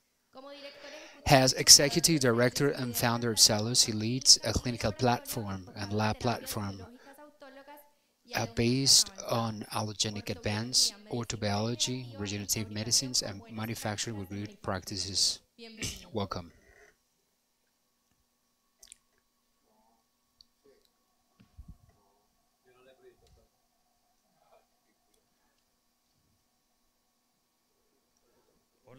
Hi.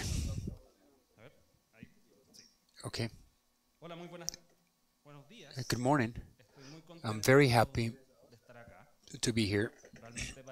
To me, it's a pleasure and an honor to be here. Before you, I would like to thank the organization Leo, also Victor and Caroline for a wonderful event and actually for what we can be together and do together. I'm a believer that regenerative medicine is a starting point and multidisciplinary point. So the objective of my talk is to show you a little bit of what we've been doing.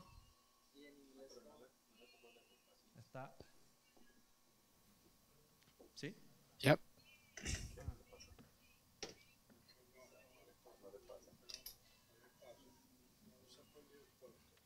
Yo tengo otro pasador, por si acaso. So I have another clicker, just in case. Ah, Ya, ahí. there you go.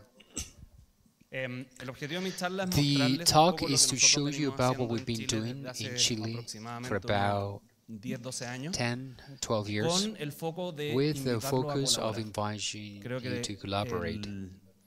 el foco I think y el the objetivo detrás de purpose todos estos behind all simposios, these congresos, symposiums es and poder congresses is to juntar, be able unir, to unite y por ende, efforts. ahí está mi correo. And that's my Si les email. If interesa you are lo que interested vieron about what y les you gustaría de see alguna forma colaborar, and where you me want to be escriben. talking and you would like to collaborate, please Em, write.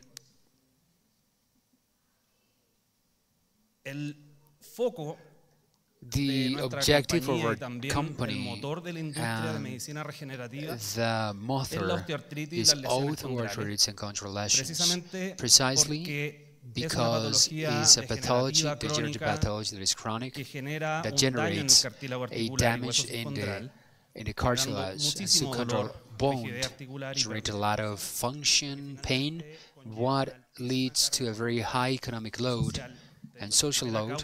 This is the main disability cause. In the United States, they expense about 1% of the GDP just on the management of osteoarthritis. And in Chile, it's part of the explicit warranty only if you have arthritis over 55 years old. So the market orthobiology is growing. In yellow, we have Latin America, and that's where we see the opportunity to do things a little bit different. The impact of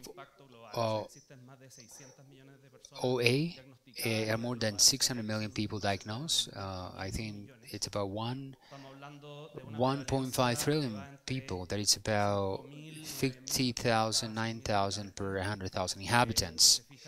If you see darker is the ones with more prevalence, and it happens in women over 45, 50 years old, and white or non-Hispanic. The current treatments are not enough and are very insufficient, and that's why it's still an incurable pathology, because what clinics offer today is mainly palliative therapy, like weight management, kinesiology, physiotherapy. That is insufficient. Anti-inflammatories, corticosteroids, silicopsib that we're talking about outside, and finally that brings a lot of side effects because of the chronic use of it. And then after many years of been suffering, the doctor says, you know what, bone is bone contact, so we're gonna do a prosthesis, invasive and high cost surgery, and it's not gonna be a warranty that the person is gonna end up being okay. And finally,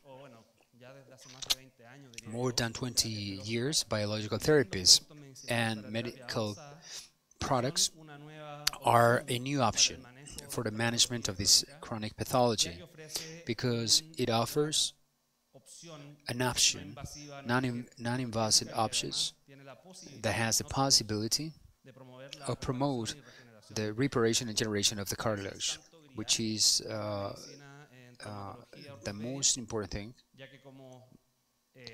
because as you know, it doesn't have a lot of blood irrigation tissue, and it doesn't repair itself.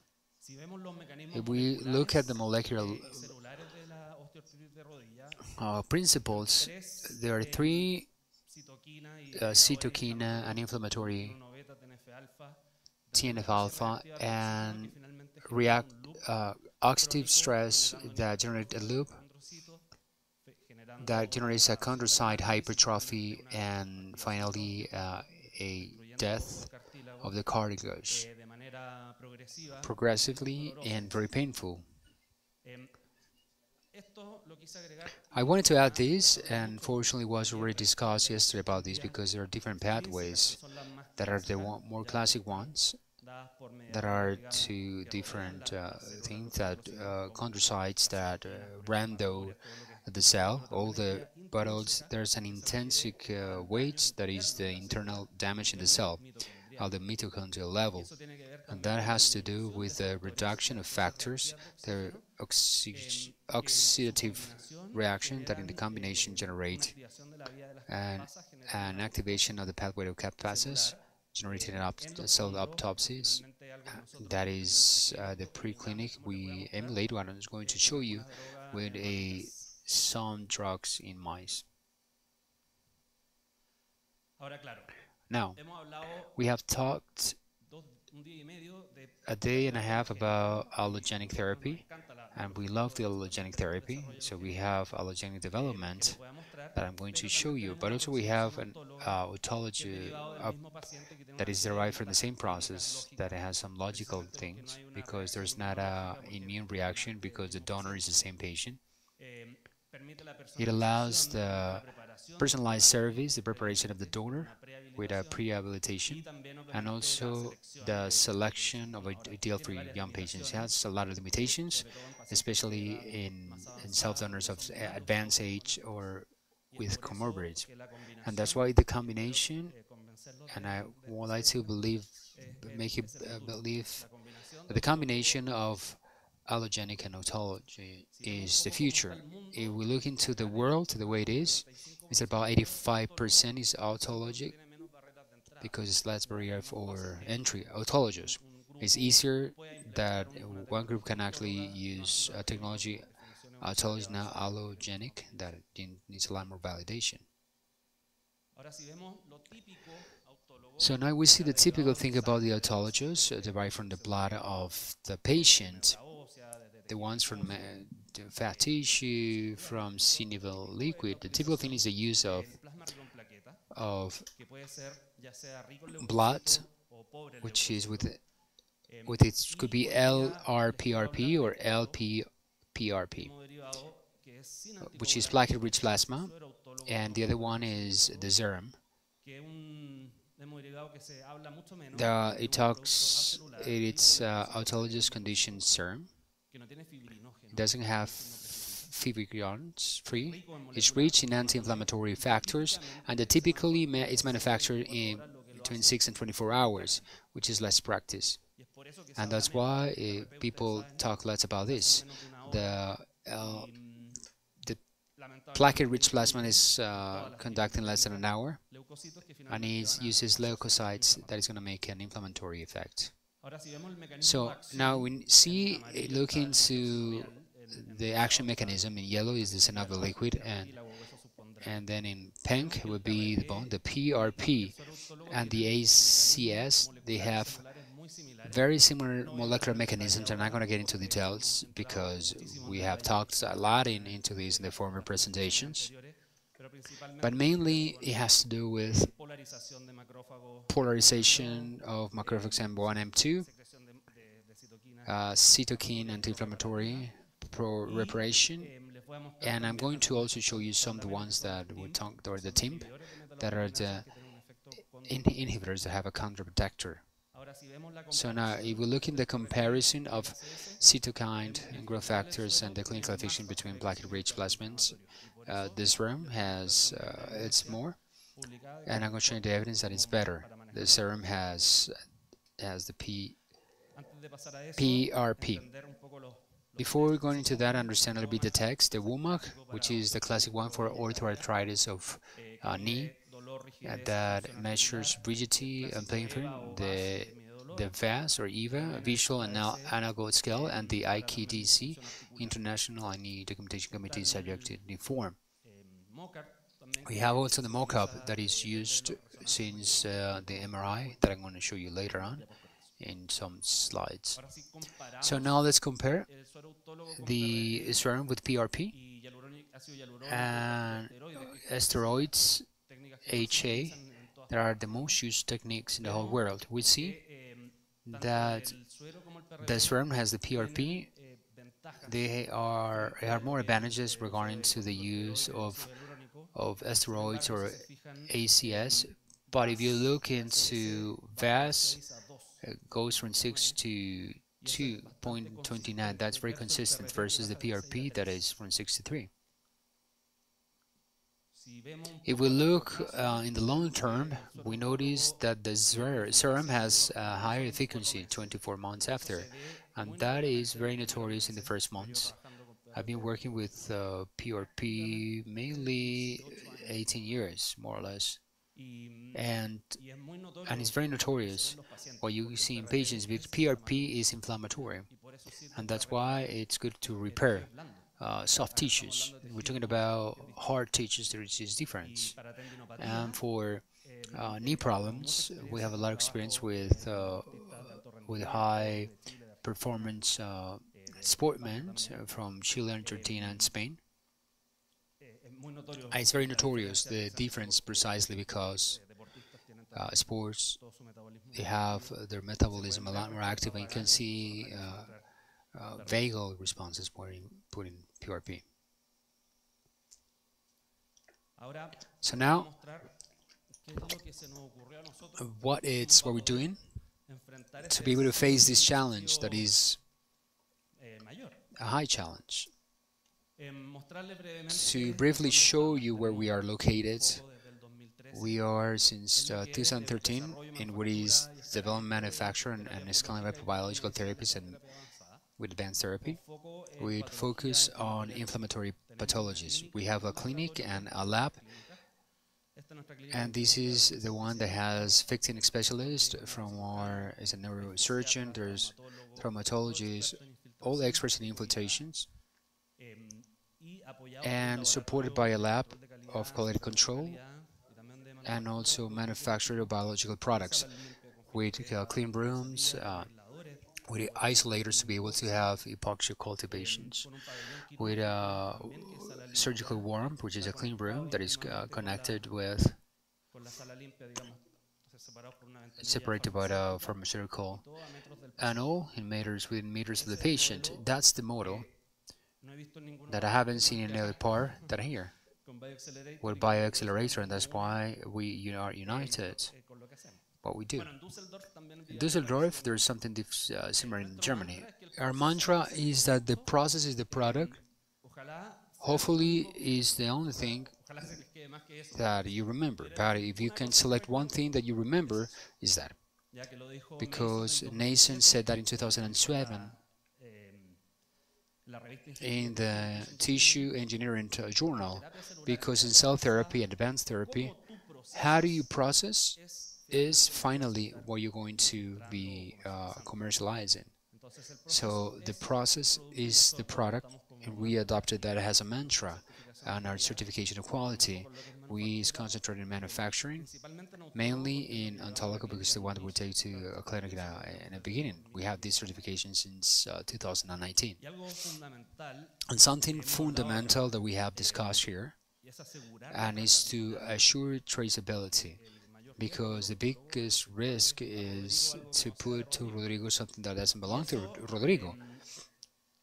And that we have to develop our own solution. We have to develop a automated traceability software with a unique code that is a unique code of the product. And finally, the same code, that the sample, and then when there is a syringe already preloaded, okay, when it's already loaded, we validate with a bracelet of the patient, and that provides a lot of safety to the person that he's actually getting plasma from Rodrigo, and allows all the traceability of the process, because we include all the materials, the characteristics of the donor, the follow-up and clinical monitoring. So it's the DNA of the process. As I told you, we're inside other clinics. Clinical Max is the most important clinics in Latin America. And traumatology has 150 traumatologists, about 200 pediatrics and neurosurgeons, 50 people. It's a monster. Today, 9 branches, also growing faster, and we wanted to get inside from a lot of years, because the president, the Met president, is the doctor of the Chile soccer team in Colo-Colo, so they are very connected to the sport world, and Spain, which is the most iconic, which is sports medicine. So inside, we create this clean room that is ISO centered, and you have entry for the samples. It's a facial measure to be able to enter. It has unidirectional, is trained personnel, biochemistry, microbiologist, standardized processes that use the software that I told you about, the certified teams validated. So this video has a couple of years, and there are more teams inside. We are putting also a tissue bank as 400 femurs that Mets get per year and throw away. We're going to transform all those 400 femur heads in high value products with the potential of being able to export, because Chile has a capacity to be able to make gamma irradiation in the final product. That's me. I get into the lab. And it has a monstrous capacity. The first year when we started, we make that more than 1,000 treatment inside, and a 30% intrachirurgical, which is what we talked with Leo before. So the advantage of being able to take a regenerative medicines to the hands of the surgeon, I mean, not only to think about minimum invasive therapies, but also complement the invasive with the regenerative.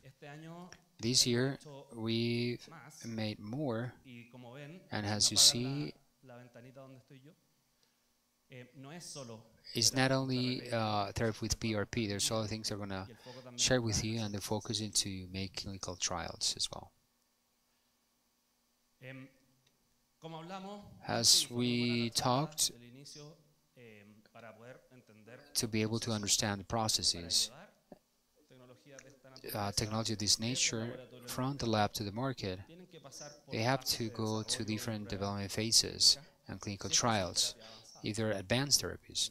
In our case, that we have biological theory, autologists, we have 3 that are in the market that I'm going to show you right now. And we have allogenic therapy that we have a phase 1 authorized, an exosome concentrate that comes from a long time again from the epheroids in bioreactors.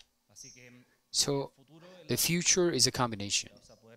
To be able to take the CERN as a vehicle of the cells, the matrix, this chronomatic is going to be a matrix for exosomes, and we're going to do that.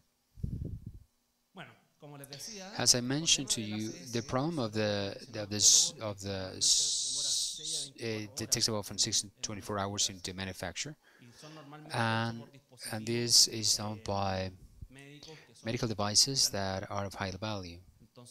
So what we did was to develop a technology that allows us to make this, but in 20 minutes,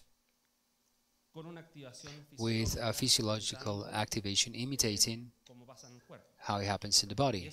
And that allows the formulation with hyaluronic acid generating a matrix, mixed matrix,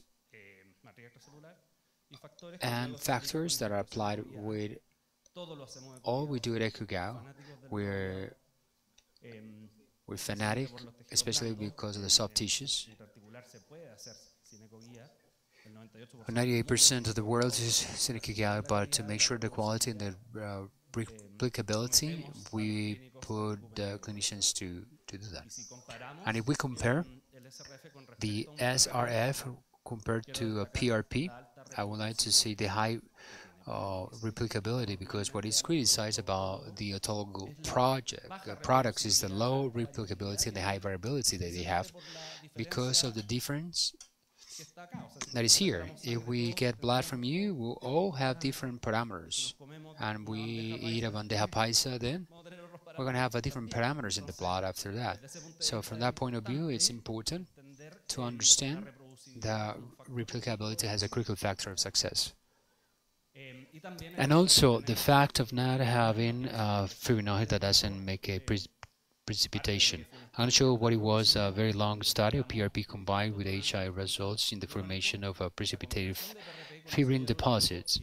And what we saw in all the cases, and there were many, is precipitation. I show you some examples that what it generates is a variability. We don't want that in the product that is going to be injectable in the knee, that is going to be microscopic, things that you can see.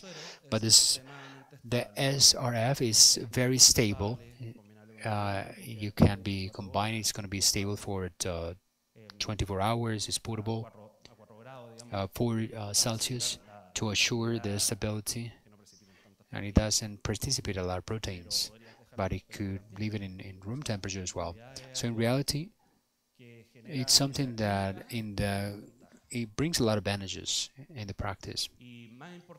And most importantly is the process efficacy, because I'm going to show you a cohort. There was a study of 455 patients that we have a cohort of 102 had complete follow-up at the pre-treatment as well as the 30, 90, and 180 days. The treatment with SRFT, and then they come with a pain of 6, 7, and we have a reduction in the time. And we go in the WOMAC that talk about pain, stiffness, and function. We see a very important difference, and we understand that this is the real-world data. This is not a clinical trial.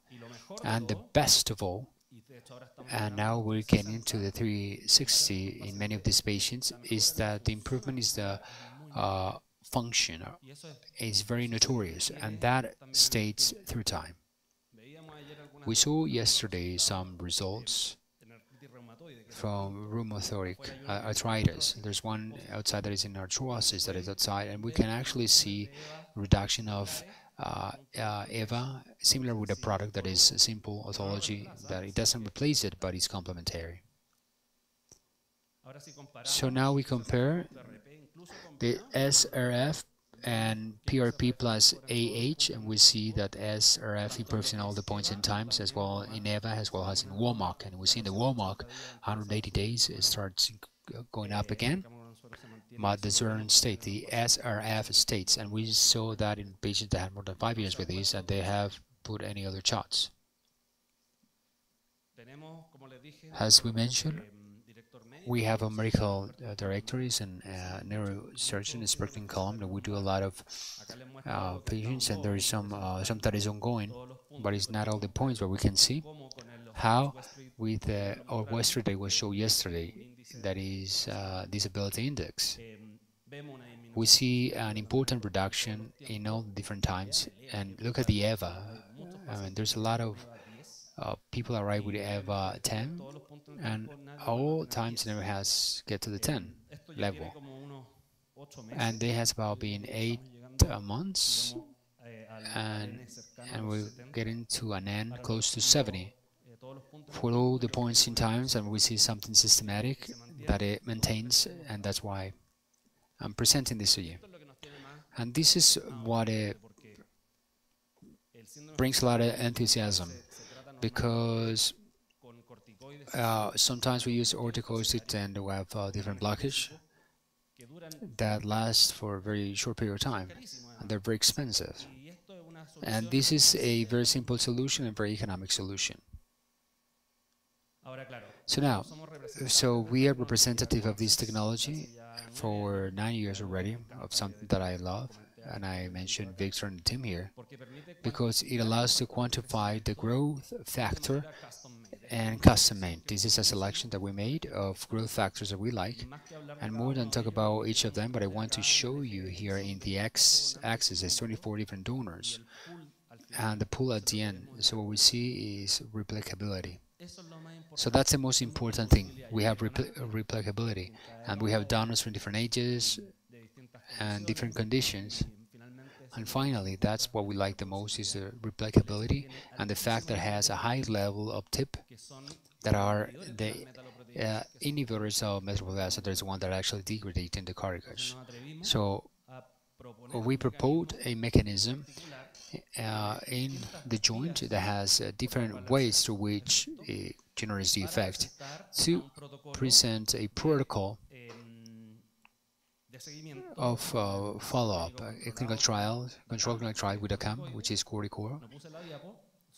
There are 54 patients with meds, has an authorization, and Riente to be able to take this to have a reimbursement, which is our aim. So now, what the literature says, and this is my favorite paper in life, because it's a meta-analysis of more than 8,700 patients and 79 RCT. So if you don't believe to this, then there's few things that you can believe in. And what they did was they compare the classic of, we have autoleucel, 6 mesenchymal, and 11 estromal vascular fraction, and the best 6 months and 12 months is the swarms and the fraction. Polemical, right? Because we have the MS, the number 6. So our aim is a combination. So what happens with this at the mixed level? And also from the more regenerative, we have the estromal vascular fraction, and this is a patient how he was in 0 time and left. You see the control actions, then 12 months how they repair versus the control knee. Another patient the same, and there is a clinical trial that shows that there is a formation of cartilage with a vascular fraction, and we see the graphics outside. Look, the reduction in EVA 24 months after, and look also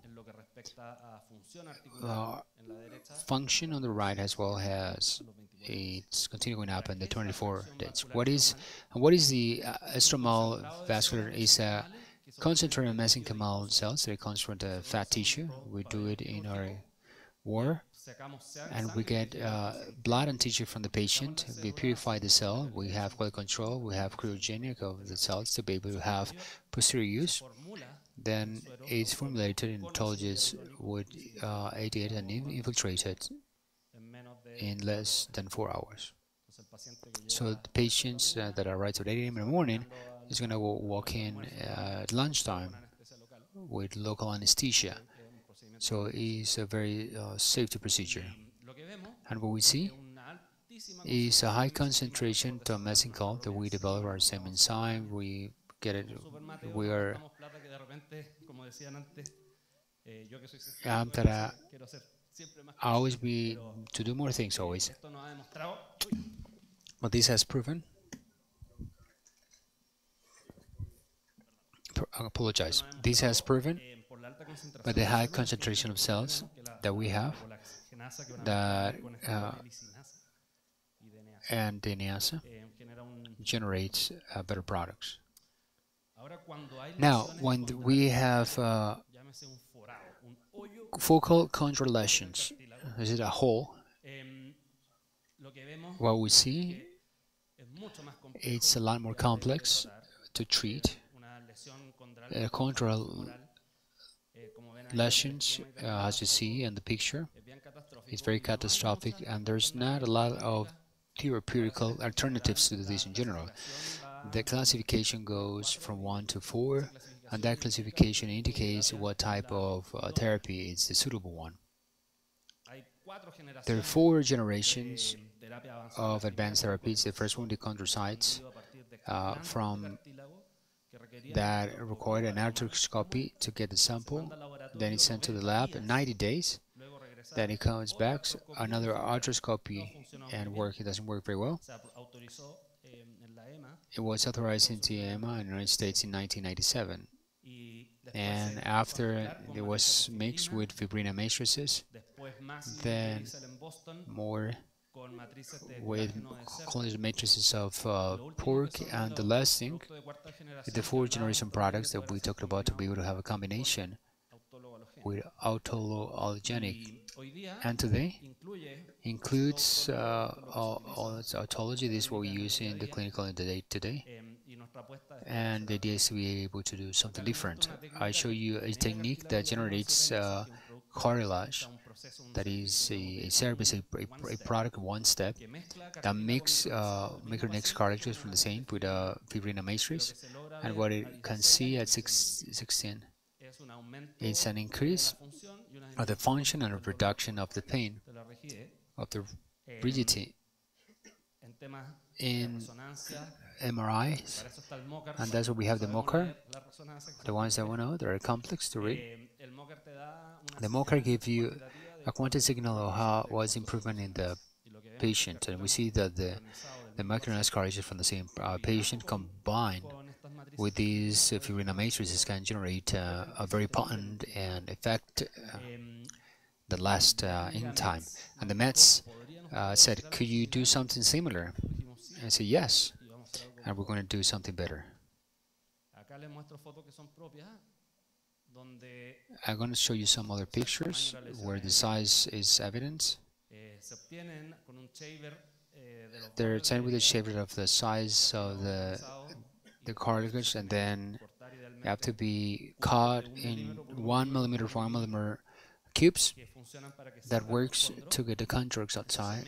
That is mixed with a concentrated trombine autologous enriched with a little of calcium. Then it generates a film that is made for the control defect. Then you can put it as to paint, and then there's a hypercompensator, 18 plus, about 4 billion plaquettes into drops. What it does is generate a seal that makes it finally, as I show here, in an MRI. We saw yesterday how difficult it is to compare with MRI. Mario showed that yesterday. And here there's a technology that is available for you. This is by TensorCare, that is a company friend of ours from Chile, that allows us to take this to something quantitative, not only graphic, but also numeric. I show you two cases here. They're in a difference of 3-4 months, and we have about 70 patients until to now. And I think maybe one of the most emblematic cases, this was the first one we did, is an increase in 6 months, or about 24% of the cartilage. That, as I mentioned at the beginning, is the grail of traumatology. So to be able to accomplish this with something simple, as we mentioned, is very important, and our idea is to be able to combine this with exosomes, allogenics, or cells to be able to have better results. We got authorized a clinical study. We follow up 3 years. The Mets clinic is at 120, and it was authorized 14th of October, about 2-3 weeks. That is going to allow us to show that list. The Contromatics 1.0 works similar to what is already published, and the 2.0 is to see. So now I'm going to tell you about the allogenic development, cellospheres. So as you know, the allogenic has a lot of advantages. This is an industrial productive process that makes the product could be replicable, scalable, cost-effective with a global impact. But where there are regulations, there is a medical product advanced therapy, that is a medication, a live medication, and it requires clinical trials of phase 1 to 3. There's some in Japan with 2. I can start commercializing with surveillance. If we see what is authorized, what is the control damage, we see what we mentioned in the chondromatics so far. Pretty much everything is chondrocytes. Expensive, that's won't be taken away from the market, not very efficient. And the last two, that is mesenchymal mold, that it was developed by Medipost in Korea, and spheroids 3D from Germany.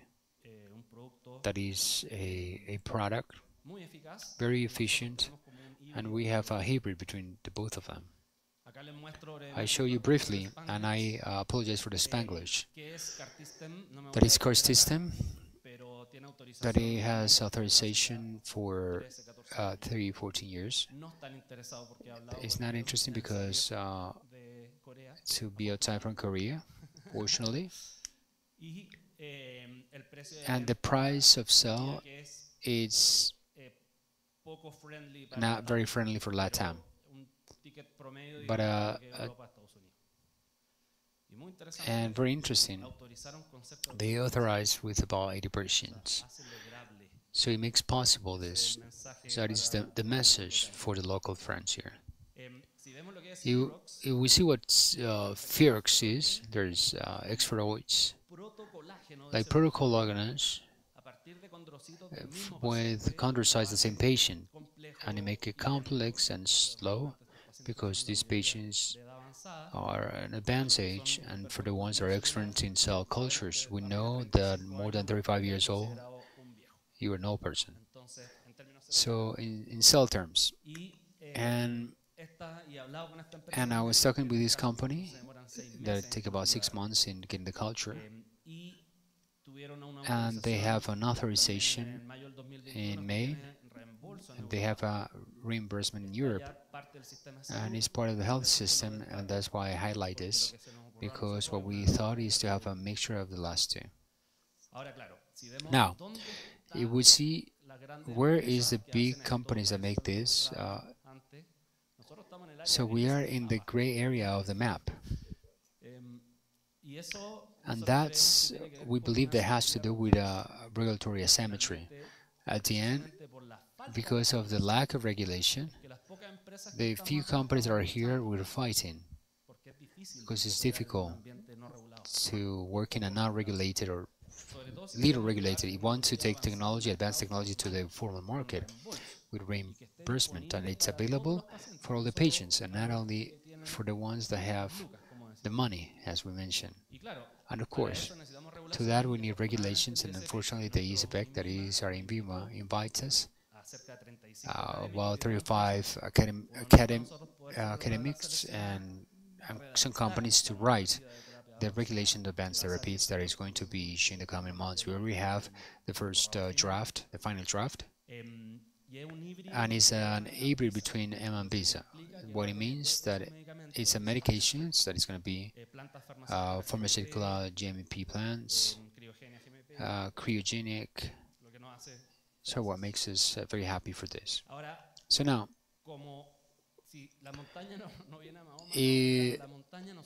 so we went with regulation is, and in 2019, with a lot of different partners, we have led what is called clinical trials in Chile, but with its Spaniard designed, so when the technology can jump in a tech transfer towards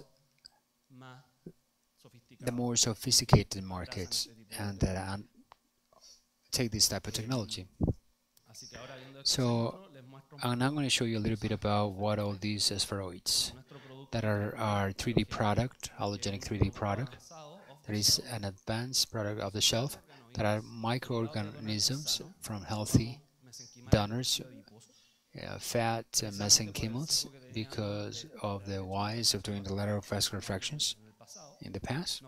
So we would like to do it also from cord, but within type of the mesenchymal it would be the application. So it's a agnostics technology to type of mesenchymal. It could be with other mesenchymal, and we have tried with bone marrow. It works very well. And why making a sphere?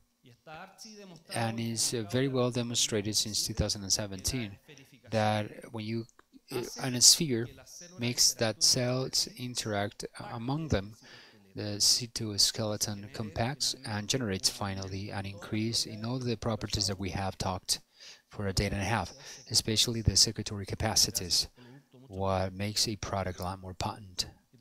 And also safer, as I'm going to show you here. This is a concept trial that it was conducted in monkeys. We didn't conduct it, it was published. And they compared the use of mesenchymal corn cells with endovenous infiltrations versus spheroids.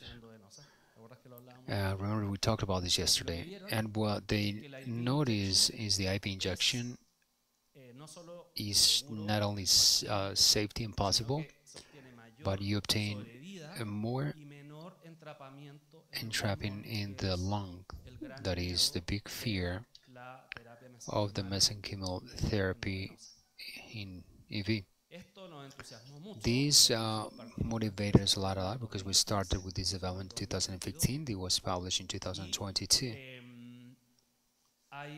And there's another study showed in monkeys the use of these spheroids, but from embryonic cells in osteoarthritis. That is the indication that we're interested about, and what they show in comparisons with expansion cells of bone marrow is a more efficacy after a 9-month period follow-up. So now all we know the ethical implications of the mesenchymal cells, and that's why we use from one adult or the umbilical cord. Now we do a severe neural damage because of the relation that we have with Dr. Claudio Hetz from the biomedical science, that is a professor in Harvard, and he said, if this spheroid does something, we're going to do it in a more catastrophic model.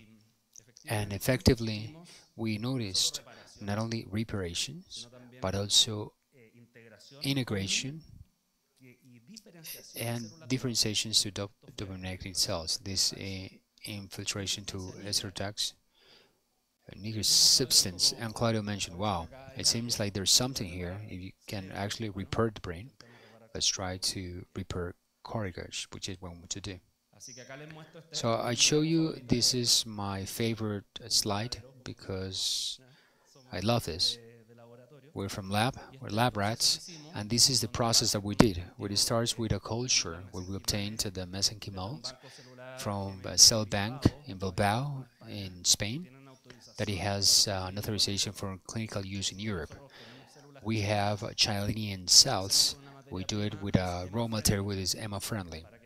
So then the EMA, when they see the development, says, when you get these cells from that country, and then we can continue. And at the end, that bioaccelerator that I like a lot, we have Sanofi. We're the only ones in Chile that conduct this. And then we developed a protocol of cells putting together without using any carrier. The cells are grouped and transformed in a microorganoid. So I show you here a little bit about the manufacturing processes and the controls that we do of process and liberation. And I'm going to get into detail. I think all the presentations were very well detailed and showing the importance behind doing all these tests. And what is on the left is the ferret, which is the distance. So they're not spheres, but the diameter of the sphere. And it shows 3 different donors, and you can see that all of them are close to the 100 microns. My obsession with the scalability comes. It costs a lot to be able to have the device, the right device, to have these spheroids. I'll show you a summary of a lot of years of research, but I want to highlight what is that pluripotence. There are the 3 markers of Yamanaka from the iPSC cell, where the spherification induces the creation of these markers, as SSAF4, we talked about yesterday, is overexpressed because this activation of the cytoskeleton generates a remodulation of the chromatin, and they expose parts of the genome that normally are covered when we're adults. So cells becomes gastromodules. And we tried this in animals, first with IV, then in the brain and also in the joints. And we see is that the animals do not lose weight. No weight loss, and that's it's okay.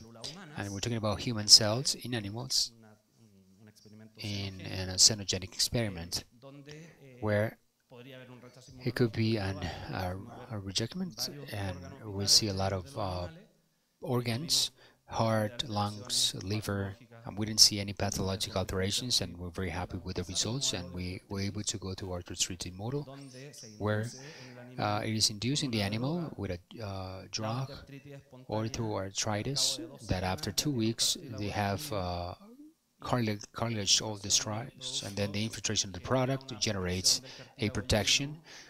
And they show you there are rats that work like basal, and pathologists told us we never seen something like that. What promotes us to propose a mechanism in action that, as you see in the picture, this is not a cell, they're microorganisms. If you see on the surface, you cannot detect it. This is we did it in Spain, and we cannot detect cells from other cells. Now all becomes big elements with a very high production, Bimentina, fibronectina, collagenins 1, 2. It's actually very interesting how this is at the evolutionary level, and 29G is arranged so we have a transplant of microorganisms. We present this to a scientific ethical committee, and they authorize a randomized test, phase 1, randomized controlled doubled blind, to validate this technology with related partners. Finishing this presentation, we took the spheroids and we put it inside a bioreactor to obtain exosomes from the spheroids, and not from a 2D. And it's also published that the spherification increases the secretome, but also the 3D culture brings some parameters of diffusion of nutrients. So the products based on exosomes from spheroid bioreactors, we believe that is a product which is a lot more robust than the cells, because it allows the control of exact doses, define the product very well, to increase the potency, and we saw the performance right licensing to the medicine chemicals to produce more. We have tried different molecules to be able to create this. It allows reduction of manufacturing costs, increase the scalability, facilitate international logistics, and there's a potential there, because there's some places where it's a lot more difficult to validate regulations a product based on exosomes than when cells. But it should be the other way around. It should be a easier product to authorize, regulatory speaking.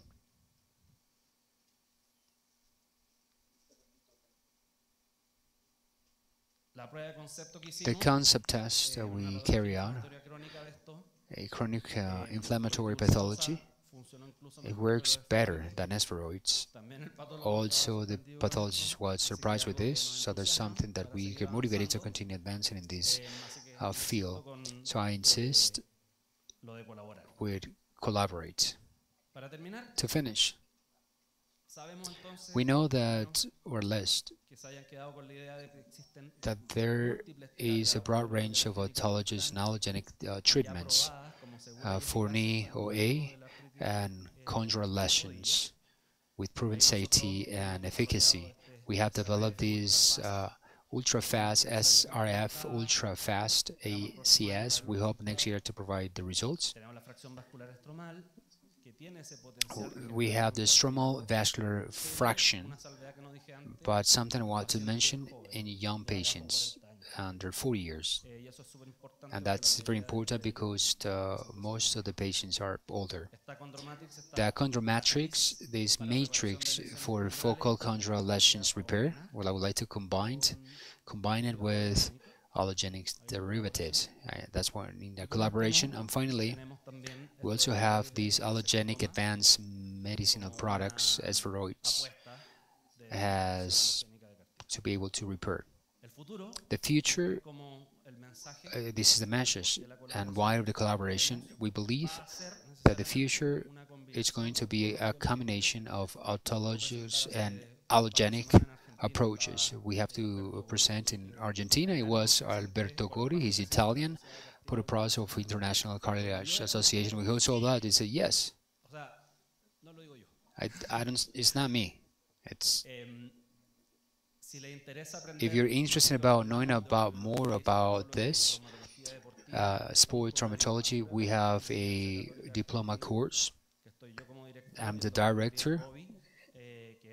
That is for the Mets, Director of Innovation of Mets, ex-Minister of Health from Mendoza, ex-player of Puma and traumatologist.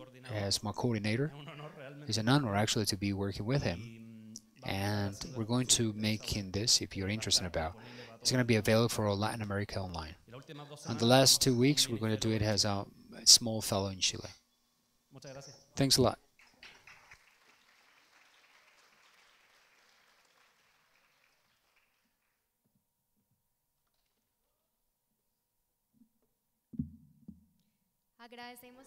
We want to thank Rodrigo for his valuable presentation and his commitment for the advanced effective therapies and his expertise from Chile.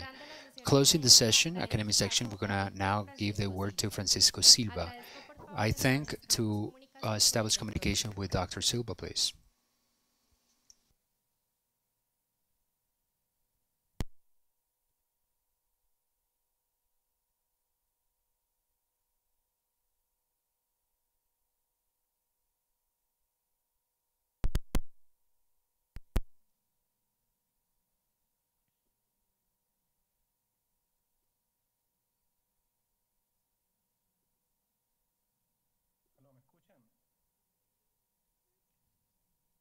Doctor Silva, ¿nos escucha?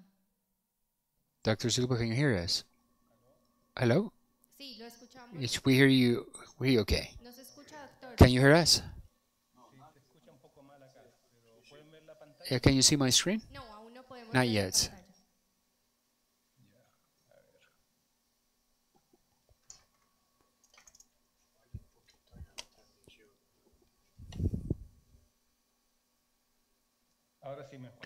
Can you hear me now?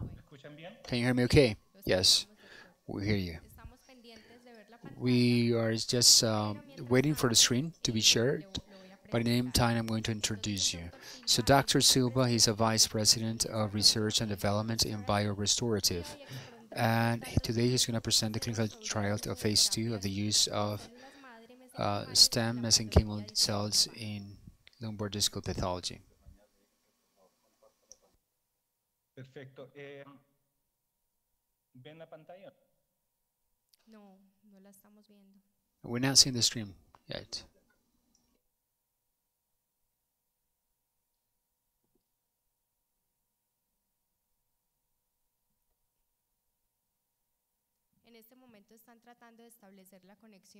Right now they're trying to get the screen. Let's give some time that they're putting everything ready. Can you see the screen now? No, we don't see it.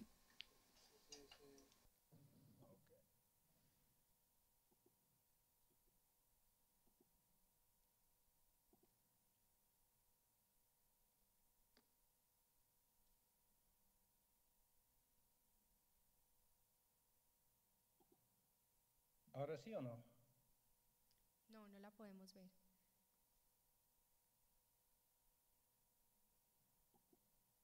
Están en el área trabajando, demos unos segundos. Let's give some seconds. They're trying to solve the situation with the screen.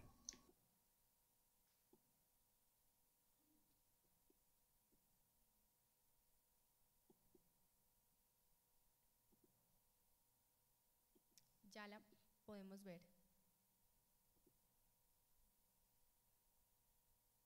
Adelante, doctor Silva.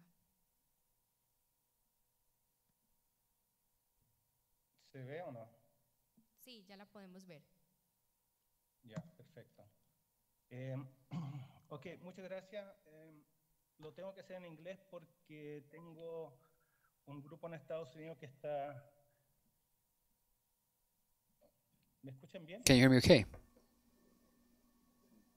Can you hear me okay? Yeah. Okay. Okay. So today I'm going to talk about a phase 2 clinical safety study on intradiscal injection of hypoxic mesenchymal stem cells for lumbar disc disease. Hay un poco de...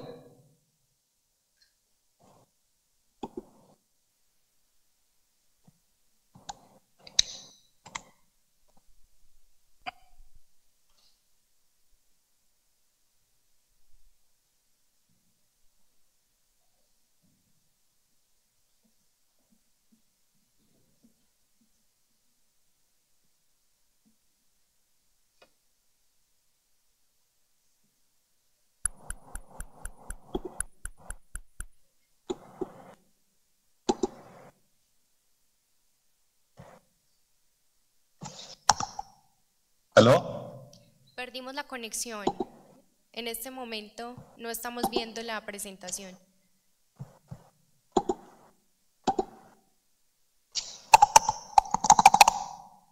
¿Aló? ¿Se escucha? Sí, sí escuchamos.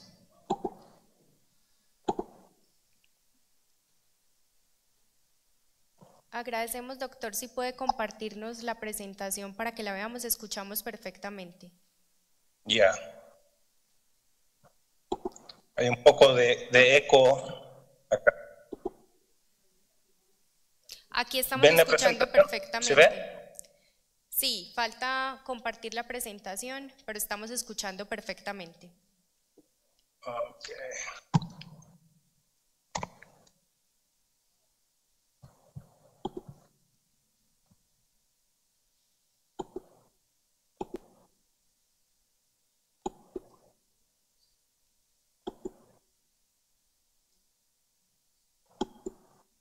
¿Ahí? Sí, ya la estamos viendo. Okay, perfecto.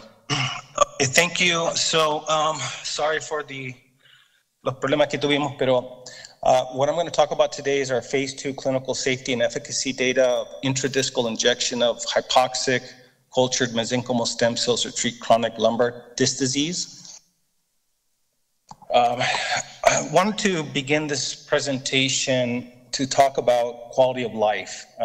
One of my first clinical studies that I did was in 2008. We published a paper on patients who suffered spinal cord injury where we administered autologous bone marrow derived mesenchymal stem cells in patients with spinal cord injury in Guayaquil, Ecuador.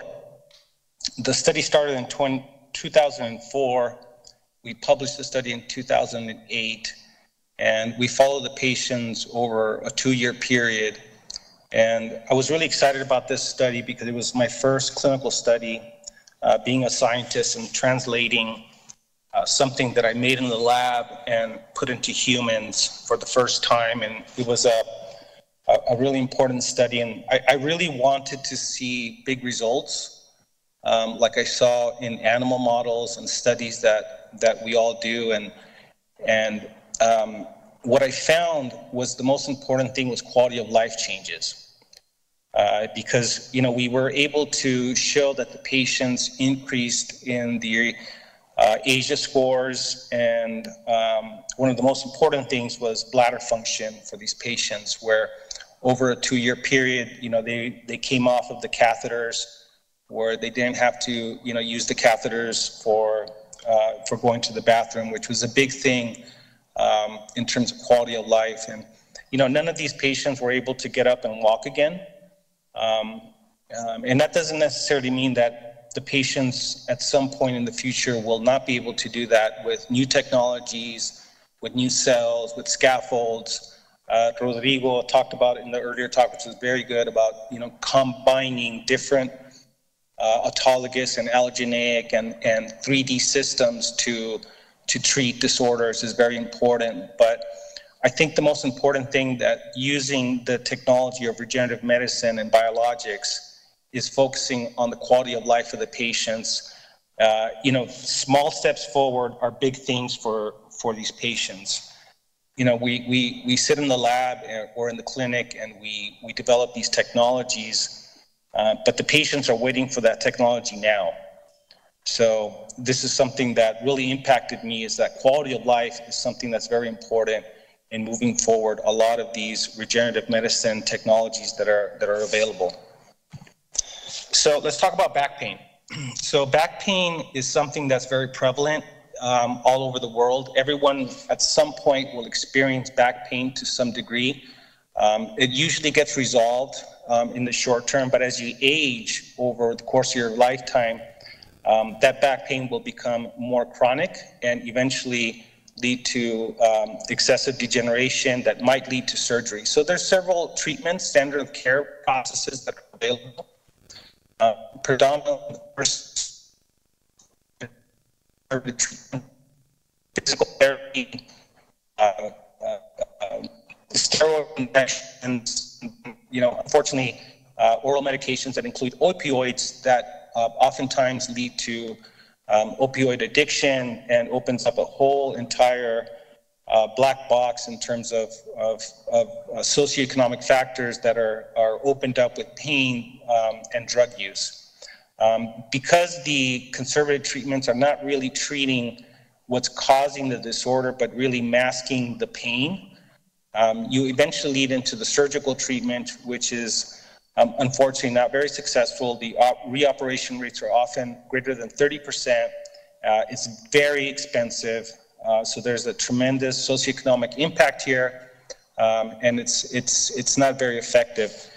So ideally, the best place is to find something in the middle where regenerative medicine can come in and bridge the gap between, and fix the problem, that could bridge the gap between conservative and surgical treatments. Obviously, sometimes surgery is needed, where regenerative medicine is not at the point where it could solve everything. But the ideal situation is to treat these disorders early if you target them using biologics. So if we look at the disc, the intervertebral disc is a very complex microenvironment.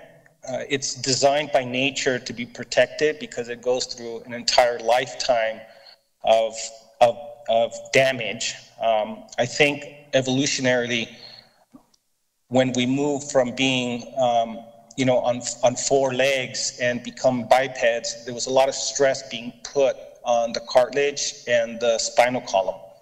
And I think that has not been solved, and life has been working towards developing a system of how to correct this.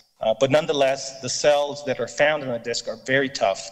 The notochord cells in the nucleus pulposus can survive very low pH environments, low oxygen, there's very low blood flow, which is great for that environment in a healthy disc.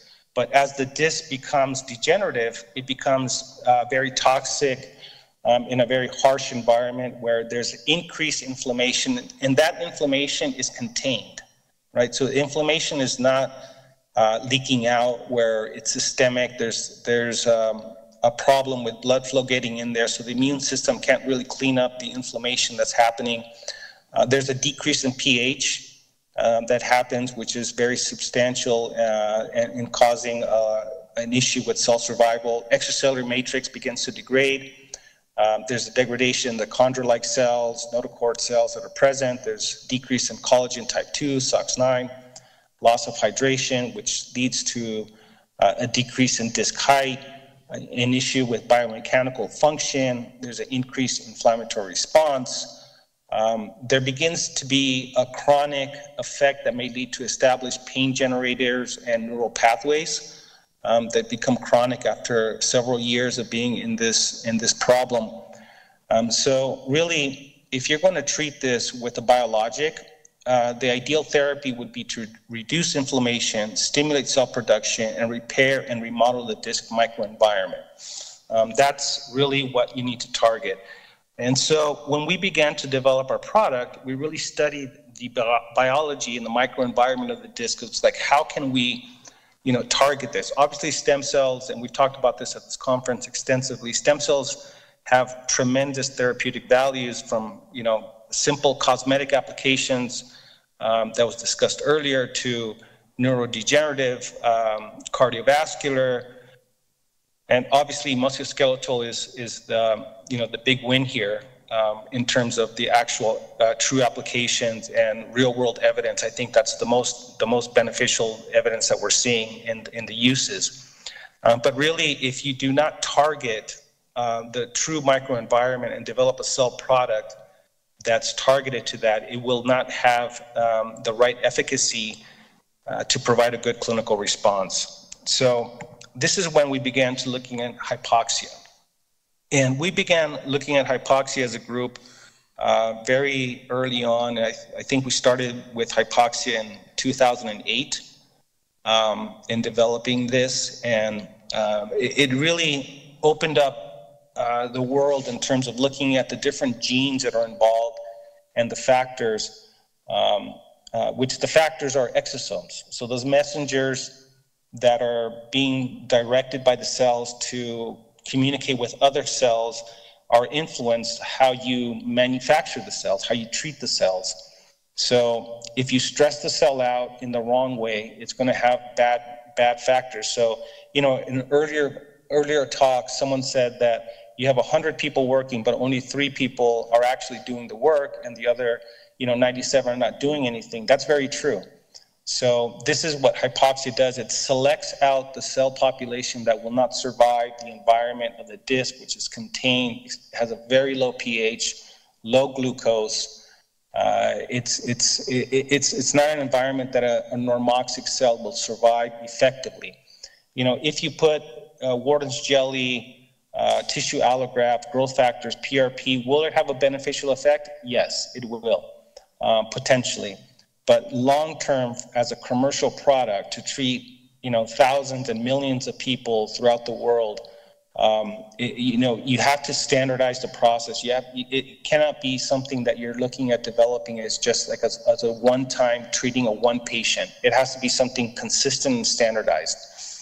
So this is where we looked at hypoxia. We focused on particular genes, focused on increasing the cellularity of the extracellular matrix within the nucleus pulposus, which is notochord and chondrocyte-like cells.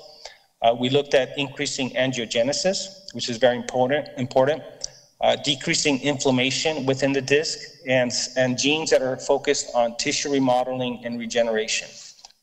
So we developed a product which Rodrigo talked about, this combination system, but it's what we focused on is a mesenchymal stem cell that we call BRTX100 as our product line. It's a mesenchymal stem cell isolated from bone marrow, hypoxically cultured. We combine that with platelet lysate. So it's not PRP. This is a process platelet that we lyse. We isolate the growth factors and combine it with the mesenchymal stem cells and then inject that back into the disc.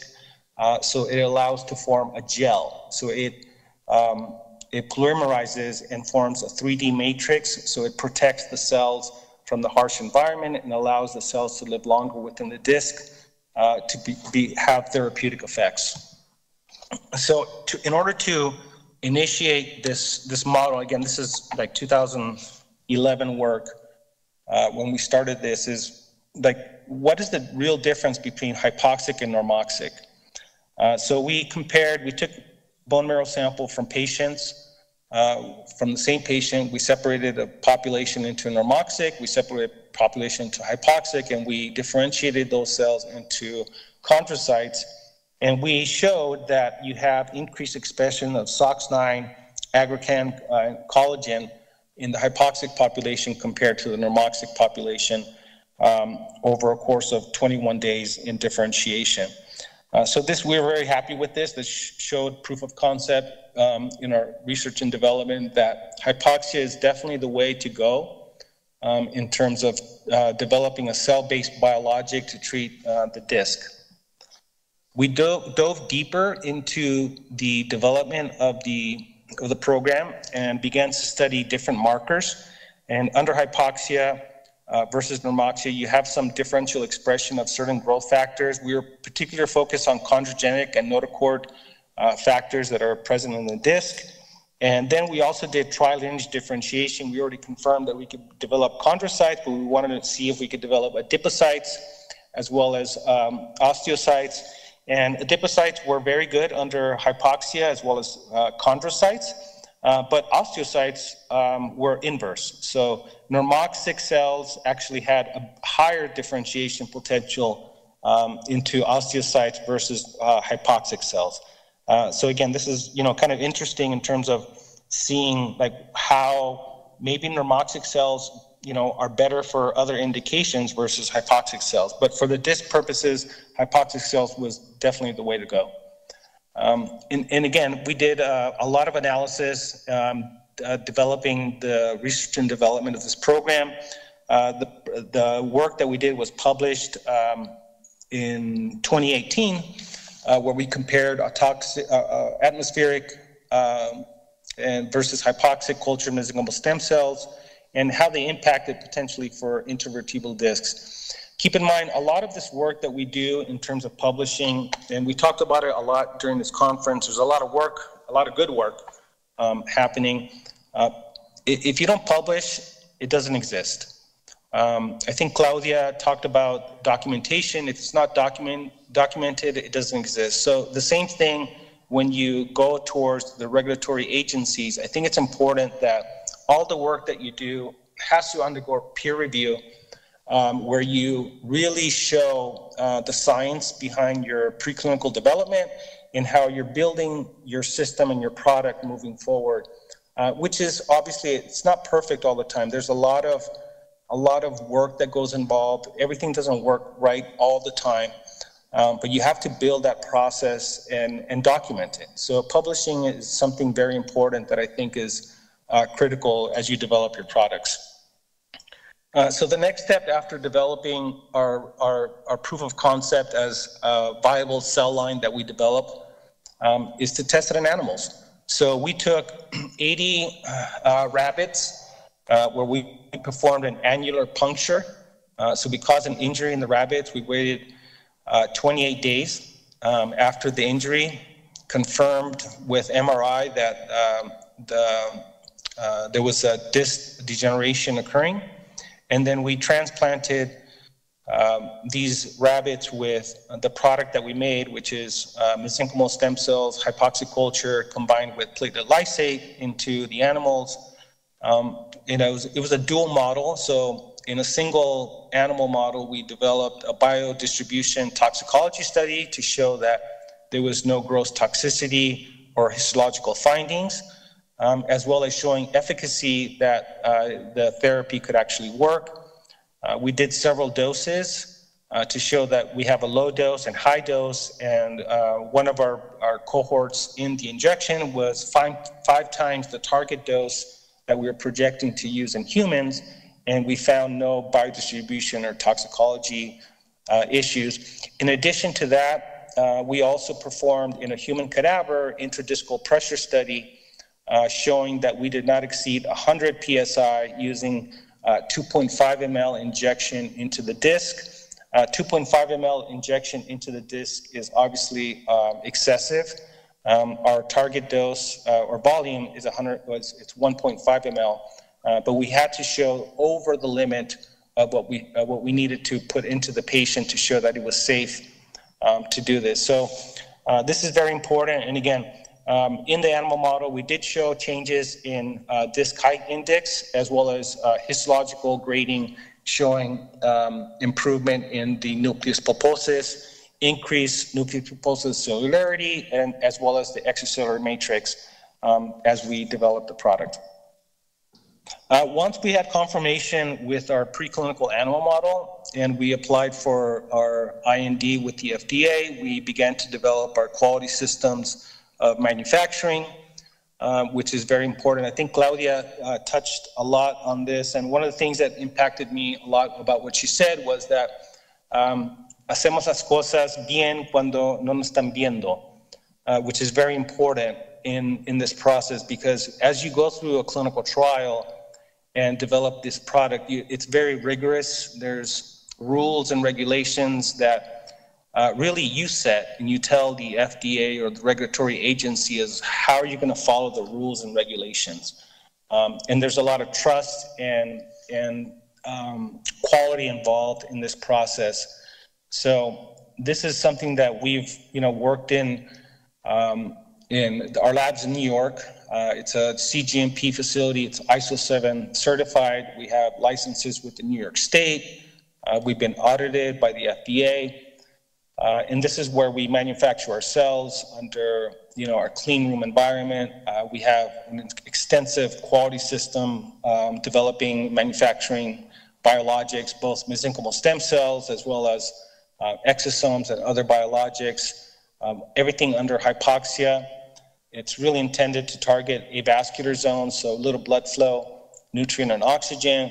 And we targeted an injection of 40 million cells co-formulated with platelet lysate in a 1.5 cc total vial that's frozen.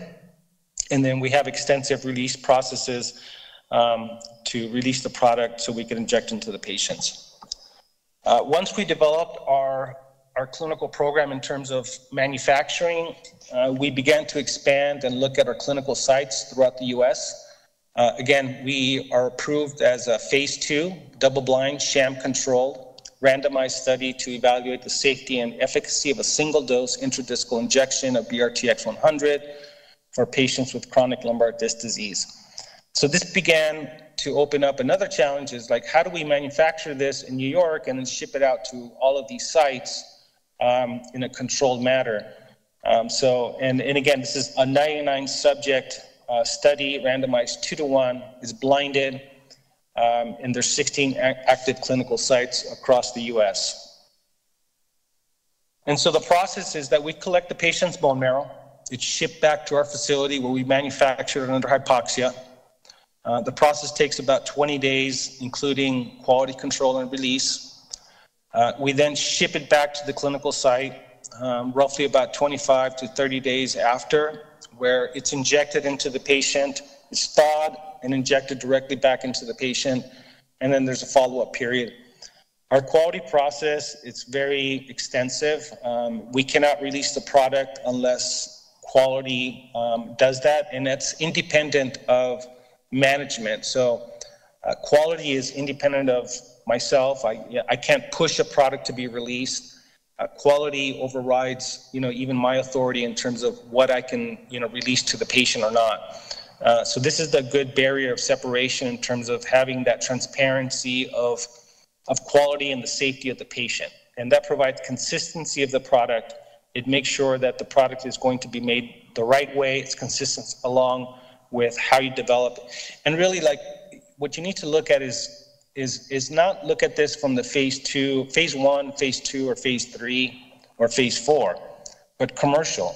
At the commercial level, everything has to be made consistently. Every lot has to be the same. You do not want to have lot-to-lot variability. You want to have this consistent, so your clinical outcomes are going to be the best, and your product is going to be successful and ultimately be commercialized, and provide benefits back to the company. So we have a good quality control process. We do visual inspection of the product. Our viability, we also look into sterility, mycoplasma, endotoxin. We do phenotype testing, and also total protein. Total protein is also related because we do platelet lysate as co-formulation with the actual product.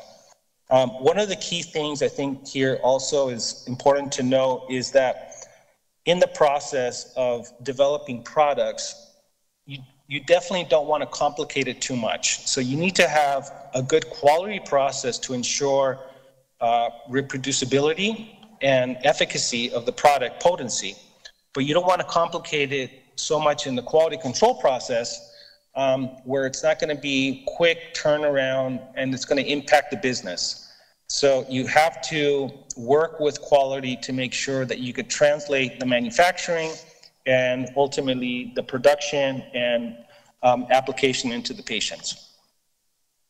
So our trial, it involves shipping a lot, and we have a controlled rate shipper. We contract out with a company. It's called Cryoport, where it's shipped under liquid nitrogen vapor phase, and in the controlled rate shipper, we can monitor in real time the temperature, everything with the shipping container. If the shipping container drops and from vertical to lateral, we know about it. If the shipping temperature exceeds a certain temperature or drops to a certain temperature, we get alerts via email and cell phone. So we know at all times where the material is and how it's being shipped.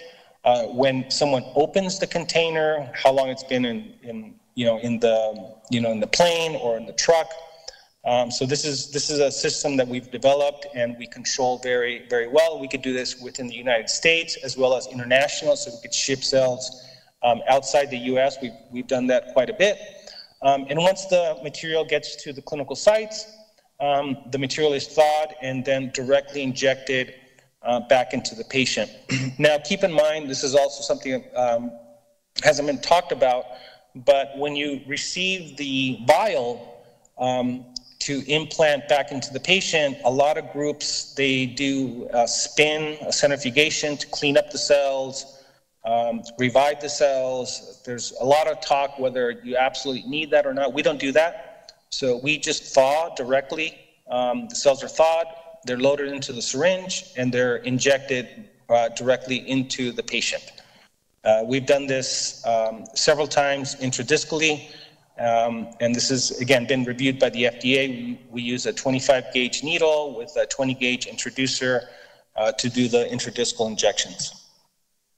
So our study is, again, double-blind, sham-controlled. So there's a group of patients that are, out of the 99 patients, there's a group of patients that receive the product and a group of patients that don't. So 66 patients, it's randomized 2-to-1, 66 patients will receive the product and 33 will not. The investigator is also blinded. So the person injecting is also blinded. It doesn't know, who is getting what. This is a very highly controlled study. There's an entire team behind this. There's probably well over 100 people that are involved on the clinical side, monitoring the trial, collecting the data, going to the site, auditing, reviewing that all the documentation, informed consents, are being done correctly. Everything is being recorded the way you need to document it. And this is everything that you need to do for the FDA. So it's a very laborious process, very extensive. There's a lot of work behind it, a lot of people behind it. Even though it seems very simple just to make cells and ship it, it is, the paperwork, I think, is the biggest hurdle here, I think, is to do it right. And we have 16 great sites across the US, but even they make mistakes. So, we're constantly monitoring the sites. We go out roughly every 3 months per site to audit them to make sure that they're doing everything correctly. So the primary objective of our study is to determine safety. So this is a first-in-man study. We are, even though the world has opened up to hypoxia, which is great, I'm very happy to see that hypoxia is in every lab that is doing clinical translation. I love to see that because that's the best process for manufacturing for certain indications for patients. So that's definitely a good thing. But in my world, where I'm using this in a clinical study in the United States with the FDA, this is the first time it's being done under a regulatory framework at the FDA level. So a lot of people are watching us, looking at how we are managing this, how we're looking at safety, how we did, all the preclinical work, and obviously looking at the clinical outcomes. So our primary objective is to show safety, and we feel very good about what we're seeing and what we're going to see. Our secondary endpoints are efficacy. So we're looking at week 2, week 12, 26, 52, and 104 weeks. So this is a 2-year follow-up study where we're looking at how the cells in the patients react. And again, it's a very long process, very expensive.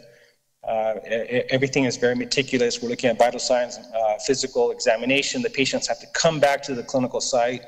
So, you have patients that, again, 2 years, some patients are not going to come back. You have dropout. You have, patients lost to follow-up. You have patients who, maybe they got the sham and they got increased pain and they're like, this didn't work. I'm not going to participate in the study anymore. These are not paying patients. Like they are volunteers into this clinical study. So, we've powered this using statistics to calculate as well as the dropout rate. So we understand that, a certain % of patients are going to fall out of the study. So it's something that's very involved. Again, there's a lot of math, there's a lot of science, there's a lot of clinical running a phase 2 trial. Secondary objectives, as I mentioned earlier, are efficacy. And again, we're not just looking at what happens with pain or just function. In the FDA, for us to get this product approved and get reimbursed, actually, and Rodrigo talked about that a lot, which I like, is reimbursement. Is part of the process, is looking at what your label is going to look like ultimately when you get a product approved. So you could have someone decrease in pain or increase in function, but in the FDA, as well as other regulatory agencies, is that you need to show a minimally clinically important difference, which is MCID. And for back pain studies, it's at least a 30% decrease in pain as measured on the VAS pain scale, and at least a 30% increase in function as measured by the Oswestry Disability Index. So you have to show both an increase in both groups, both scales that are measured. It can't just be one, it has to be both. And if this fails, then we do not, hit our endpoints, and we cannot proceed into the next phase of the trial. We do also look at secondary efficacy endpoints, which are RMDQ, FRI, and SF12, which is quality of life. All of these pain or PROs, patient-reported outcomes, are measured at week 2, 12, 26, 52, and 104 weeks after transplant compared to baseline. Our inclusion-exclusion criteria is also very important. So, unfortunately, we are not really dealing with real-world experience patients here. This trial is intended to definitively confirm that cell therapy using hypoxic cultured bone marrow derived mesenchymal stem cells combined with platelet lysate at a concentration of 40 million cells in a 1.5 cc volume intradiscally injected works. So we are not looking for patients that have multiple disc disorders or facet issues. It's a single disc. So in real life, most patients don't have a single disc disorder. They have several discs that are bad, and it becomes a challenge to recruit. So we have a screen failure rate of about 80%. So out of 100 patients that come in, 80% of those patients do not qualify for the trial. So it's a very long process to get the right type of patient that has a single disc as a pain generator. We perform medial branch blocks to rule out facet issues. If the patient has other discs that appear to be problematic, we do discograms as well to identify the disc that's causing the pain. We also look at modic changes. We also exclude patients that are outside of our Furman grade. It's a very, very defined patient population to treat. So very controlled, very long in terms of recruitment. We've been doing this trial for 3 years. So it's a very long process for, imagine 3 years recruiting patients. It's only 99.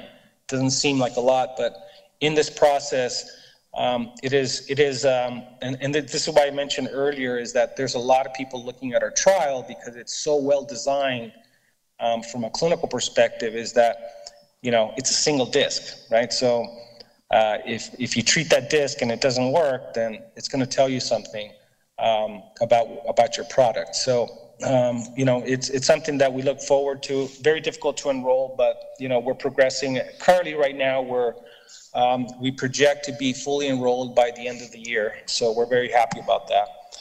In terms of safety, so one of the key things is that in the clinical trial, you're constantly monitoring safety. So we had to have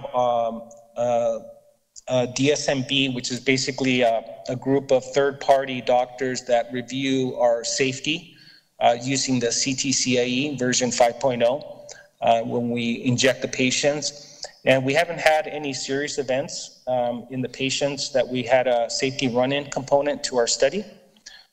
We did have some adverse events, and we continue to have them in the course of the trial.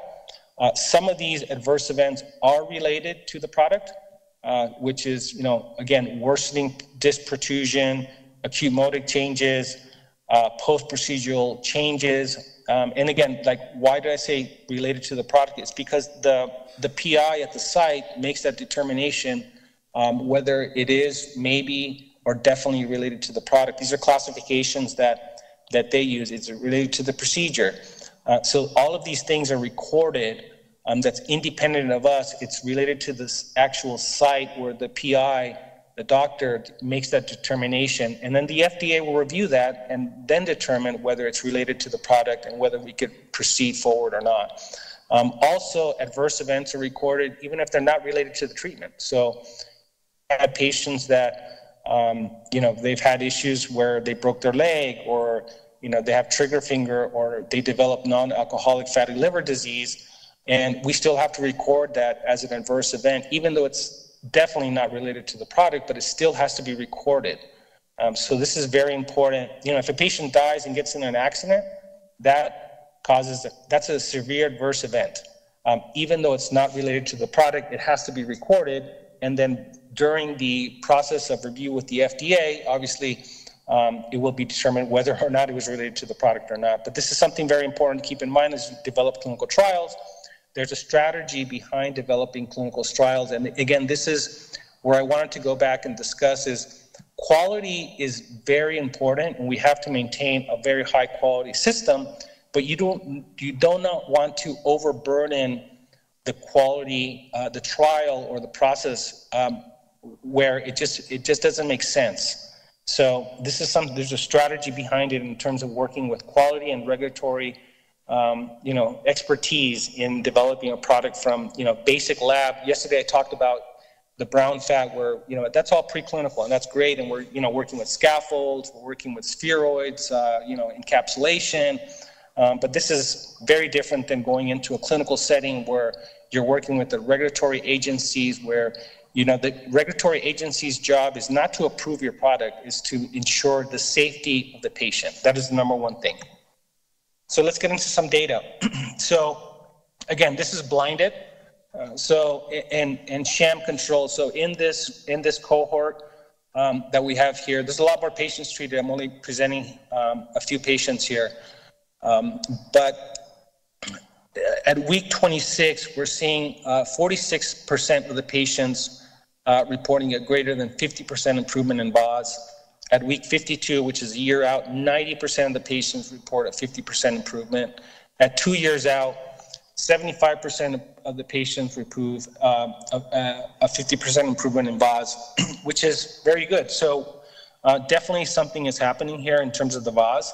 So pain is decreasing in some patients. 75% of the patients 2 years out after participating in the trial demonstrated that they had a greater than 50% improvement. Keep in mind that our benchmark is 30%. So, we are, raising the bar here by targeting 50% improvement over a process of 2 years out. In terms of ODI, which is a disability scale, at 26 weeks, 40% of the patients reported a greater than 50%. At 52, 80% of the patients recorded greater than 50%. And at 104, 50% of the patients recorded greater than 50% improvement in terms of ODI, in terms of disability. So again, the trends here are very positive. So at least there's definitely a population of patients that are improving, that are involved in the trial. Keep in mind, again, as I mentioned earlier, this is blinded. So in this cohort, you see these dots. These are the the patients. Is that you have patients that have been treated and patients that have not. RMDQ, that's also related to disability. You also see a very positive trend in terms of getting a positive result over the course of 2 years. In terms of FRI, which is a functional scale, you also see a very positive trend in terms of patients that are receiving a greater than 50% improvement in the FRI over a 2-year process. And again, this is the most important one because all of those individual patient-reported outcome scales are absolutely meaningless unless we hit the VAS and the ODI together. So they have to be combined. And this is very well established for approving the product into a commercial model and to be reimbursed. So if it doesn't do this, it's not going to get approved. So at 104 weeks, we're seeing 50% of the patients improve with both VAS and ODI. In our trial, 104 weeks is not our target, it's safety. So when you're looking at this number, even though, 50% improved, there's only 4 patients total, right, that reached the 104-week time point out of the 99 in the study. That's not the target for approval. For approval, it's 52-week. 104-week is safety. So at 52-week, we have to show greater than 30% improvement in both VAS and ODI. And here you can see that we're showing 80% improvement in this patient population that's being treated. So again, there's, this is very important because it's part of the strategy when you're dealing with the regulatory agencies is that you have to look at this in terms of long-term development and product approval. You do not want to overburden the trial and make it too ambitious and really look and set up yourself for failures because the early trials in stem cells, which were in the 2000s, failed because they were targeting these ridiculous endpoints, clinical outcomes that were unachievable, that were never going to happen. A perfect example of that was Geron which was an embryonic stem cell company targeting embryonic stem cell-derived oligodendrocytes to treat patients with spinal cord injury. That company disappeared. That technology eventually was sold and has now reemerged as Lineage Therapeutics, and they're approaching, phase 2 trial now. But the reason that company failed is because they did not develop their clinical program with the right endpoints, where the FDA obviously rejected the product, and they had to go back to redesigning the trial. But these trials cost millions of dollars. I mean, this phase 2 is a $30 million trial to get this approved. 99 patients, $30 million. So let's look at some, MRIs. And I think the talk yesterday was great on the imaging in terms of looking at consistencies and how you could see. And this is really important. We don't use imaging as a benchmark for success, because that's setting yourself up for failure. Sometimes you have patients that are reporting improvements, that they feel great, they're increasing function, their pain is down, and then you take an MRI and you don't see any changes. So definitely the sensitivity, the technology available to measure these changes, I don't think it's available yet. So don't use it as a criteria for an endpoint in the clinical trial for success or failure. Like, that is not what you want to do. Use the tools that you have that are going to use your product to get approved, so you could treat patients and help them to increase the quality of life, which is the most important thing. But we are seeing changes ourselves. And again, this is blinded, so I don't know if this patient received the product or did not receive the product. But you see here at 52 weeks, 1 year out, there's an increased T2 signal. There's a decrease in the protrusion. And also really interesting, which we love to see, is a decrease in the annular tear signal here, which is really good because it's remodeling, outside of the nucleus pulposus, which is incredible. If that's really the cells that are doing that. There's also other patients that you don't see improvement. You actually see the disc get worse. So at 52 weeks, you have an increase of the size of the protrusion, and you also have an evolution of the extruded disc lesion. So in their trial, you have patients that are improving and patients that are not improving, which is what you want to see. That's definitely a very positive thing.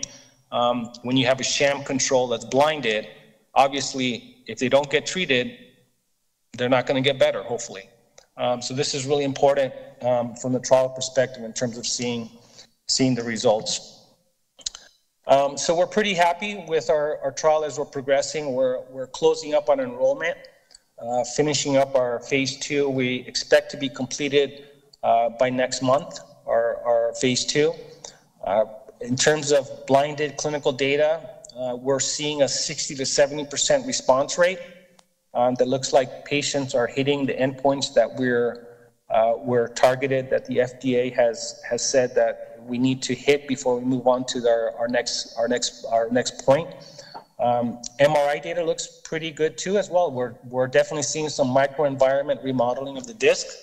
So this is really interesting. I think this has to do a lot. This is basic science, but I do think this has to do a lot with using this combination of the platelet lysate with the hypoxic cells combined together. I think just using cells alone is good. But I think, the future is combining these therapies, like Rodrigo talked about earlier, is using these different modalities to treat the disorders. We also have FDA Fast Track designation, and this is where we went to the FDA and we showed them our data. We showed the urgency of developing this technology and getting it to the patients. And they granted us fast track designation, which allows us to communicate with the FDA on a regular basis and to move the process forward to get a product approved, which is very important. But you can't get that unless you have good evidence. You have to have good, way back from the preclinical, you have to show your manufacturing process, you have to show your quality process, your preclinical animal data, how you manage your clinical trial. This is a very important designation that Once you get that, really facilitates getting a product approved. What I'm interested now is looking at the mechanism of action. How does this work? We have a lot of ideas: anti-inflammatory, tissue remodeling, ECM remodeling, mitochondrial fusion. So, we talked about mitochondria a lot here. There's a couple, topics and talks related to mitochondria is the next thing. Mitochondria is going to be really the third generation biologics for treating disorders. So this is something that also we're working on is, developing mitochondrial therapies as well, which I think has to do a lot with, these cells that are, fusing with other cells and transferring their mitochondria, to reinvigorate the host cell after implant.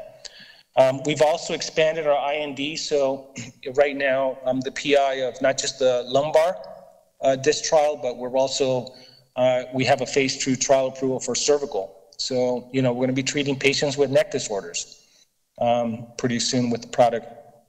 And we have set up a Type B meeting with the FDA. It's coming up next month, where we are seeking our initiation or our phase 3 pivotal trial.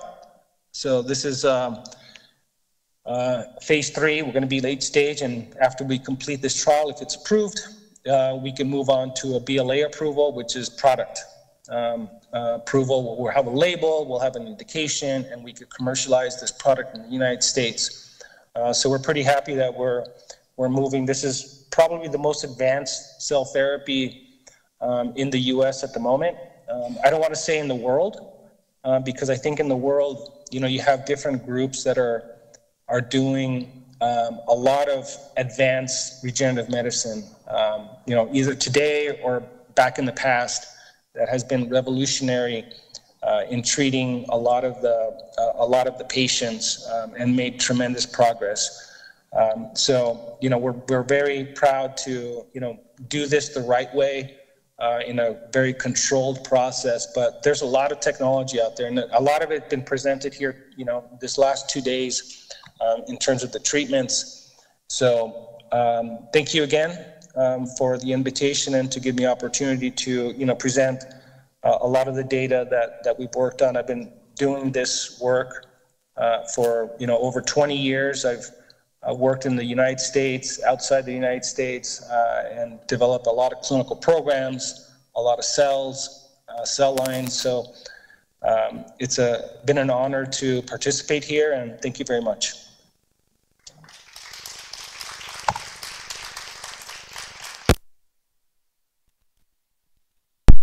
Muchas gracias, doctor Silva, por mostrarnos con su presentación que la medicina regenerativa, la medicina basada en la evidencia y la investigación rigurosa van de la mano. Para concluir este segundo simposio internacional, to conclude our second international symposium, we now give the floor once again to Dr. Harper to provide some closing remarks. We want to express our most sincere admiration for the hard work you have done to position regenerative medicine in the country.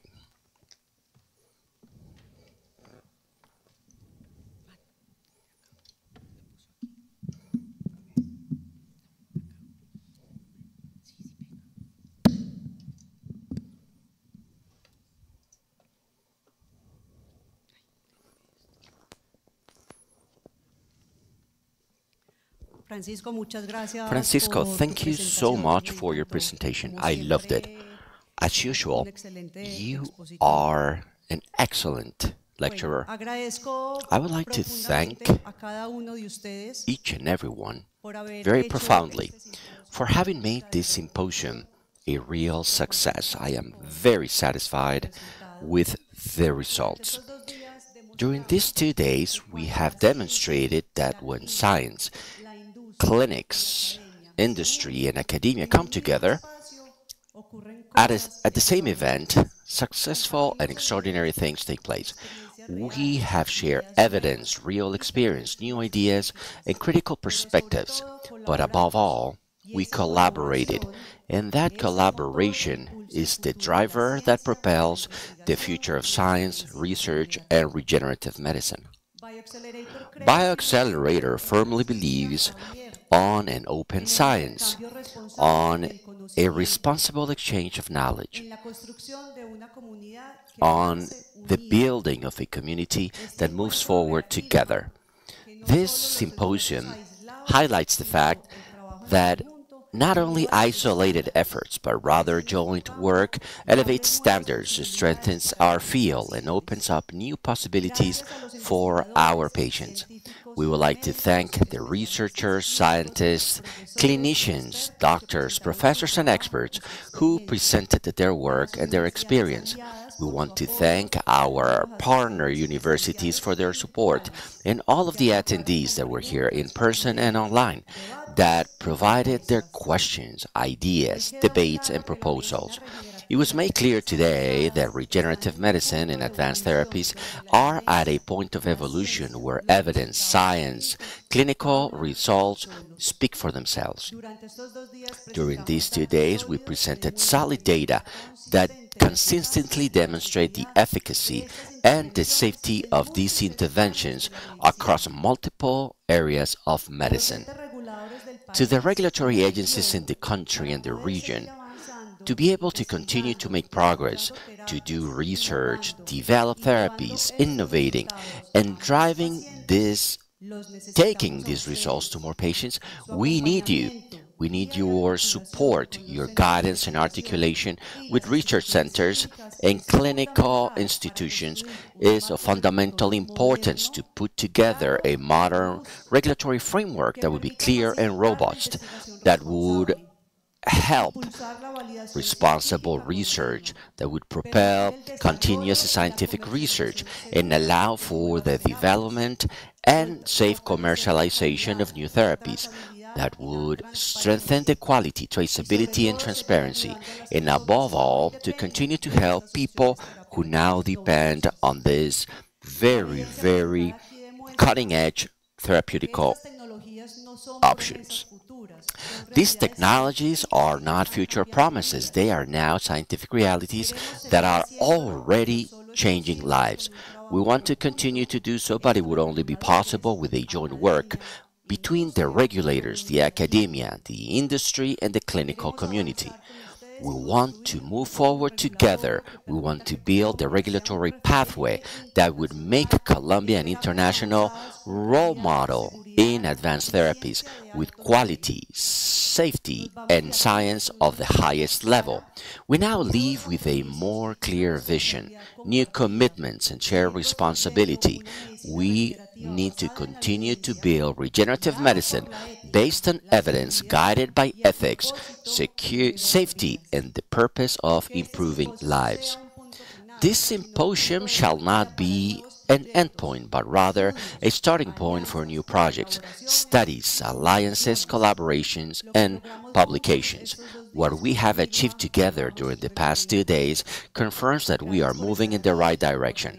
Thank you for being here, for believing in the field, and for trusting BioAccelerator as your ally on this regional and global mission. We will see you next year. Thank you very much.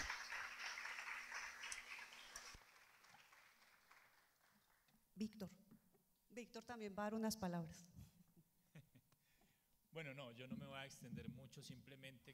I would just like to say, and take opportunity of these closing remarks, to thank some people specifically. As in the case of papers and scientific publications, we must obviously acknowledge the limitations and to apologize for the small glitches, the small things that did not work as they should have. Our professor mentioned Corporación Universitaria Remington, Universidad Cooperativa de Colombia, BioAccelerator, of course, and the people that participated in the organization of the event, the full team from BioAccelerator. We owe each and every one of you this great success. We want to thank the team for streaming from Remington University, students from different universities that were part of the staff and were helping us troubleshoot. We want to thank all of our attendees, both in person throughout the whole event, as well as those that joined us online.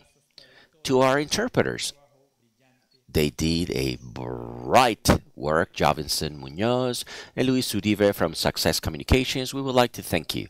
We want to thank Juan Esteban Cadavid from Parco Design, who supported the logistic organization of the event. He designed our stand, which I hope you enjoyed, and all the different pieces at BioAccelerator, Panamericana and their team. And last, I want to remind you that we need a final favor from you. All of you will be getting a satisfaction survey. Please fill it out, and it's very important to us to get your feedback. Based on that feedback, we will try to make improvements for our next event. We want to turn it into a congress. We're working hard to make that possible. Thank you so much, and have a great weekend, everyone.